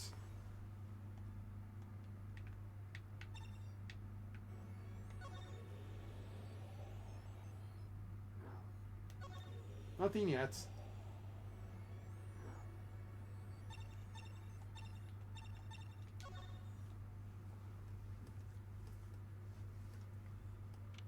7 years ago. Detention center. Visitor's room. What strange sight do mine eyes behold? Excuse me? Two men on either side of a single transparent pane. Yet it seems fickle fate has switched sides, so to speak. The forger of fakes walks freely, while the innocent languishes within the plexiglass confines. There's been no proof that I forged anything, nor proof that I took the life of my dear mentor. Yet, these chains cannot hold me for long. The stage awaits, and what, may I ask, awaits you? A little piano in a cold little hole in the wall. But since you are here, what shall we discuss? The shooting of Magnifique Grammary, for one. Who pulled that trigger, Helen or his partner, Zach? His partner vanished before the answer could be found. If I'm going to get any closer to the truth, this is the place to start. End inquiry, for now.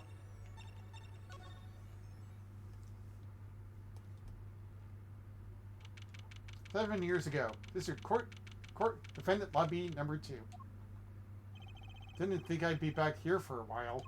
Didn't want to have to remember that stay. Blah blah blah. Blah blah blah blah blah blah. Blah blah blah. Blah blah blah blah blah blah. Blah blah. Blah blah blah blah.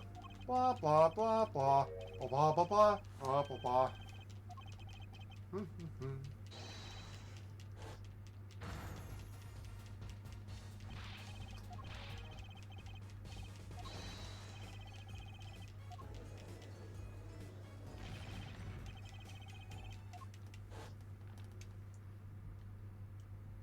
When I came here on that fateful morning, I still had my badge, but now, like an amputated limb, I can still feel it inching. Ow. Where do I start? I don't even have the authority to investigate. Hey, you there, sir! Down on the hands, floor, on your head. No, no, no. What's the big idea? My ears. No, unauthorized personnel aren't allowed in here. But that would mean all unauthorized personnel are allowed. Zoink! I just say it like it is, sir, and it's usually wrong. Thrown out of the precinct, lost my friends, my girl, and even my wallet. We've met before, haven't we? On a case 2 years ago? No recollection of that, sir. Huh? For me, working on a case is always the present progressive tense, sir. There is no past. There is only now, sir. Okay, okay. You're the bailiff, right? Yes, sir. Court bailiff Mike Meekins at your service, sir. I've asked to meet with the bailiff at this court who let the magician escape. Let me try to make this as absolutely clear as possible for you, sir. It was me, sir. But you were a regular police officer once, right? Sometimes bad things happen to good people, sir. Something tells me it's a long story. Let's not go there. So, you were in charge of security at the time of the vanishing? I'm dying over here. Oh, it's hard not life for me. It's hard not life for me. Thrown out of the precincts, lost my friends, my girl, and even my wallet. Guess I wasn't the only victim. The last time we met, you were a police officer, right? In fact, you're still wearing your uniform. Sir, I wish I didn't have to tell you this. But last year, tragedy struck a rising star at the precinct. I lost my case files 4 times in 3 days. They fired me. That takes real talent, actually. They don't know what they're missing. So here I am, sir, forced to start from square one, a lowly bailiff. But your uniform... I took it with me as a souvenir the day I was fired. That can't be legal. So, you weren't the one who let the magician get away that day. I'm dying over here. A star rises among the court bailiffs full of hope, then tragedy strikes. Is there anything you can tell me about it? About Zach Grammari's disappearance? Oh, the humanity! That's enough of that. Why yes, I'd say it was around 2 p.m. when I heard a commotion in court. They opened the door to see what might be amiss. The door slams open. Slam! And some guy's face is right there in front of me. Face! So, you saw someone suspicious coming your way. Yes, and I being the bailiff of Little Standing, I gave chase. I chased that silk cat all the way down the hall, sir. I have a diagram of the court building here. Somehow.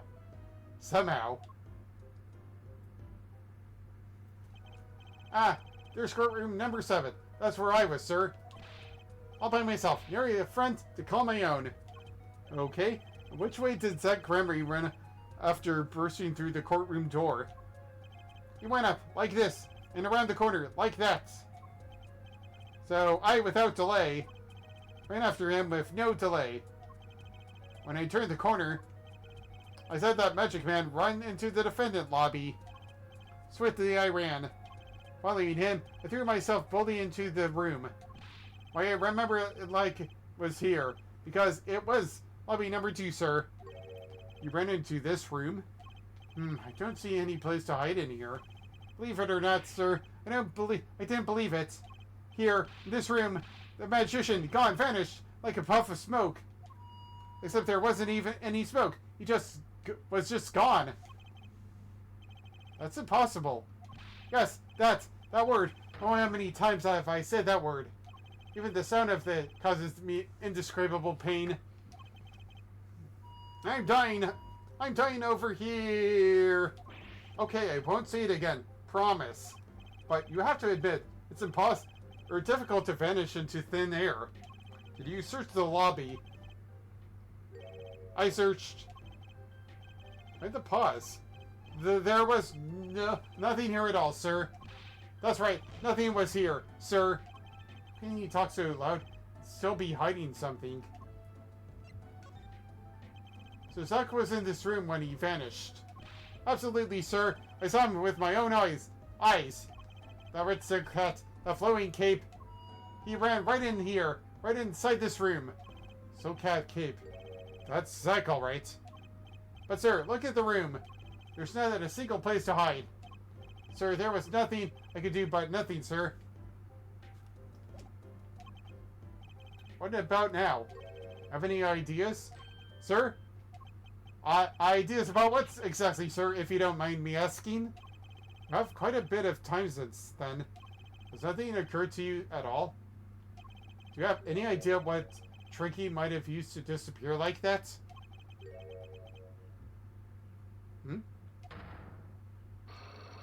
Oh, God. Psycholox! I should have known. My Magatama, one of my most prized possessions, which I got during a certain case. It can show me the locks on people's hearts. And if I can unlock their hearts, they'll tell me their secrets. The Magatama starts it all, and the Magatama ends it.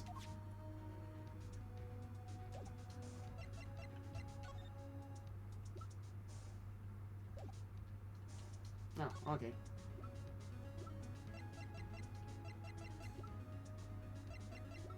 Oh, I forgot. It's different here.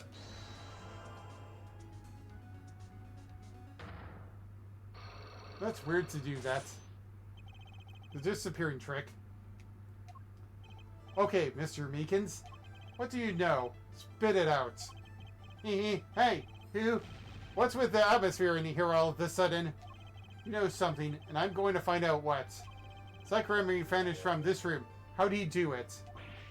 How, sir? Well, sir, I can't say sir. Why are you so nervous if you aren't hiding something? Well, sir, you see all the times where I was here and... Listen, it wasn't possible. What could such a little girl possibly do anyway? What did you just say? Renark, sir, did I just say something, sir? No, you screamed it through your that megaphone of yours. There was someone else in the room, wasn't there? Sir, I'm gonna have to invoke my right to remain in a state of not talking. It's okay, Meekins. You don't have to tell me who Zack's accomplice was. I know who was here in that room that day.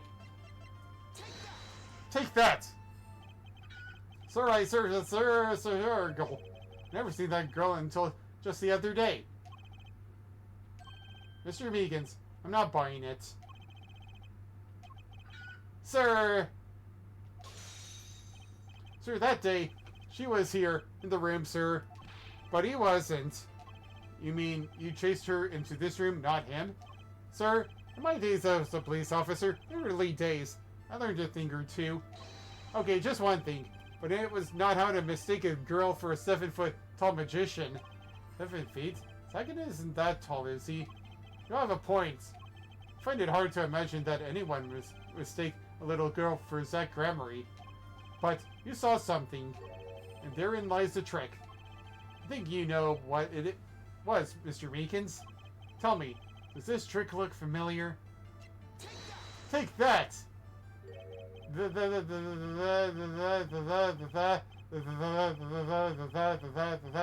What's that? That girl's favorite trick, Amazing Mr. Hats. She uses it in her show down at the Wonder Bar. Have you been to the Wonder Bar? So, it wasn't a waking dream, was it, sir? Come again? That night, on stage, I saw a vision, except it wasn't a vision. It was a hat.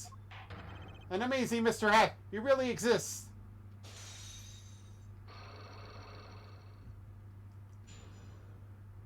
Yay! The first unlock was successful.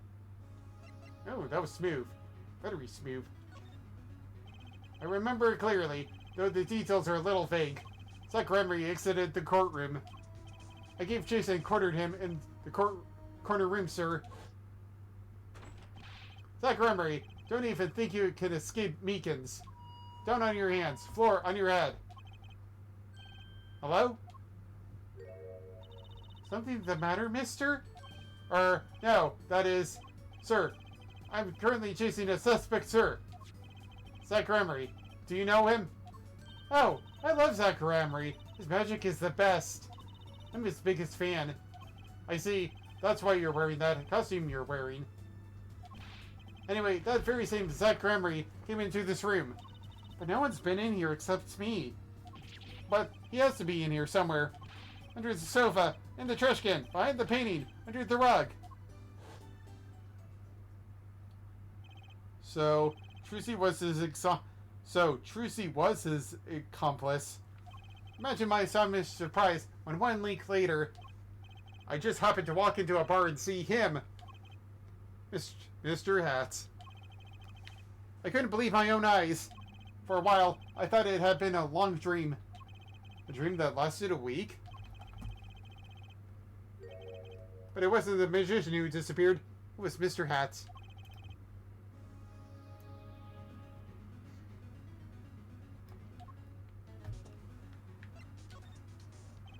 Though it seems complex, what really happened that day is quite simple.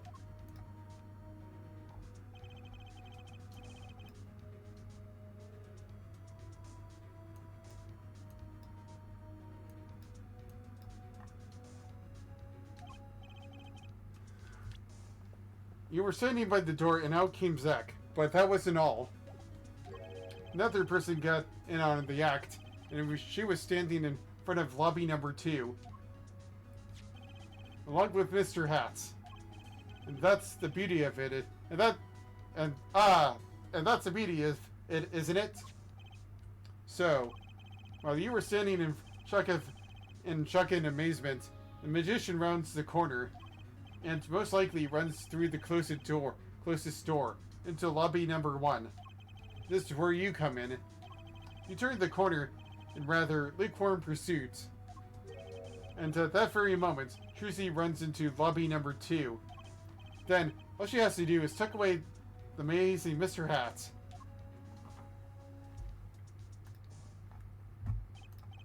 Sir, I only lost sight of him for the briefest of moments.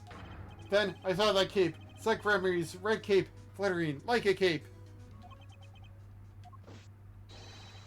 Astounding, sir. All my days of posing queries and making inquiries and chasing queries wasted. It was as if I could see them melting away like an ice cream cone left by the side of the road left to die, or the scattered remains of a messily eaten chocolate parfait. Such sweet sorrows. I'm sorry. I had no idea how much you'd suffer on account of this case. It's an honor, sir. I've apologized to many times, sometimes more than once. But this is the first time anyone's ever apologized to me. Actually, about that girl. I'm sort of her guardian now. Is that so? Sir, you should know that I harbor no You should know that I harbor no ill feelings whatsoever in my harbor. Okay. I let the defendant escape. That's the stone cold truth. What? There's another step on my way from singing the blues to wearing the blues. What? Someday, sir, I'll be standing by my side with the great Detective Gumshoe. What? Mr. Meekins, this is a free ticket to the show at the Wonder Bar. If you want, it's an honor, sir. Sir, I can't count the number of things I've had taken from me, sir. But no one's ever given me anything for free. Right, I'll see you in court next time then, sir. I look forward to it. Goodbye. All eyes were on Zach Gremory at that stay in court until this mysterious disappearance. Now part of the mystery has been revealed. The magician remains out of sight. It would be 7 years before I met him again.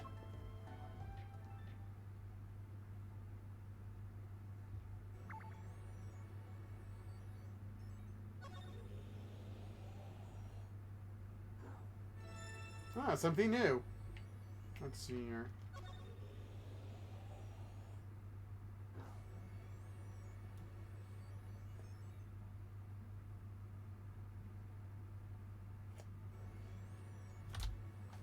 I think I'll go to the club.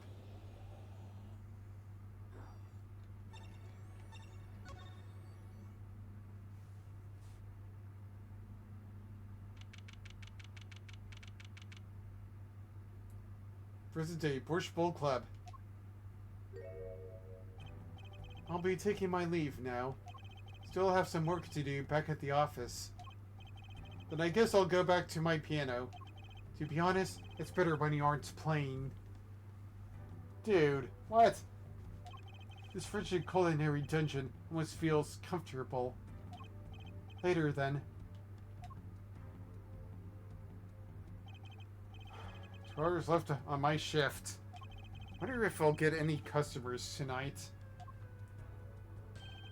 Do you know who I am? Who I am? No, but if you come in, I can play it. Just kidding, I don't do requests. How about a different request for challenge? How about a different sort of request? Oh, I don't know. Do you know who I am? How about a different sort of request? You see, I play cards. Oh, customer. I was just hoping someone would come in and save me from a night at the Keys. I seek a true competition. I've heard the Borscht Bowl Club is a place for this. I want to see the rumors true. And this is a friend of yours? Ah, don't mind me. I'm just your friendly neighborhood newsman. Ah, he will not be playing tonight. When his business is finished, I shall send him home. This competition will be between us, no others. The Rights Talent Agency represents 2 artists. I'm number 2. I play piano, well, sort of. It's actually just a front for my real talent, which is playing poker. Don't ask me how I got started. I don't remember. But I'm good. Real good. It didn't take long for the rumors to get around. Go to the Borscht Bowl Club if you want a real game. The guy's never lost. People don't come here to hear me tickle the ivory. They come to watch me play cards. Play me a song, you're the piano man. Play me a song tonight. No, is this a CD poker club? No, it's a restaurant. We don't play for high stakes. There's no money involved. But real players carry cash, and they're always thirsty. It's a handy source of income for the club owner. Then let's compete. I'll take you to the room. I know, yes. But before we go, yes? Allow me to introduce myself. My name is Shady Smith, and I'm the real Shady. Oh, and I'm Bristle. Oh. And I... Oh, I think I've given them both the same thing. Oh, and I'm Bristle. Spark Bristle, news reporter. Oh, I'm... No. Phoenix Wright. Huh? You must always look a man in the eye when you make your introductions. You still do not know who I am? Have we met? Ah! Today, in this courtroom, you cannot declare me guilty. What are you talking about? I'm talking about this. Mr. Enigmar! The defense escaped, finding guilty, blah blah blah.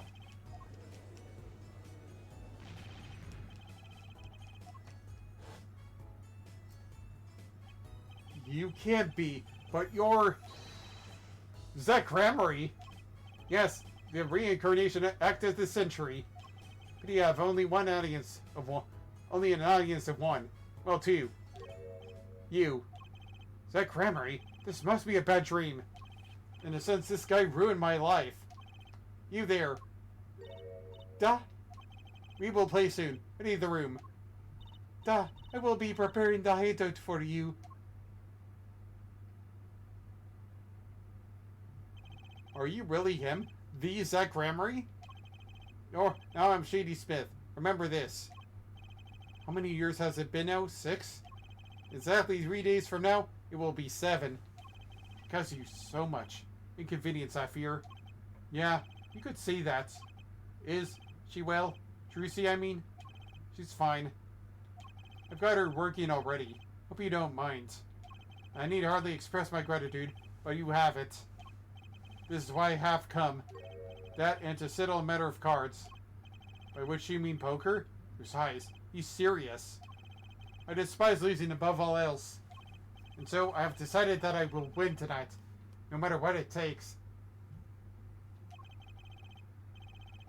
How many it takes to let it go? Great, now I got Aerosmith in my mind. This guy's... I know this guy's type, and they're serious and dangerous. Everything's about the competition. All else is secondary. Perhaps we should take this time to talk before we play. I know you have much to ask me. And you. We competed that day 7 years ago, too. Ah, yes. You must have been surprised. Called to the detention center out of the blue.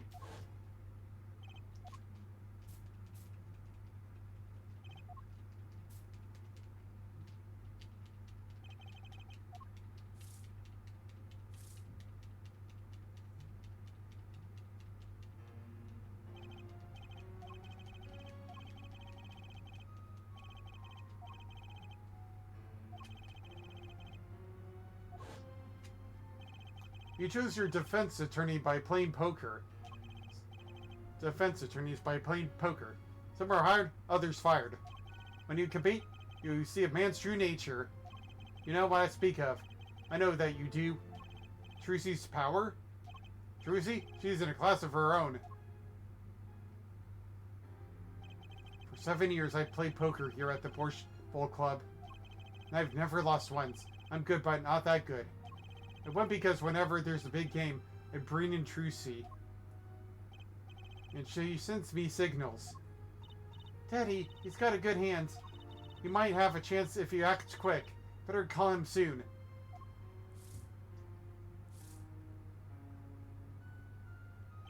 Can you tell me what her power is? Judging a person's thoughts by reading their reactions is a staple of performance magic. Those of Trucy's line possess far greater skill. Her line? Recall, you were the second man whom I've lost. Magnifique Gramarye. That was the first time I learned of this power, as you call it. Wait, so you're saying her power is genetic? It's just in the Gramarye blood or something? Blood.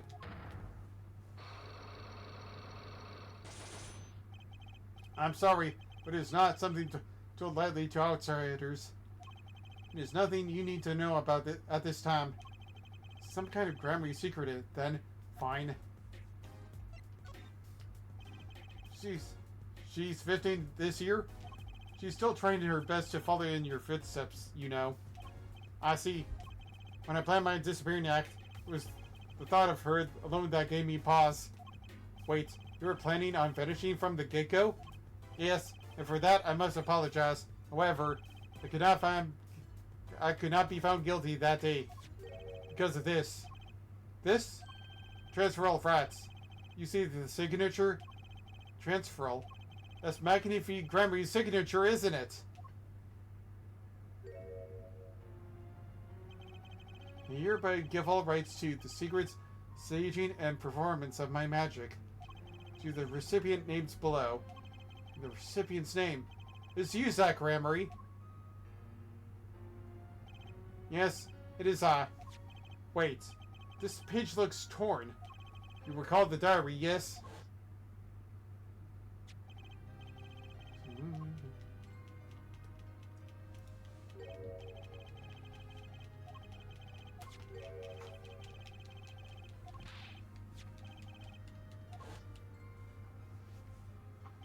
How could I forget? That scrap of paper lost me my attorney's badge. This is the real page that was torn from the book. Magnifique gave it to me that night. You could have told me this earlier, like 7 years earlier. Once again, I must apologize. It was all I could do to prepare for my escape from the courtroom.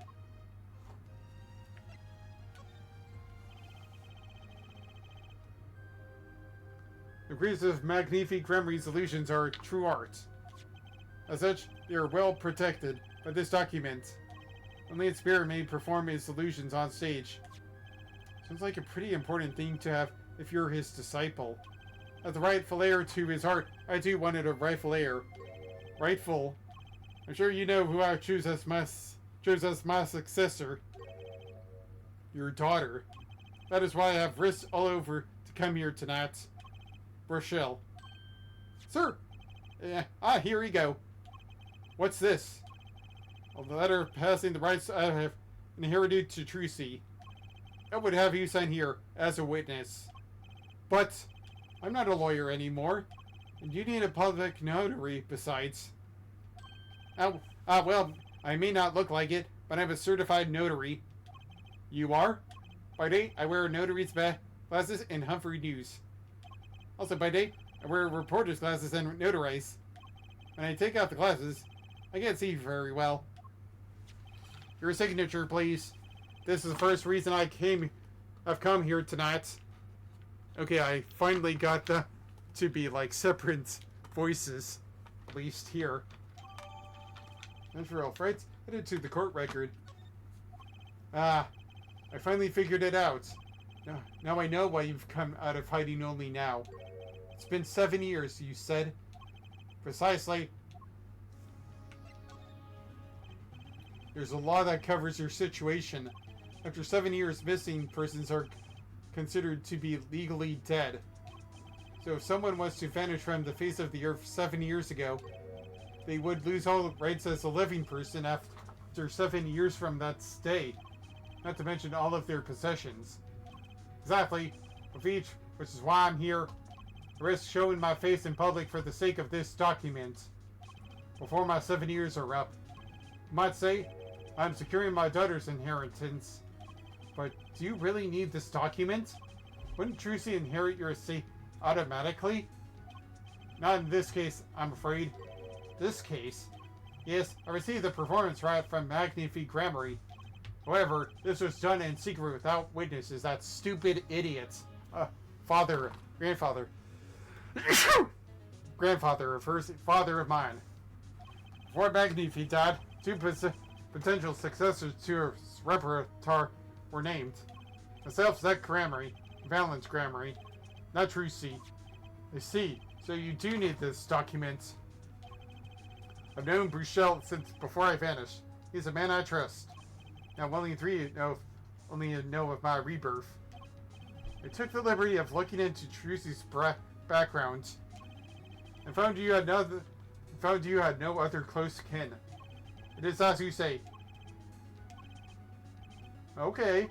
I was kind of hoping he'd say something about the mother at this point. You know, everything else but Trucy's mother is a mystery. Like evolution is. This person in the photo is Trucy's mother? How do you come by this? Trucy showed it to me. She said her mother was gone. Then it is so. Huh? She is gone. What more is there to say? Lots? I know. Whoa, you're still here? According to my in-depth research, Trucy's mother, Magnifique Cremery's only daughter. End quote. What? Magnifique's daughter? Is that true, Mr. Zack? Bruchel, you say too much. Arg. What? Why am I the bad guy? Why? Zack Tim. In any case, Mr. Wright, this discussion is over. Alicia Cremery, she's the most mysterious of the whole lot. We need to gather some more evidence, clearly. Well, the prelude may have been longer than the main attraction. Shall we begin our game? In my final competition? Final? Why? As you said, I have come out of hiding today to make this document legally binding. Once that's done, I shall slip once more underground. Without seeing your daughter? It would be best if I did not. 7 years ago, we played. 7 years ago, I lost. I've already lost to Magnifique. Do not care to lose to another. And I have heard that you never lose. It's just a rumor. Yes, for it is impossible to never lose. Les has an ace up one sleeve. As a magician, it causes me no end of irritation. To think that a mere lawyer might be out there pulling the wool over so many eyes. Hey, just signed your document for you. Maybe you could try lining it up. That was that? This is it. For my final competition, I will destroy your perfect record, Phoenix Wright. This will be my final performance. You're warned. This guy's beyond serious. So much for a fun evening of cards. Rochelle, you may leave. Ah, but it's your last game. I mean, what a scoop. I punch and I punch, but still it is not enough. Nor I just remember a future or prior engagement. Toodles, gentlemen. Oh, and nice meeting you, Piano Man. Billy Joel. Turn it. That's not my name. Then let us begin. Dealer. Duh. You will be witness to our competition. Duh. It is honor for me. Haven't I seen her around here before? Ah, that reminds me. I saw a familiar face as I entered this restaurant. He did not seem to notice me, however. Huh? Gavin, I believe was his name. You know him? After a fashion. Listen, Phoenix, right? One can learn from a true competition. Remember this. The Cremery power. I was close to understanding it, but I needed more. I knew where to get it. Trucy's mother. I needed to meet that reporter again. That was clear. One other thing. From the moment my final competition with Zack began that tonight, a name was running through my head. The name of a man now in prison. Name Zack Cremery knew, but how and why?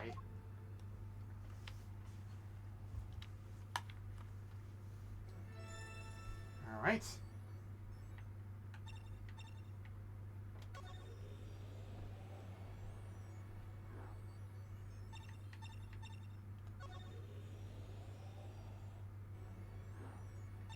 Let's go in here.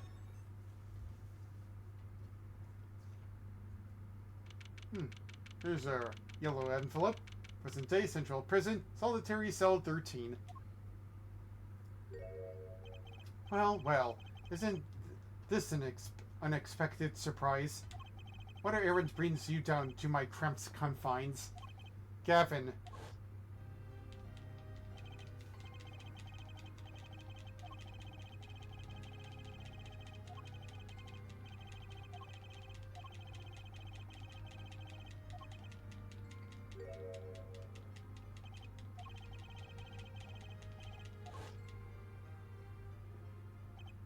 You look well, Phoenix writes. You too, Gavin. Life has been full of surprises for both of us. I doubt you never expected to lose that attorney's badge of yours. I'll bet you never expected to wind up here. Shady Smith was the name of the man you killed. Did you know who he really was? Who he was? Zach Gramery, you know, the defendant. I remember him, of course. But you say Smith was Zach? Impossible. Don't even try to tell me it was just a coincidence. What did I just say? Life is full of surprises, don't you think? After that trial, you were arrested and found guilty, but your motive was never made clear. A mistake I plan to remedy. You know, you're not an attorney anymore, Phoenix writes. What possible conclusion do you think this investigation of yours can lead to? I killed a man named Smith with a bile because I'm an evil human being. Isn't that enough? Not for me, it isn't. I need to know why you did it, Gavin. You recall that case 7 years ago? Ah, yes. The trial where Zach Gramery pulled his famous vanishing act. My brother won his fair share of praise and adoration for that trial, as I recall. Genius prosecutor reveals crooked attorney, was it? That was when I met you, wasn't it? Was it now?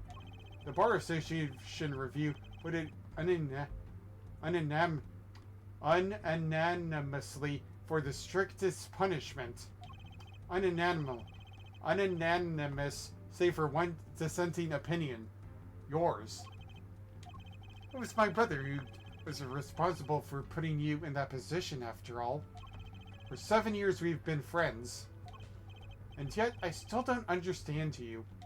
But right, your friendship towards me was never pure. You suspected me then as you still do now, don't you? Honestly, right now, I'm not sure what I think. You didn't just bring a guy with a juice bottle for no reason. Tell me why you did it. Persistent, aren't you? I came here because I remembered something. The night of our game. Zach Gramery mentioned your name, Gavin.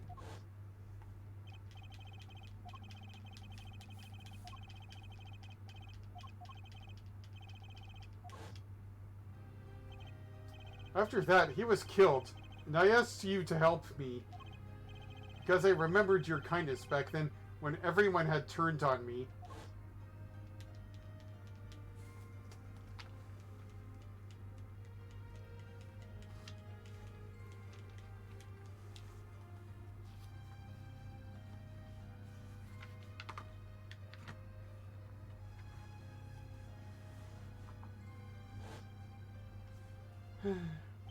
I have to know. Why did you kill Shady Smith? No! Zach Gramery! Okay, maybe some Psycholox will do here. Okay, I guess that's it.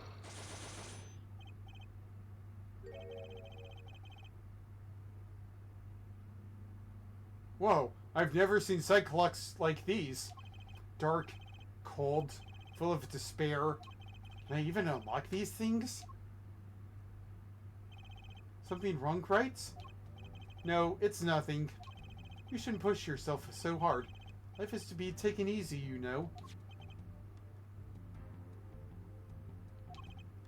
He's doing his nails. Well, I guess I can unlock them.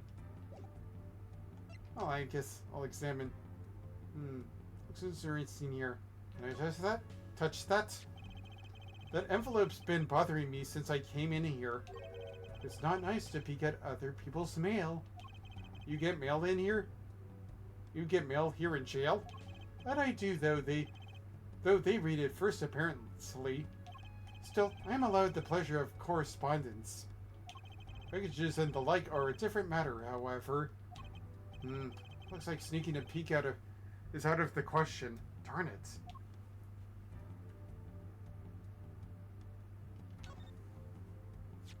You were thinking, what self-respecting man would use nail polish? Not really. I know appearances are a big thing with you. You know what I say? One cannot live a beautiful life without beautiful nails.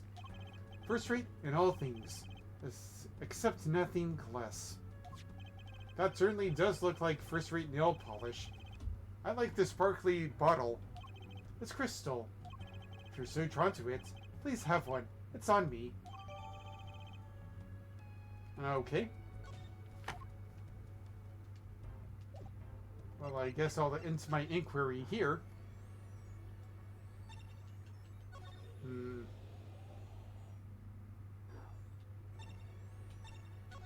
Oh, okay, I'll go here. 7 years ago, True Studio. If I figured you'd come here sooner or later. I decided on sooner. True Mishem, was it? I haven't done anything illegal. And I didn't come here to whine about past events. I wanted to ask you some questions. I suppose you have that right.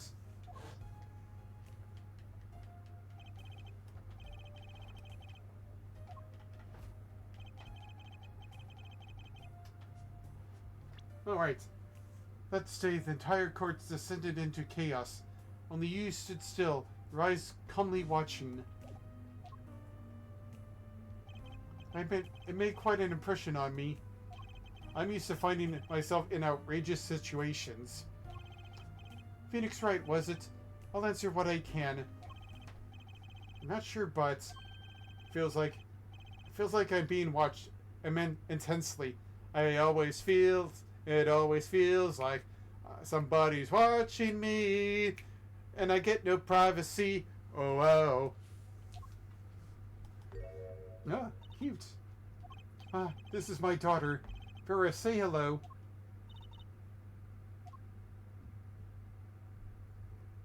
She's gone. Shall we begin then? Judging from this place, you're a painter? Not sadly a profitable one. I've never sold a painting. It's a source of considerable embarrassment. I would be able to get by were it only me. Your daughter? Her mother grew weary of me and left. I don't want her to grow up needy, Mr. Wright. That is why I began my other occupation, forgeries.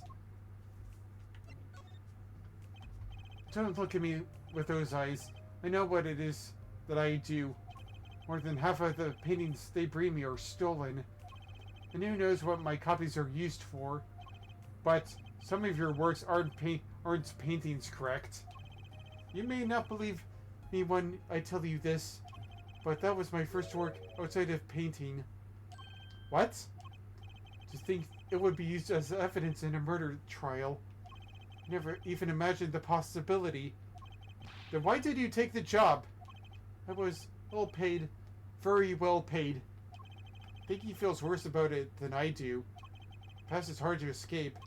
Honestly, the sooner I can put this behind me, the better. With apologies to you, of course. Sorry, but it's not going to be quite so easy. He's trying to forget what he made. Looks like I'll have to remind him.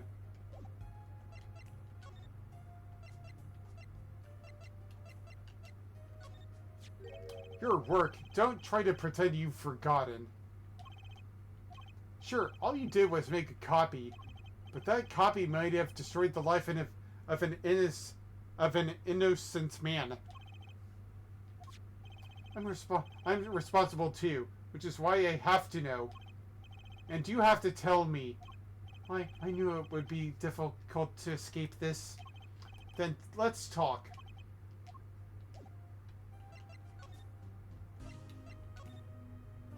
Well then, what need to tell me about this work you did? It wasn't like anything I had attempted before. I guess it would be a little different from paintings. That is not what I meant. In all my previous work, it sufficed to create a copy. This wasn't a copy? The client gave me two things that day. The first was a sample page, as reference. The second, a printed document I can only surmise was written by my client. So you used the real writing as a reference to reproduce what the client wrote? Yes, as I said, it was my first job of that nature. So, who was your client? As I said in court, I do not know. Really? Even for such a suspicious request? If it was me, I'd want to know as much as I could about the requester. I never met them. Not personally, Ah, a Psycholock. Of course. Seems like you're still hiding something. Something about this work. Ugh. Ugh.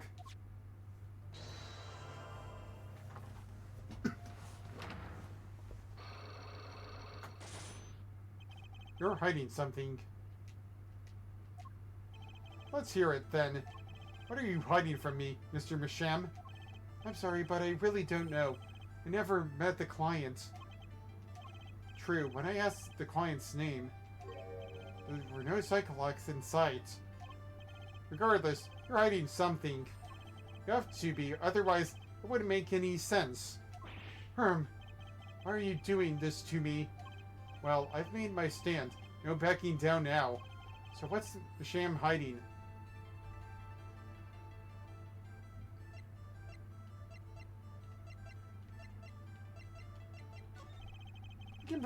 I can pretty much piece together what it is from what you've said. What is it, then? You told me what you knew about the clients, and I couldn't see any Psycholocks. Psycholocks? Is that some sort of asylum security? Or a new hairstyle, perhaps? But then they did show up, didn't they?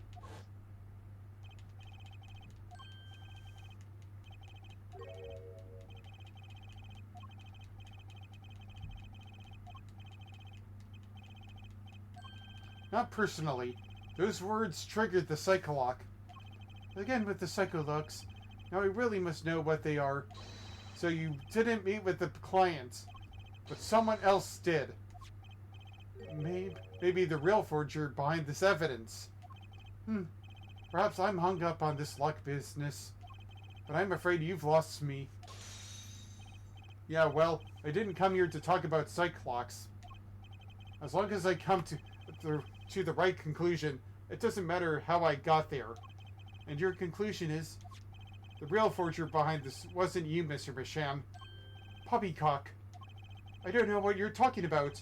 That's my work, I tell you. Made here in my studio. Who else could it have been but me? That's the real question, isn't it? If the forger wasn't you, then I don't have many other people to choose from. The real forger at Drew Studio is... Well, duh. Take that! The real forger is your daughter, Vera Masham, isn't it?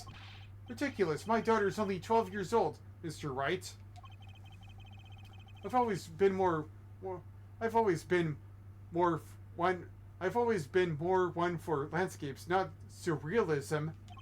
Nice comeback, but you're shaking in your boots. I've got you now. The only two people with access to the studio are you and your daughter. The Psycholocks tell me you're not the real forger, which makes your daughter the only possibility. I feel very much on the verge of going Psycholock myself. Is it a dance move? Can I dance to it?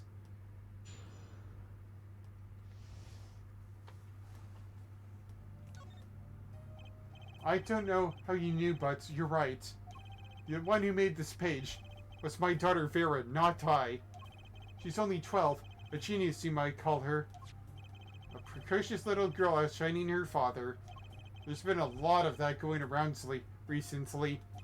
I let her play in the studio, and she watched me. She taught herself in that way. The drafting tools and analytical devices I bought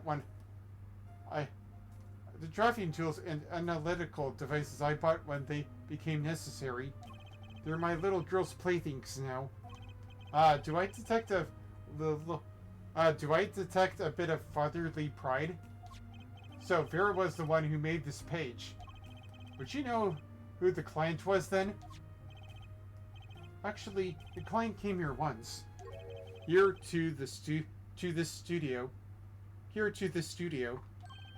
What? Why didn't you say so sooner?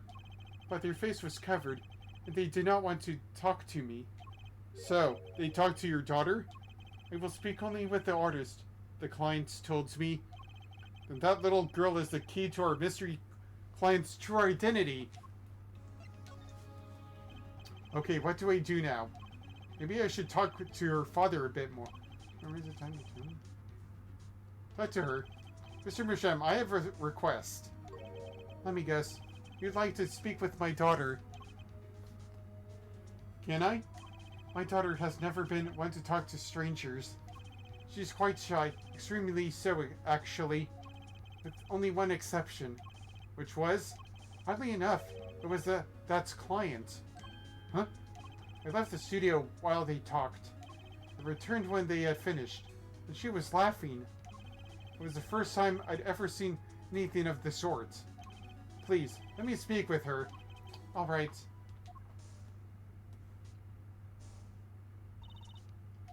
Uh-oh. This could be tough. I wonder if there's anything in here. Something is over there.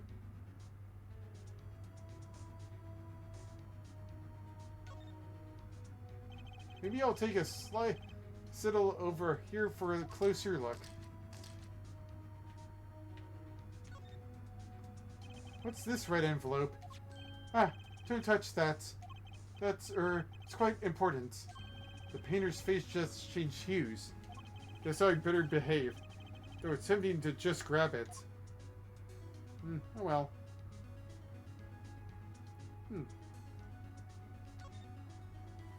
That's an awfully small frame. What's that inside it? A stamp? Ah, please don't touch that. I'll get in trouble. Huh? That stamp belongs to Vera, you see. She always puts it somewhere she can see it. Nice.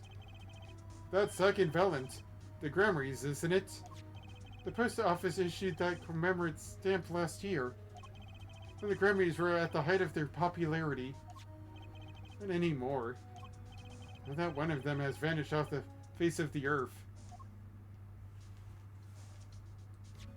Her went to see one of their shows when she was quite small. She's been a dedicated fan ever since. She watched them every time they came on TV, until the end. I see.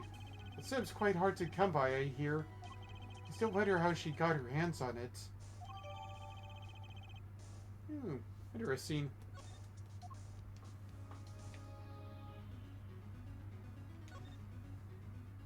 That's a pretty bottle. Ah, don't touch that, please. I'll get in trouble. Huh? It belongs to Vera, you see. She always puts it somewhere she can see it. She looks at it often. There's a light pink fluid inside. Nail polish, I'm guessing.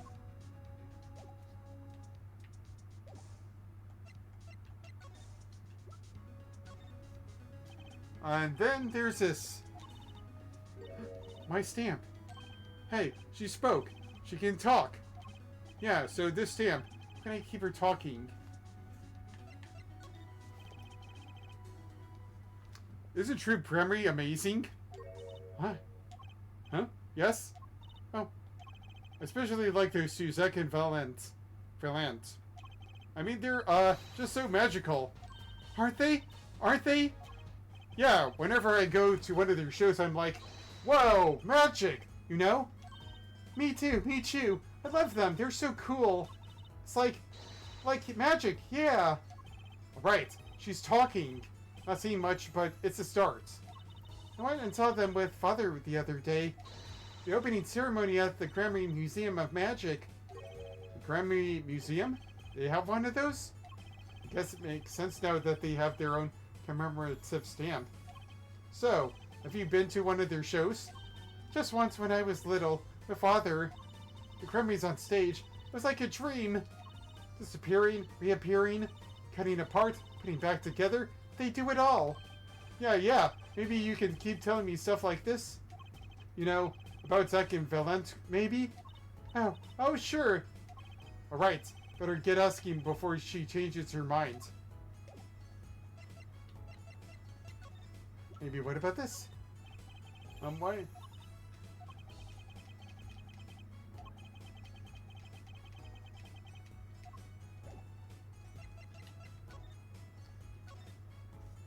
I don't go outside that much. I like to paint in here. Why don't you like the outside? There's bad people out there. Well, true, but there's a lot of good people too. Actually, I should tell you, she was almost kidnapped once. Kidnapped? Since then, she's been, well, you can see for yourself. She refuses to leave the house. I see. Wait, that doesn't make sense. She said she went to the Grammary Museum. With you, in fact. Yes. Actually, she was quite insistent on it, much to my surprise. That was the first and last time she expressed such a desire to me. That person gave me a good luck charm. A good luck charm? For when I absolutely had to go outside. Yes, apparently she received something, a gift. From that client, actually. She won't tell me what it was. Father, I told you to keep that a secret. From that client, huh? This I have to hear about. So your father tells me you're good at paintings. You're good at painting all sorts of things? I really like painting a lot. Father is always very happy when I paint them exactly the same. So you did this too? Oh yes, that was my first job. Your first? All I used to do was paint the same thing I saw. But this was totally different. The pen slips and the way the writer held the pen, and the pressure on the nib. I had to use a microscope and analyze it on the computer. She seems happy. Odd, her work was the last nail in the Grammary coffin. I guess no one told her. They're the best in the world. Huh? Oh yeah, you mean Troop Grammary? Of course. Father gave it to me. Your father? But I asked him about it. He didn't know how you got it. I guess I just took it. Yeah, took it. Father got a letter from that person. That person? You mean that letter was from the client? Oh, we talked about the Grammys forever that day. I'm sure that's why I was sent that stamp. I didn't want to just send it back, so I took it. There is a sneaky one, this client. So they were trying to get on her good side.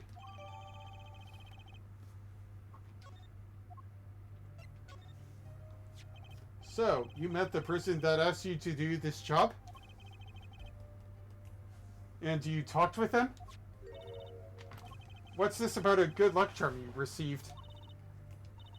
I can't talk about it. Eh? If I do, it won't work anymore. That's what I was told. Yeah, but I really, really have to know. Great, another 2. Alright, time to do some psych unlocking.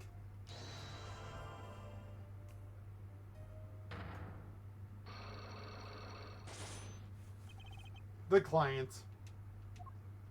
You seem to trust this client quite a lot, in fact. Because they gave you this stamp? No, that's not why. They listen to me, to my problem. The problem keeps her inside all the time? Don't go inside if you don't want to. That's what they told me. But when I absolutely have to go out, all I had to do was use a good luck charm. Good luck charm? That your client gave you? I think I know what your client I've given you, actually. Is this your good luck charm? This was what they gave you, wasn't it? Ah, the same bottle's over there on your desk. Your good luck charm, right? I heard once cosmetics were once thought to ward off evil. This is a magic bottle. It has the power. Ah, of course it does. I'll just refrain from commenting any more on that one. I think I know who gave you that bottle, actually. The one who asked you to do this job. What is this? What is this client? Oh boy. Oh boy. This man is a friend of mine. Know him? His name is Christoph Gavin. He's a lawyer, actually. I promised. I promised not to tell. Oh boy.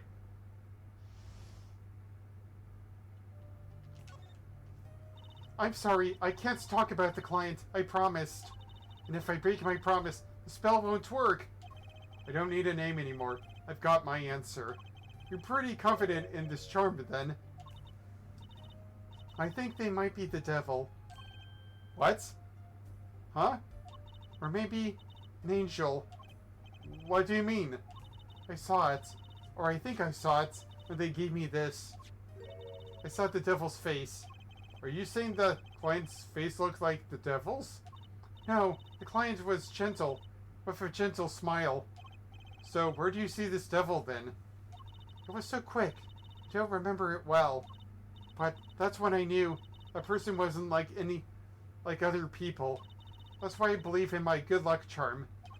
I'm not sure what this devil she saw was, but it's pretty clear that Christoph Gavin has her charmed. Well, I think that's all. I'll be leaving now. I'm sorry for what happened. If you want to apologize, try my client, Zach Gramery. Did I do something bad? What makes you think that? Your eyes. You're sad. Very sad. I'll put on my smile next time I come, I promise. I hope to see you smile then too, Vera. Oh, okay. Take care. Thinking back on my first encounter with the young forger, I witnessed something of vital importance that day. Of course, by the time I realized it, it was already too late.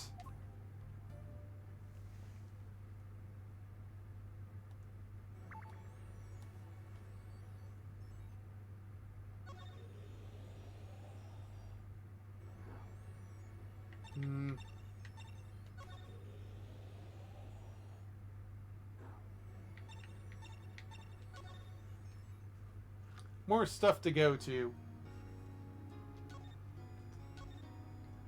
I have to hand it to my partner. He knows how to make an exit. That's talent. As he made my attorney's badge disappear and he never even touched it. Glory Spotlight always leaves someone weeping in the shadows. Yet his very disappearance is itself a revelation. Revealing what? Zach Gramery killed Magnifi. It's as good as a signed confession. That's certainly been public's opinion's take on it.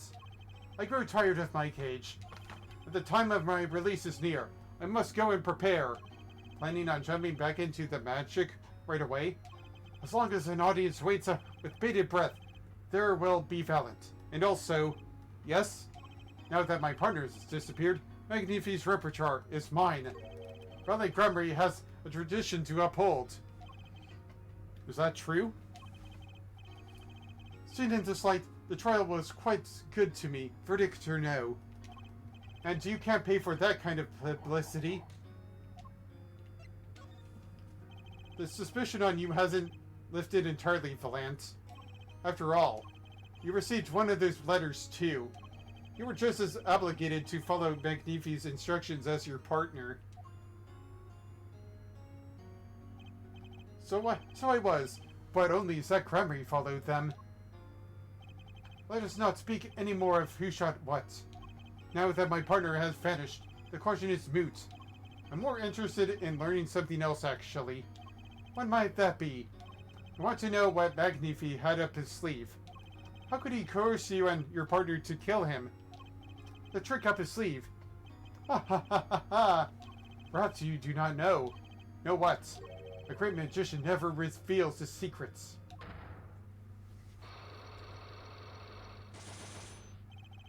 I didn't think it would be that easy. The audience must remain forever in the audience, bathing in the reflected glow of the spotlight.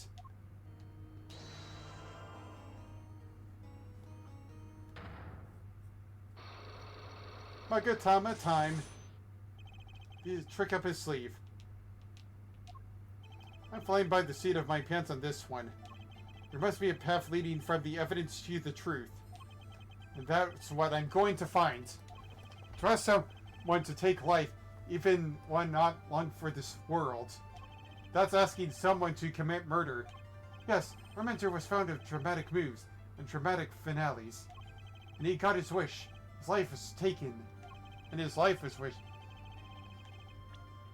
And he got his wish. His life was taken. What weakness could be so powerful?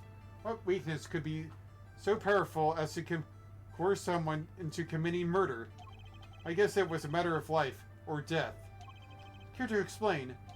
The troupe lived in a world of showmanship. The flashier, the better. And flashy so often means danger, doesn't it? Let us make this as painless as possible. If you have proof of this danger, then show it. Take that! Why, that's one of ours. Specially designed for your show, I gather. A single bullet. One shot. Da-da-da-da-da-da. What are you suggesting? We are interested in Mr. Right, not murders. I'm not crying out murder, Mr. Valent. I'm crying something far more tragic. An accident. Second Valent's great draw shoot him. How long has it been since those shots were last heard? Was the shoot him cancelled because someone might get hurt? Of course. What other reason could there be? Well, it could have been cancelled because someone had already been hurt. Huh. Fascinating, my fussy and unfortunate friend. But tell me, what can you prove with a single pistol? Well, tell me what would have happened if there had been an accident. What if one of your bullets took a life on stage? The performance of magic is not concerned with what-ifs. It is concerned with precision. Precisely whom do you claim we shot? Looks like I've chosen the right path. Let's just hope he walks with me. Life was sacrificed so that the show must go on. Might go on. And whoever this shows who it was. Show must go on. Show must go on. But that's Zach Remry's wife and Trucy's mother. That Felicia. Felicia, I believe her. What's her name? Ah, Alakazog! But how can you say this? How can you say she was struck by one of our bullets? Still in denial mode, eh? Felicia was at the greatest risk of being shot. This clearly shows how much danger she was in. Troupe Remry's performances were very, very popular. So popular, they even made a commemorative stamp at the height of your fame. We were not merely the latest craze. We were an age, a golden age. It's all here on this stamp. There's Felicia, yes? Hark! Trucy's mother is missing, I hear. What happened to her? I don't know. Part of his memory is still locked up. There is one thing you're failing to address. What's that? As you say, our troupe was a world unto itself. If our leader, Magnifi, was so inclined, he could hide anything he wished with ease. But Mr. Wright, then he would have hid a crime, making him an accomplice. Not a great foundation for blackmail. Valent's got a point.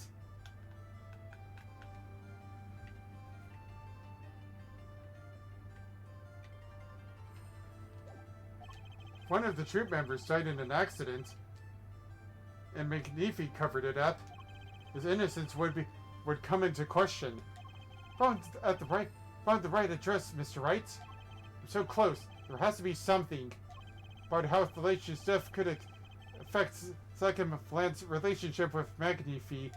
I see in your eyes. You still have something to say. How can you possibly prove that you already have? I'll prove why Thalatia's accident tied your hands so completely. Oh, wait. Oh wait, but the person. It's going to take a little knowledge of the players to crack this one. The accidental death of Zack's wife tied both of your hands. And this information proves why McNeefy held so much power over you. Take that! It wasn't a question of who shot Thalatia. Thalatia herself was the problem. What? What do you mean? She was Zack Gremory's wife, Trucy's mother, and McNeefy Gremory's only daughter. Urk! There was a terrible accident, and the two of you killed your mentor's only daughter. That wasn't the key to McNeefy's power over you. I don't know what was. It was an accident!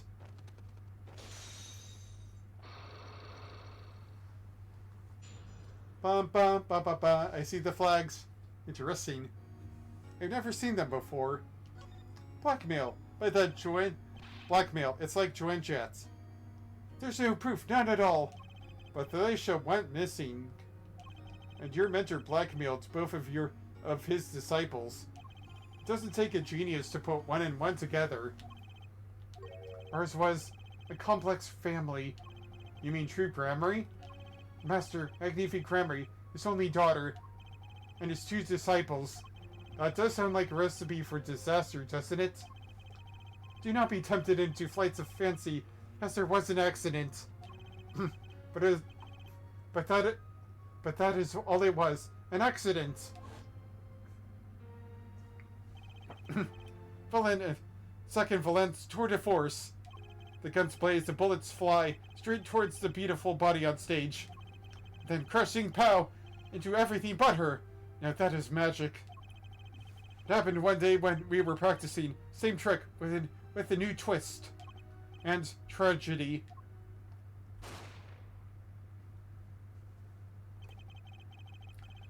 But as for whose bullet stole Thalatia's life, we shall never know the answer. Thalatia disappeared from our lives, and Zack was bereft of his wife. Trucy lost her mother, and McNeefy, his daughter, and me, my partner, and that led to blackmail. I take it.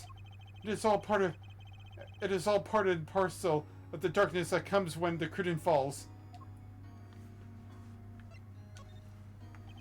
Why did McNeefy Gremory try to cover up the accident?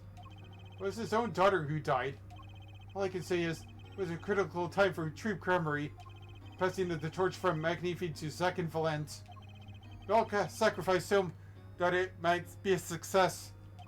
Thalatia's death was the greatest sacrifice of all, yet, even when her life was extinguished, her presence still was not. What do you mean? In time, myself, and Zack found we could no longer oppose McNeefy's wishes.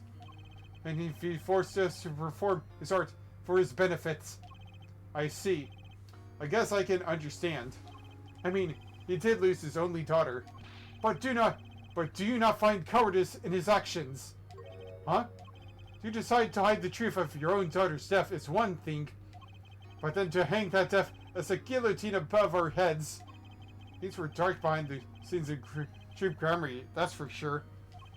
Does Trucy know? She was not told. Naturally. Who would want to know that their father might have taken their mother's life? True.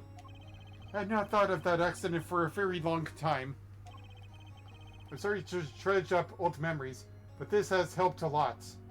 Not to find McNeefy's slayer, I should think. True. After that accident, there was one other who came sniffling quite persistently. reporter? A reporter? He called himself a newsman at the time. Often I spied him lurking about the dressing room, doing his research. Would you happen to remember his name? What was his name? Sorry, I have forgotten. But in the course of his interviewing, he became quite close to my partner, Zach. I liked him not. I see. His name, I do not recall, but it sent the cloying aroma of mint. Yes, whenever he smiled, which was far too often. I see. Thanks for your help. It is no good to interfere with the past, Mr. Wright. You will not uncover answers, only wounds. I'm sorry. I began to notice a dark curtain hanging over True Grammary, and I began to realize what I had to do. I had to protect Trucy from that darkness. The reporter he mentioned. The newsman. I never learned who that was at the time. Though I've got a pretty good idea who it is now. That smile. The sickly sweet smell of mint.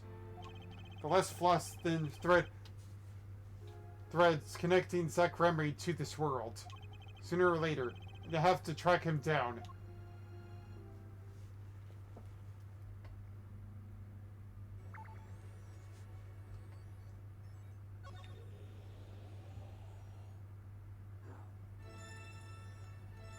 Alright, it's all in the present now. Yeah. I think I should go on for a little bit. Until like 11 o'clock. Present day. Drew Studio. Hey, well, what do we have here? Remember me? Of course I remember you. Journalist meets ex-attorney in bar. End quote. Can I ask what you're doing here? Mr. Mishem was poisoned, and his daughters... Oh yes, I know. Oh, how I know, yes. It's caused me no end of grief, to be honest. Journalist wishes he'd track down case just a little quicker. End quote. Were you on the trail of this case the whole time? Zach Remry was a good friend. Zach said something to that effect back at the Bush Bull Club. What is your character? What a man.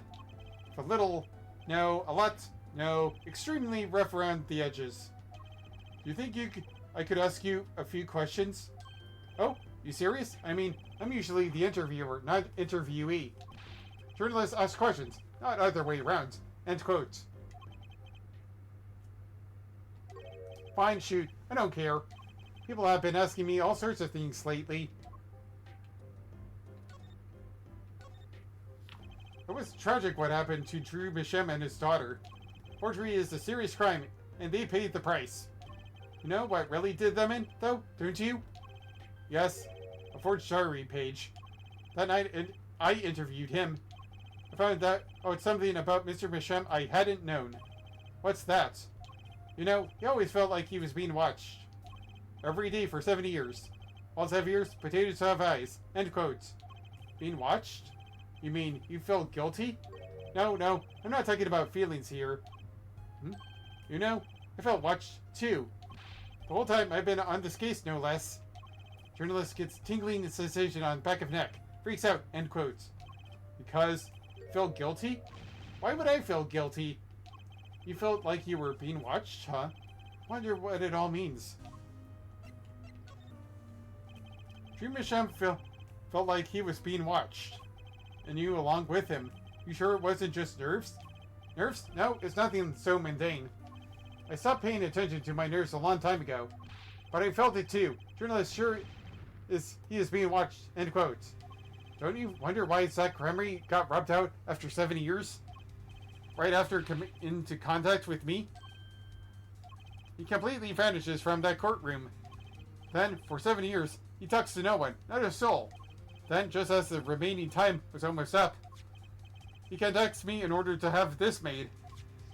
And then, he dies. And then he dies. Starting to put the pieces together there, are we? And you were being watched this whole time? Maybe not just me. Maybe you were too. Me? I met Zach through that case, actually. You mean the shooting of Magnifique Grammary? No, before that. It's not widely known. You mean The accident? During the quick draw shoot 'em up? Shoot 'em practice? My, you're well informed.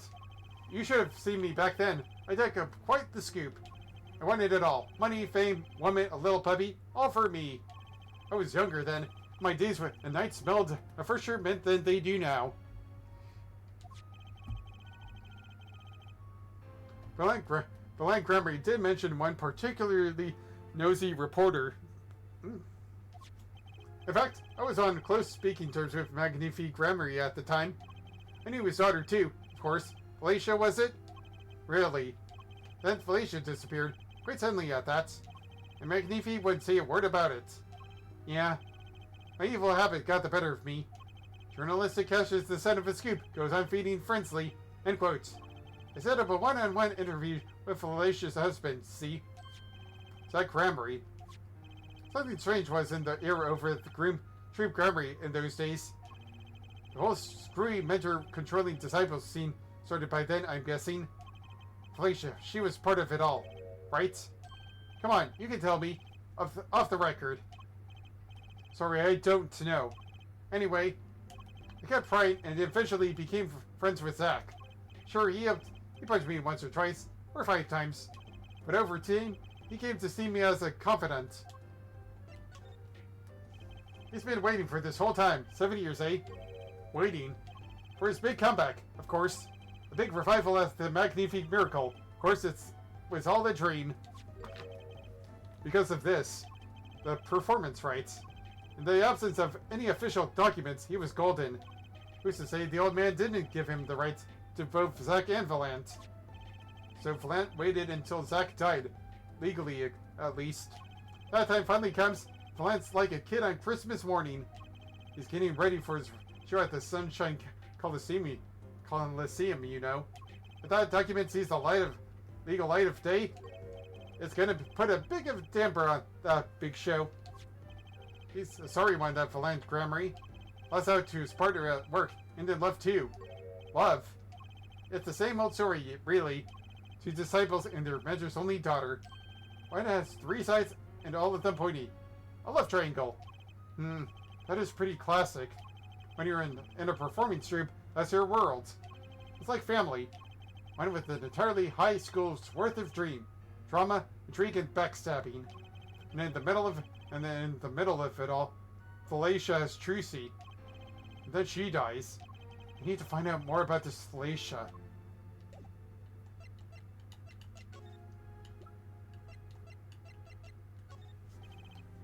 Mr. Bruchel, do you know this person?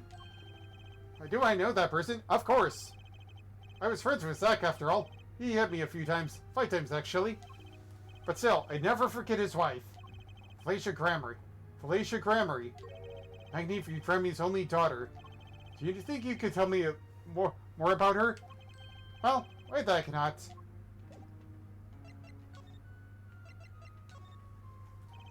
So, Felicia married Zach and Trucy, see? It was her second marriage, actually. You mean she was divorced? I hadn't heard this one before. Not quite. Her late husband was a performer too. Apparently, he died during some gig. Tragic really. He only been married 1 year. I didn't know. But she was a beauty. I still carry a portrait photo of her, you know?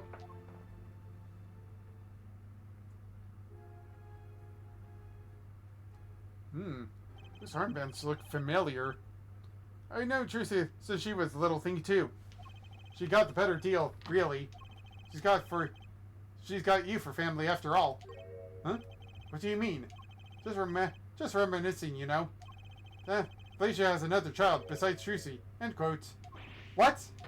But Trucy said she was an only child. Yes. This one she had with her previous husband. Her previous husband? The first husband who died during a performance? Yep, they had themselves a kid. Another orphan now. That's another one who slipped through the cracks. No idea where they are now. Felicia had another child? Do you think I could borrow the photo? Sure, can be generous on occasion, you know. Felicia's boarded out to the court record. I won't need this locket anymore. Better return it to Trucy before I forget. People and events all get tangled together and bigger. Don't you think? I was too busy wondering about bigger to even listen to what you were saying. Sometimes you just gotta accept that you won't be able to untangle it all, I think. Maybe so, but still, I have to do what I can. And I have to tell what I find to those who come next. Next, you say? I'm not the only one who will close the curtain on this little play. Apparently, that's not my role anymore. Magnifi. Huh? I was just wondering what Magnifi would think of all this. What do you mean? Haven't you seen it in Trucy? She's got his power. You mean how I can't lie to Trucy? It was the same with Magnifi. And with his daughter, Felicia. It's a strange thing. You think it's some Dramery gene? Magnifi told me once, back when Zack married Felicia. He said Zack had good eyes. But not good like Dramery's eyes. Not that good. I wonder if Zack ever played a game of poker with his wife. Who knows what this Gramarye secret was? Maybe nobody, now that Zack's gone. Zack Gramarye. The plot had finally begun to reveal itself. It spread from a warp in the Gramarye fabric, and it grew swallowing everything. Wrapping it around itself around the Gramarye's power.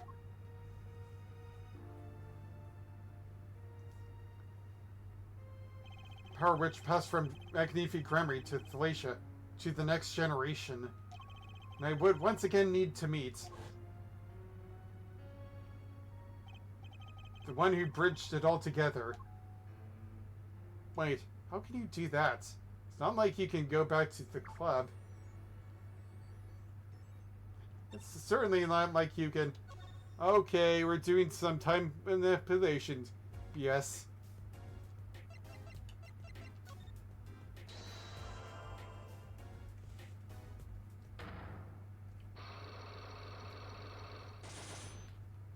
The Gramarye secrets. I have to know more about this power of Trucy's. It's like she can see right into people's minds. The first time I saw her do it, it blew my mind. It blew mine. What after you were done having your mind blown, you took her to play cards with you? Or gotta use the resources at hand, I always say.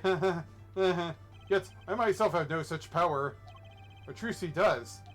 Why's that? Maybe Trucy got her power from her mother? Felicia Gramarye? I will not speak of that. Felicia is officially missing, correct? And I think I know why you don't want to talk about her.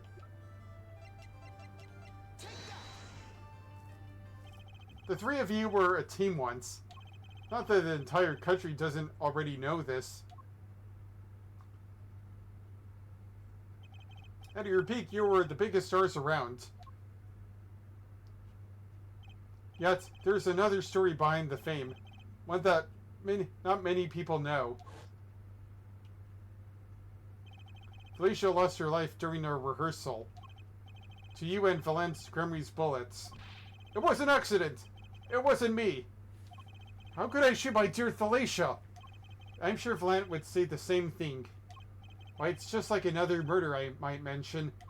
Damn you! Her eyes. I loved Felicia's eyes. To think they could read my mind was frightening. Yet there was warmth in them, I felt, like an embrace. She is dead, and Magnifi Gramarye has joined her. So the only one with her power left now is Trucy? Mr. Zack? I do not know. I don't need any power to see through that one, buddy. So there's someone else. Someone other than Trucy.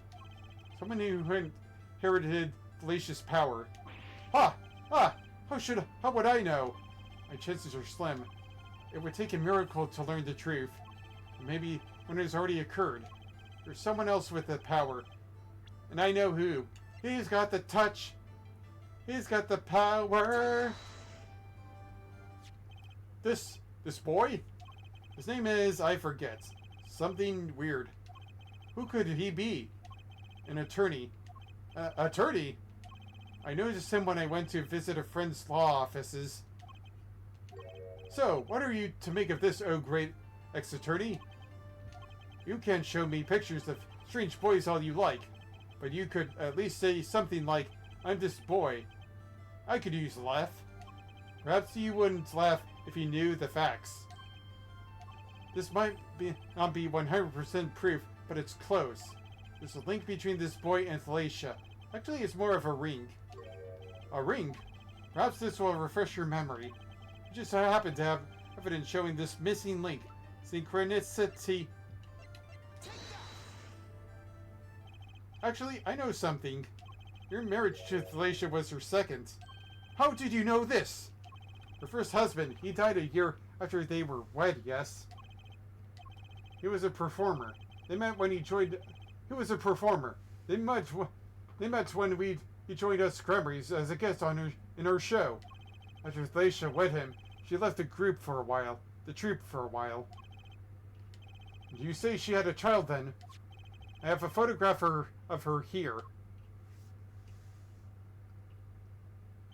I couldn't help notice what she was wearing when I first saw this. Those bracelets stand out. They're a Gremry family heirloom. This boy wears a bracelet just like this one in the picture. What? So, that's why. Why what, Mr. Zack? I took a photograph of Thalacia before she left us. When she returned, she wore only one bracelet. I bet I know where that other one went. She gave it to this boy. Her son. I guess that's that for there.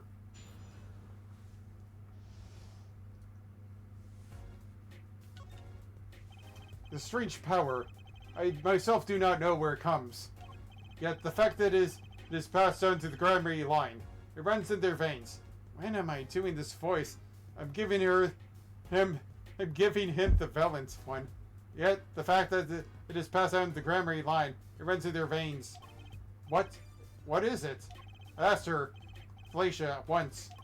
This is what she told me. Her power responds to tension in others. Tension?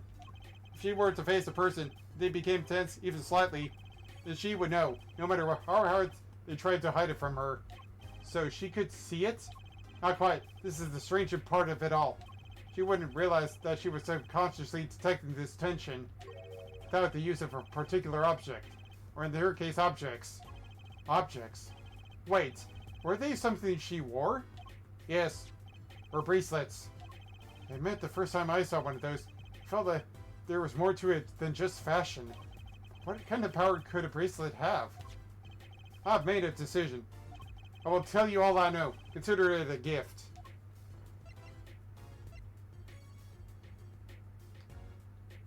Really? I'm going to take a drink of water and then get back to this. Oh boy.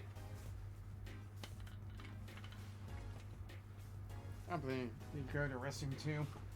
Gosh darn it, I really want to end this stupid trial.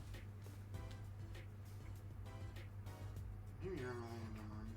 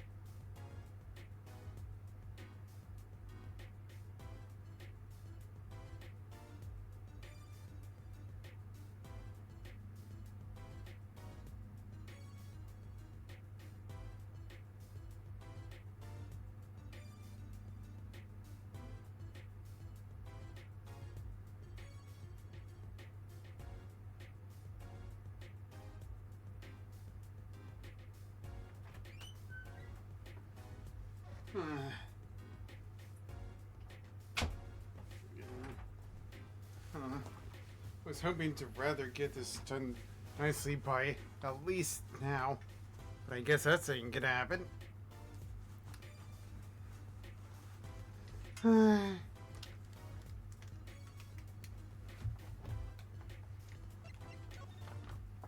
Well, I hardly need you to tell me at this point, but those two are brother and sister, yeah? Yes? Okay, good, so I can't ship them, thank God. The brother, too, has this power of theirs. So Trucy has an older brother. I wonder what will come of that. Mr. Riot. Tonight, after our game is done, I will return to a life of hiding. Will not see her life without knowing. I understand. I'll tell the truth of them when the time is right. When eventually... But I don't think I would ever tell them in this upcoming trilogy. Not yet. I'm in your debt. Once again. No kidding. What I want to know is how all this got to be so messed up. Those bracelets are made out of special alloy. It is said to expand and shrink very slightly in response to body warmth. So they're temperature sensitive or something? Yes. This is how they can shrink to the exact size of their wearer's wrists. And this has something to do with the power? What have I told you? Grammary power reacts to tension in others. When a Grammary senses tension, they too become tense. And this tension translates into minute contraction of the muscles. So minute, they cannot sense it on their own. Their muscles? Oh, so that's what the bracelets are for. With the bracelet on, one can sense these contractions. Because the bracelet is always a perfect fit. So when the person they're watching gets tense, the bracelet feels tighter on their wrist. The bracelet feels tighter on their wrist. Precisely. But that alone doesn't really count as mind reading. I believe I understand how the process works from there. It's a simple question of eyesight. Eyesight? Guess that sounds simple enough. Have you ever heard of kinetic vision? Something about the ability to see moving objects with full clarity, right? I've heard of it before. They say athletes can see a moving ball like it was stopped if they focus. Oh, but it's not confined to sports alone. It all relies on the ability to focus. When we focus, we can see many things. The faintest twitch of the face, and the meaning that lies behind it. Therein lies one of the secrets of magic. One must know the mind of a crowd before one may distract it. So, basically, what you're saying is, the Grammarys can see really well. For them, seeing is more than believing. It is knowing. Their power relies on eyesight combined with exceptional focus. Things are starting to come clear into focus for me too. Of course, it is difficult to maintain such levels of focus for any length of time. But what if someone could tell you when to focus? Or something? Precisely. But wait, Trucy doesn't have any bracelets. You were talking about poker, yes? The timing of when to focus is so elementary, she probably does it without thinking. I doubt Trucy herself has realized this. That is all I know of things Grammary. Thank you, Mr. Zack. If this boy's bracelet is the real thing, then he will use it before long. Self-trials, I hope. They're in awakening his power. I'll keep that in mind. Well, shall we play a game? I've said so much. Let me say one more thing. I will tell you that night, the night my mentor, Magnifi Grammary, passed from this world to the next. There were 2 pistols and 2 letters sent. This was Magnifi's test. A test? In his last years, Magnifi Grammary worked us to the bone. No, to the pain. But that night, I could not shoot him. So I shot the clown's forehead instead. This, it seems, was the correct answer. Take this. I give my art to you, Zack. What? It is thanks for playing along with my show. You shot well tonight, Zack. Though I would not have minded dying by your hands. How could I shoot you? You're my mentor. What? I thought you might say that. If I went home shooting at anything, what would you have done then? Then of course I would have given Valence his chance. And if I shot you in the forehead instead, then it would be over. If you or Valence were to shoot me in the head, then I to the darkness would go, and my arts with me. Fitting end, don't you think? But this ending too gives me no cause for regrets. I thank you, Zack. And I'm sorry. I've done much that was wrong in my day.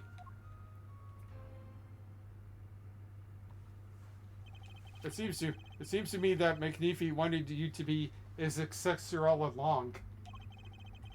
That's why the time he gave you was earlier than Valance. Perhaps, but it's not something we will ever know for sure now.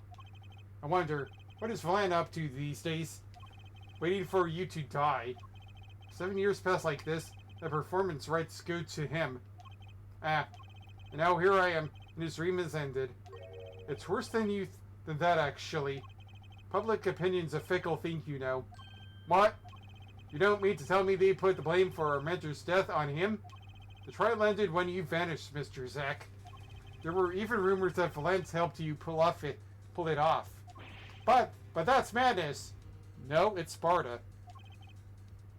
Well, it seems that before I can once again disappear from this world, I have one more act to perform.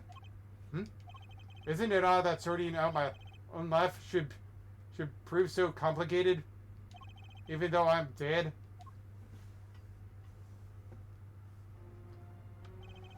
That night, Zack Gramery was killed.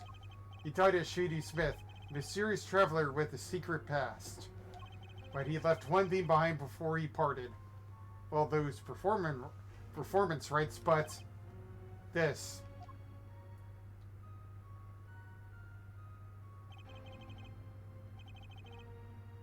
His confession, to use as I saw fit.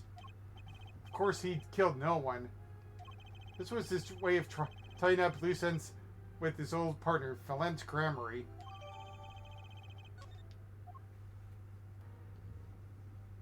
Man, that stinks. Only got 2 more places to go.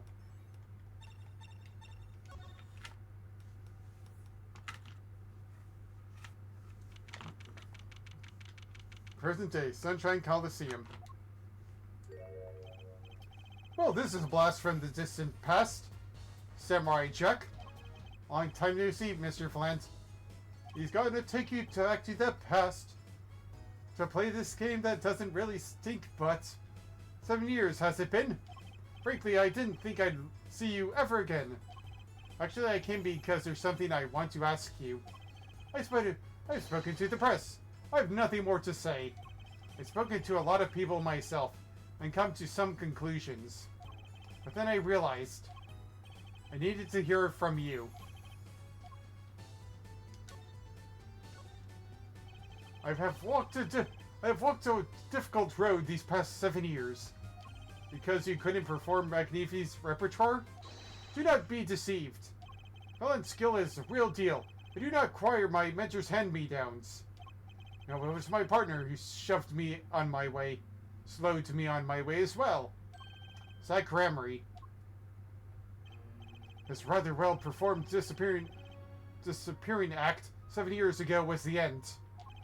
Or so I thought. Zack Gramery murdered our mentor and fled to escape punishment for his crime. You said something to that effect 7 years ago, didn't you? I remembered it as only yesterday. Yet, that was not the end of it, in the end. For a while he had vanished. The suspicion upon my own person never did. His partner Zack vanished to protect him. That's what those thieving magpies of a press said. I had no idea. Yet that very same press comes to me now, feigning interest. They cover the greatest magic show in history as if it were a vaudevillain distraction. And here I must stand, smiling at them all.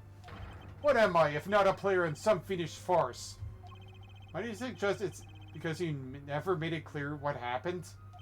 Magnificent is still a mystery to this day. Which is why I came to get the answer from you.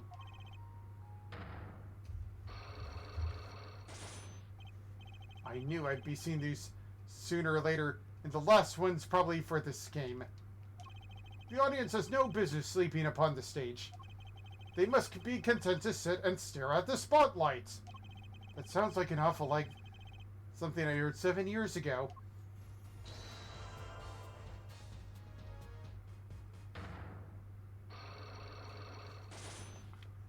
Magnificent. Ask what you will. You'll get nothing from me. I'm as much as part of this affair as you are now. I have to know what happened. For 7 long years, I've endured. Now, finally, the curtain lifts on my new golden age. All the miracles of our troop within my grasp. Sorry to do this, Valance, but right now I need answers. I think I'll start by dropping a bomb. Don't you think? Shake things up. Shake it up. Shake it up. Valance, I wouldn't be so much about those miracles. Not as long as I have this. This is gonna decimate you. And what might that be? I see it bears a Gramarye seal. I should have brought this to your attention sooner. But I didn't imagine you'd be planning your comeback quite so fast. What is this? A document showing the true recipient of the performance rights to Magnifi's miracles. What? Zach Gramarye? Who wrote this? He wrote this? What? He passed everything down to his daughter? Shusik Nigmar. Actually, she's officially my daughter these days. Preposterous! Zach is gone. Vanished into the void. This is a genuine article. Zach was alive when he wrote this. Both myself and the notary can testify to this. Ugh! Ugh! Why does fate toy with me so? Why must my life be lived in thrall to the dead? You're not the only one with that problem. But he shot Magnifi. Yes, it was Zach. It was. And then he left. My career as a magician fell into darkness. Do you think there might be some way out of it? Say if you could prove Zach Gramarye shot Magnifi? Was that why you testified? Yes, my way out. It should have been my way out. Well, it might not be too late, Mr. Valance. All you need is a way to prove your case. Who really killed Magnifi Gramarye? I believe I have the answer to your prayers right here. Zach Gramarye wrote one more thing before passing on. This is a confession! In which he admits to the killing of Magnifi Gramarye. See? All according to your plan. I am a magician by trade. Deception is my life's work. I fool the audience, give them a fleeting dream. Yet, it seems the tables have turned. Now I am the audience, believing in the deceptions I've brought upon myself. Zach wrote this in front of me.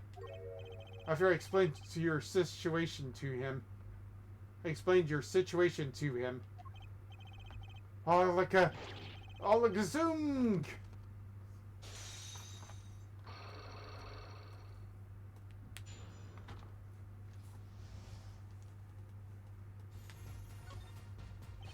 You do know this confession is nothing but lies.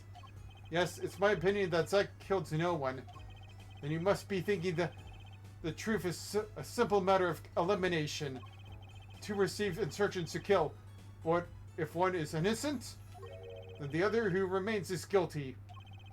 That would be the logical conclusion, yes? So he vanished to protect me, his partner. Ha ha ha ha ha ha! A stirring tale 'tis true. Did you shoot Magnifi Gramarye in the forehead? If I had, and I told you, what would you do? Run to the police perchance? Do as you will. There is nothing left for me now. It is true, after all. I have little talent. I needed my mentor Magnifi's repertoire. It was as if a little demon grabbed a hold of me. I knew it. So Valant Gremory did kill the great Magnifi.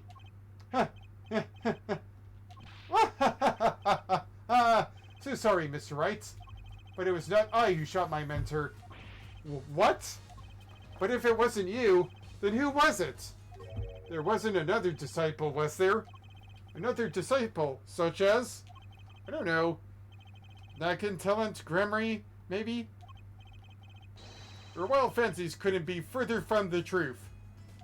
Only second Valant received those threatening letters. But there was another. One more person could have fired that pistol that night. I don't suppose you figured it out by now. It wasn't Zachar Valant who shot Magnifi. And it had to be the only person at the scene, which means... Wait, you don't mean... Yes, the great Magnifi Gremory himself.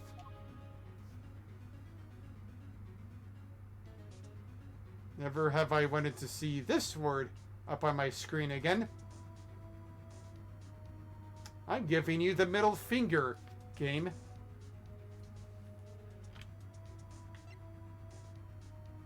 I hate this word so much. With so much vehemence. Venom. So Magnifi Gremory committed suicide? You find it hard to believe. To be honest, I hadn't even imagined it a possibility. When I arrived that night, the old man was still alive. He appeared to be asleep. I could not shoot him, but when I turned and made to leave the room, the old man called out to me. So you spoke with Magnifi Gremory? Yes, this is what I knew what he had done. Magnifi transferred the rights to his repertoire. Magnifi transferred the rights to his repertoire. Magnifi transferred the rights to his repertoire to my partner, Zach Gremory, not me. I see. Then I guess I owe you an apology. I always thought you were the one who did it. You owe me no apology. Huh? My crime was, in a way, more serious than that of murder. What? Your crime? Is Valant Gremory confessing something to me? What could be more serious than murder? You see, I knew that 2 letters had been sent. There are no secrets between partners. It was easy to find out. That was when I understood Magnifi's plan. He wanted to die. He wanted to die by one of your hands? Little did I expect it had anything to do with the rights to his repertoire. That was when I heard it. The little demon whispering inside my heart. The demon? Let me confess, I had intended to shoot Magnifi. And I planned on framing my partner for the crime. What? That night, I prepared something before going to Magnifi's hospital room. Which was? IV fluid, of course. I'd seen it on an earlier visit. If Zach did not shoot, I would do the deed. Then, I would use the IV liquid to place the murder on his hands. That was my plan. But he didn't shoot him. I could not. The demon in my heart fled when the moment came. But then Magnifi called me back. I am sorry, Valant. I am giving my magic to Zach, not you. You still lack the drive he has. Please, help him, if you can. And be a simple kind of man. I left the room. And then I stopped. The shock of what I just been told consumed me. That is when I heard that fateful gunshot. Magnifi Gremory killing himself. Then the demon awoke anew within me.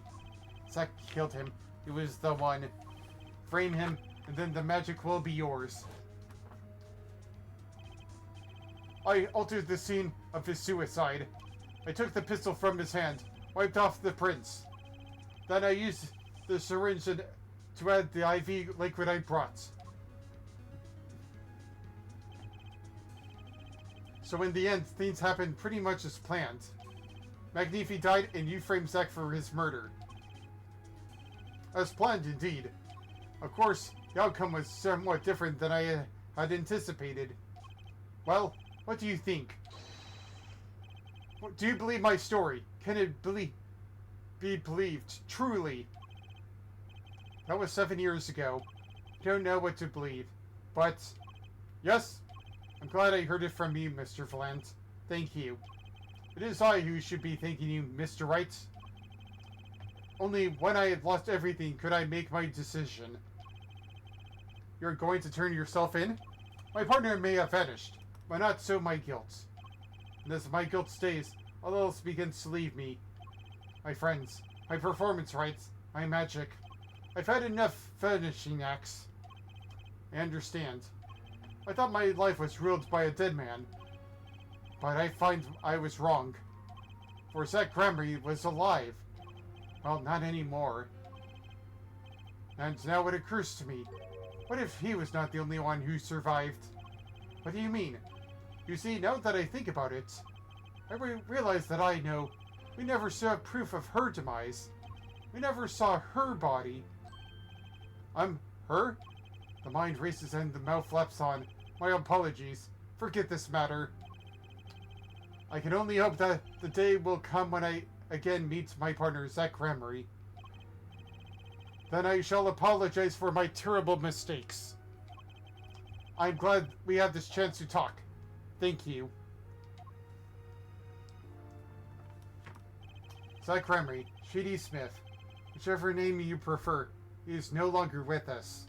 The truth revealed in that trial was only a sliver. And the impenetrable darkness that remains has taken another life. I knew what I had to do to push back the darkness for good. It would involve paying that man a visit.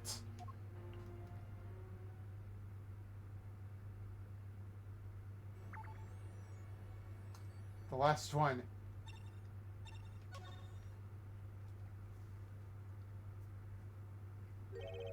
Sorry, sir.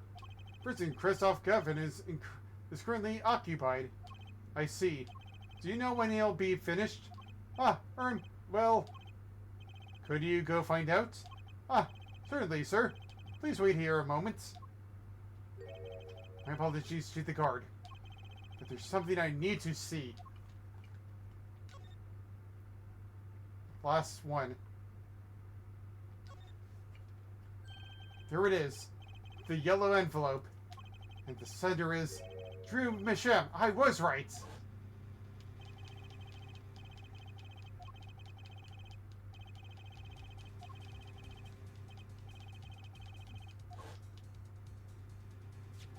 If this is the last letter that Drew Mishem wrote, then there's something I need to do.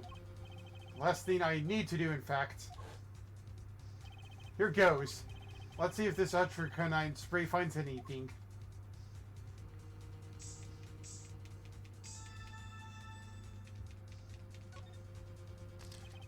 So this was Drew Mishem's messenger of death.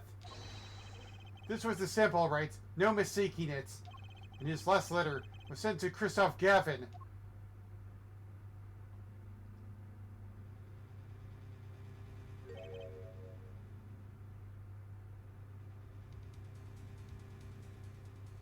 Gotcha! Letter from Mishem. Letter posted by Drew Mishem just before he died. Poison traces found on the stamp. And added to the court record. I could have sworn... Shut up, you.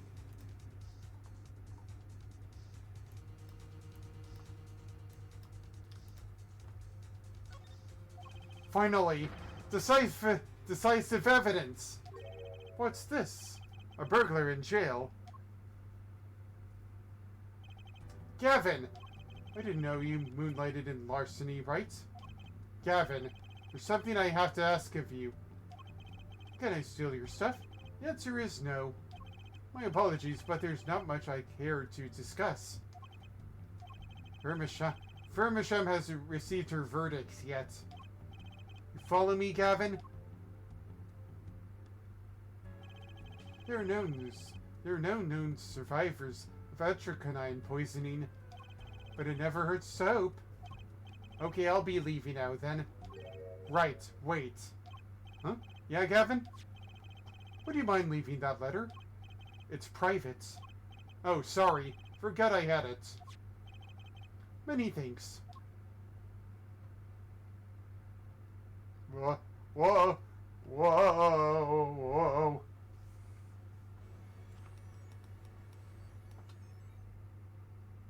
Oh, hello there, Phoenix.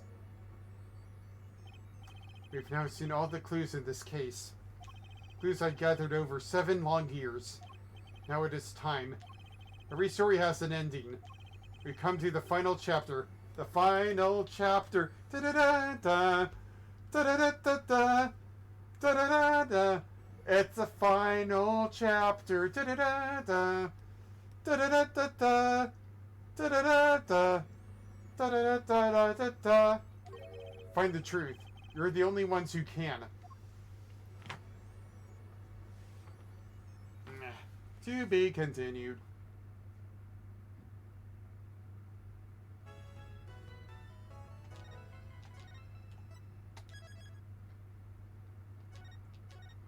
Oh.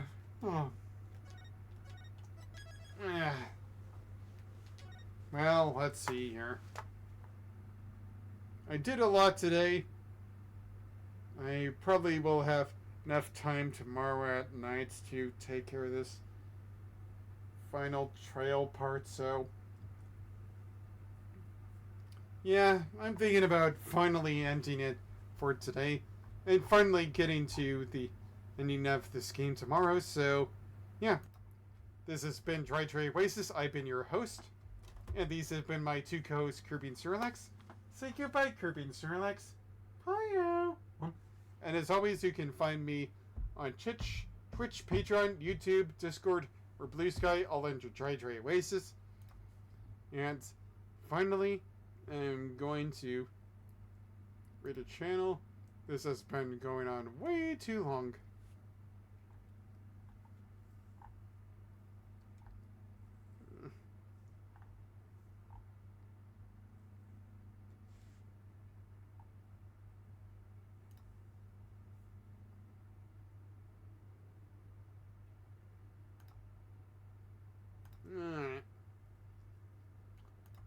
I hope that you have had a great day so far, and if not, I hope the rest of your day is better or tomorrow is better for you. See you later and take care. Bye bye.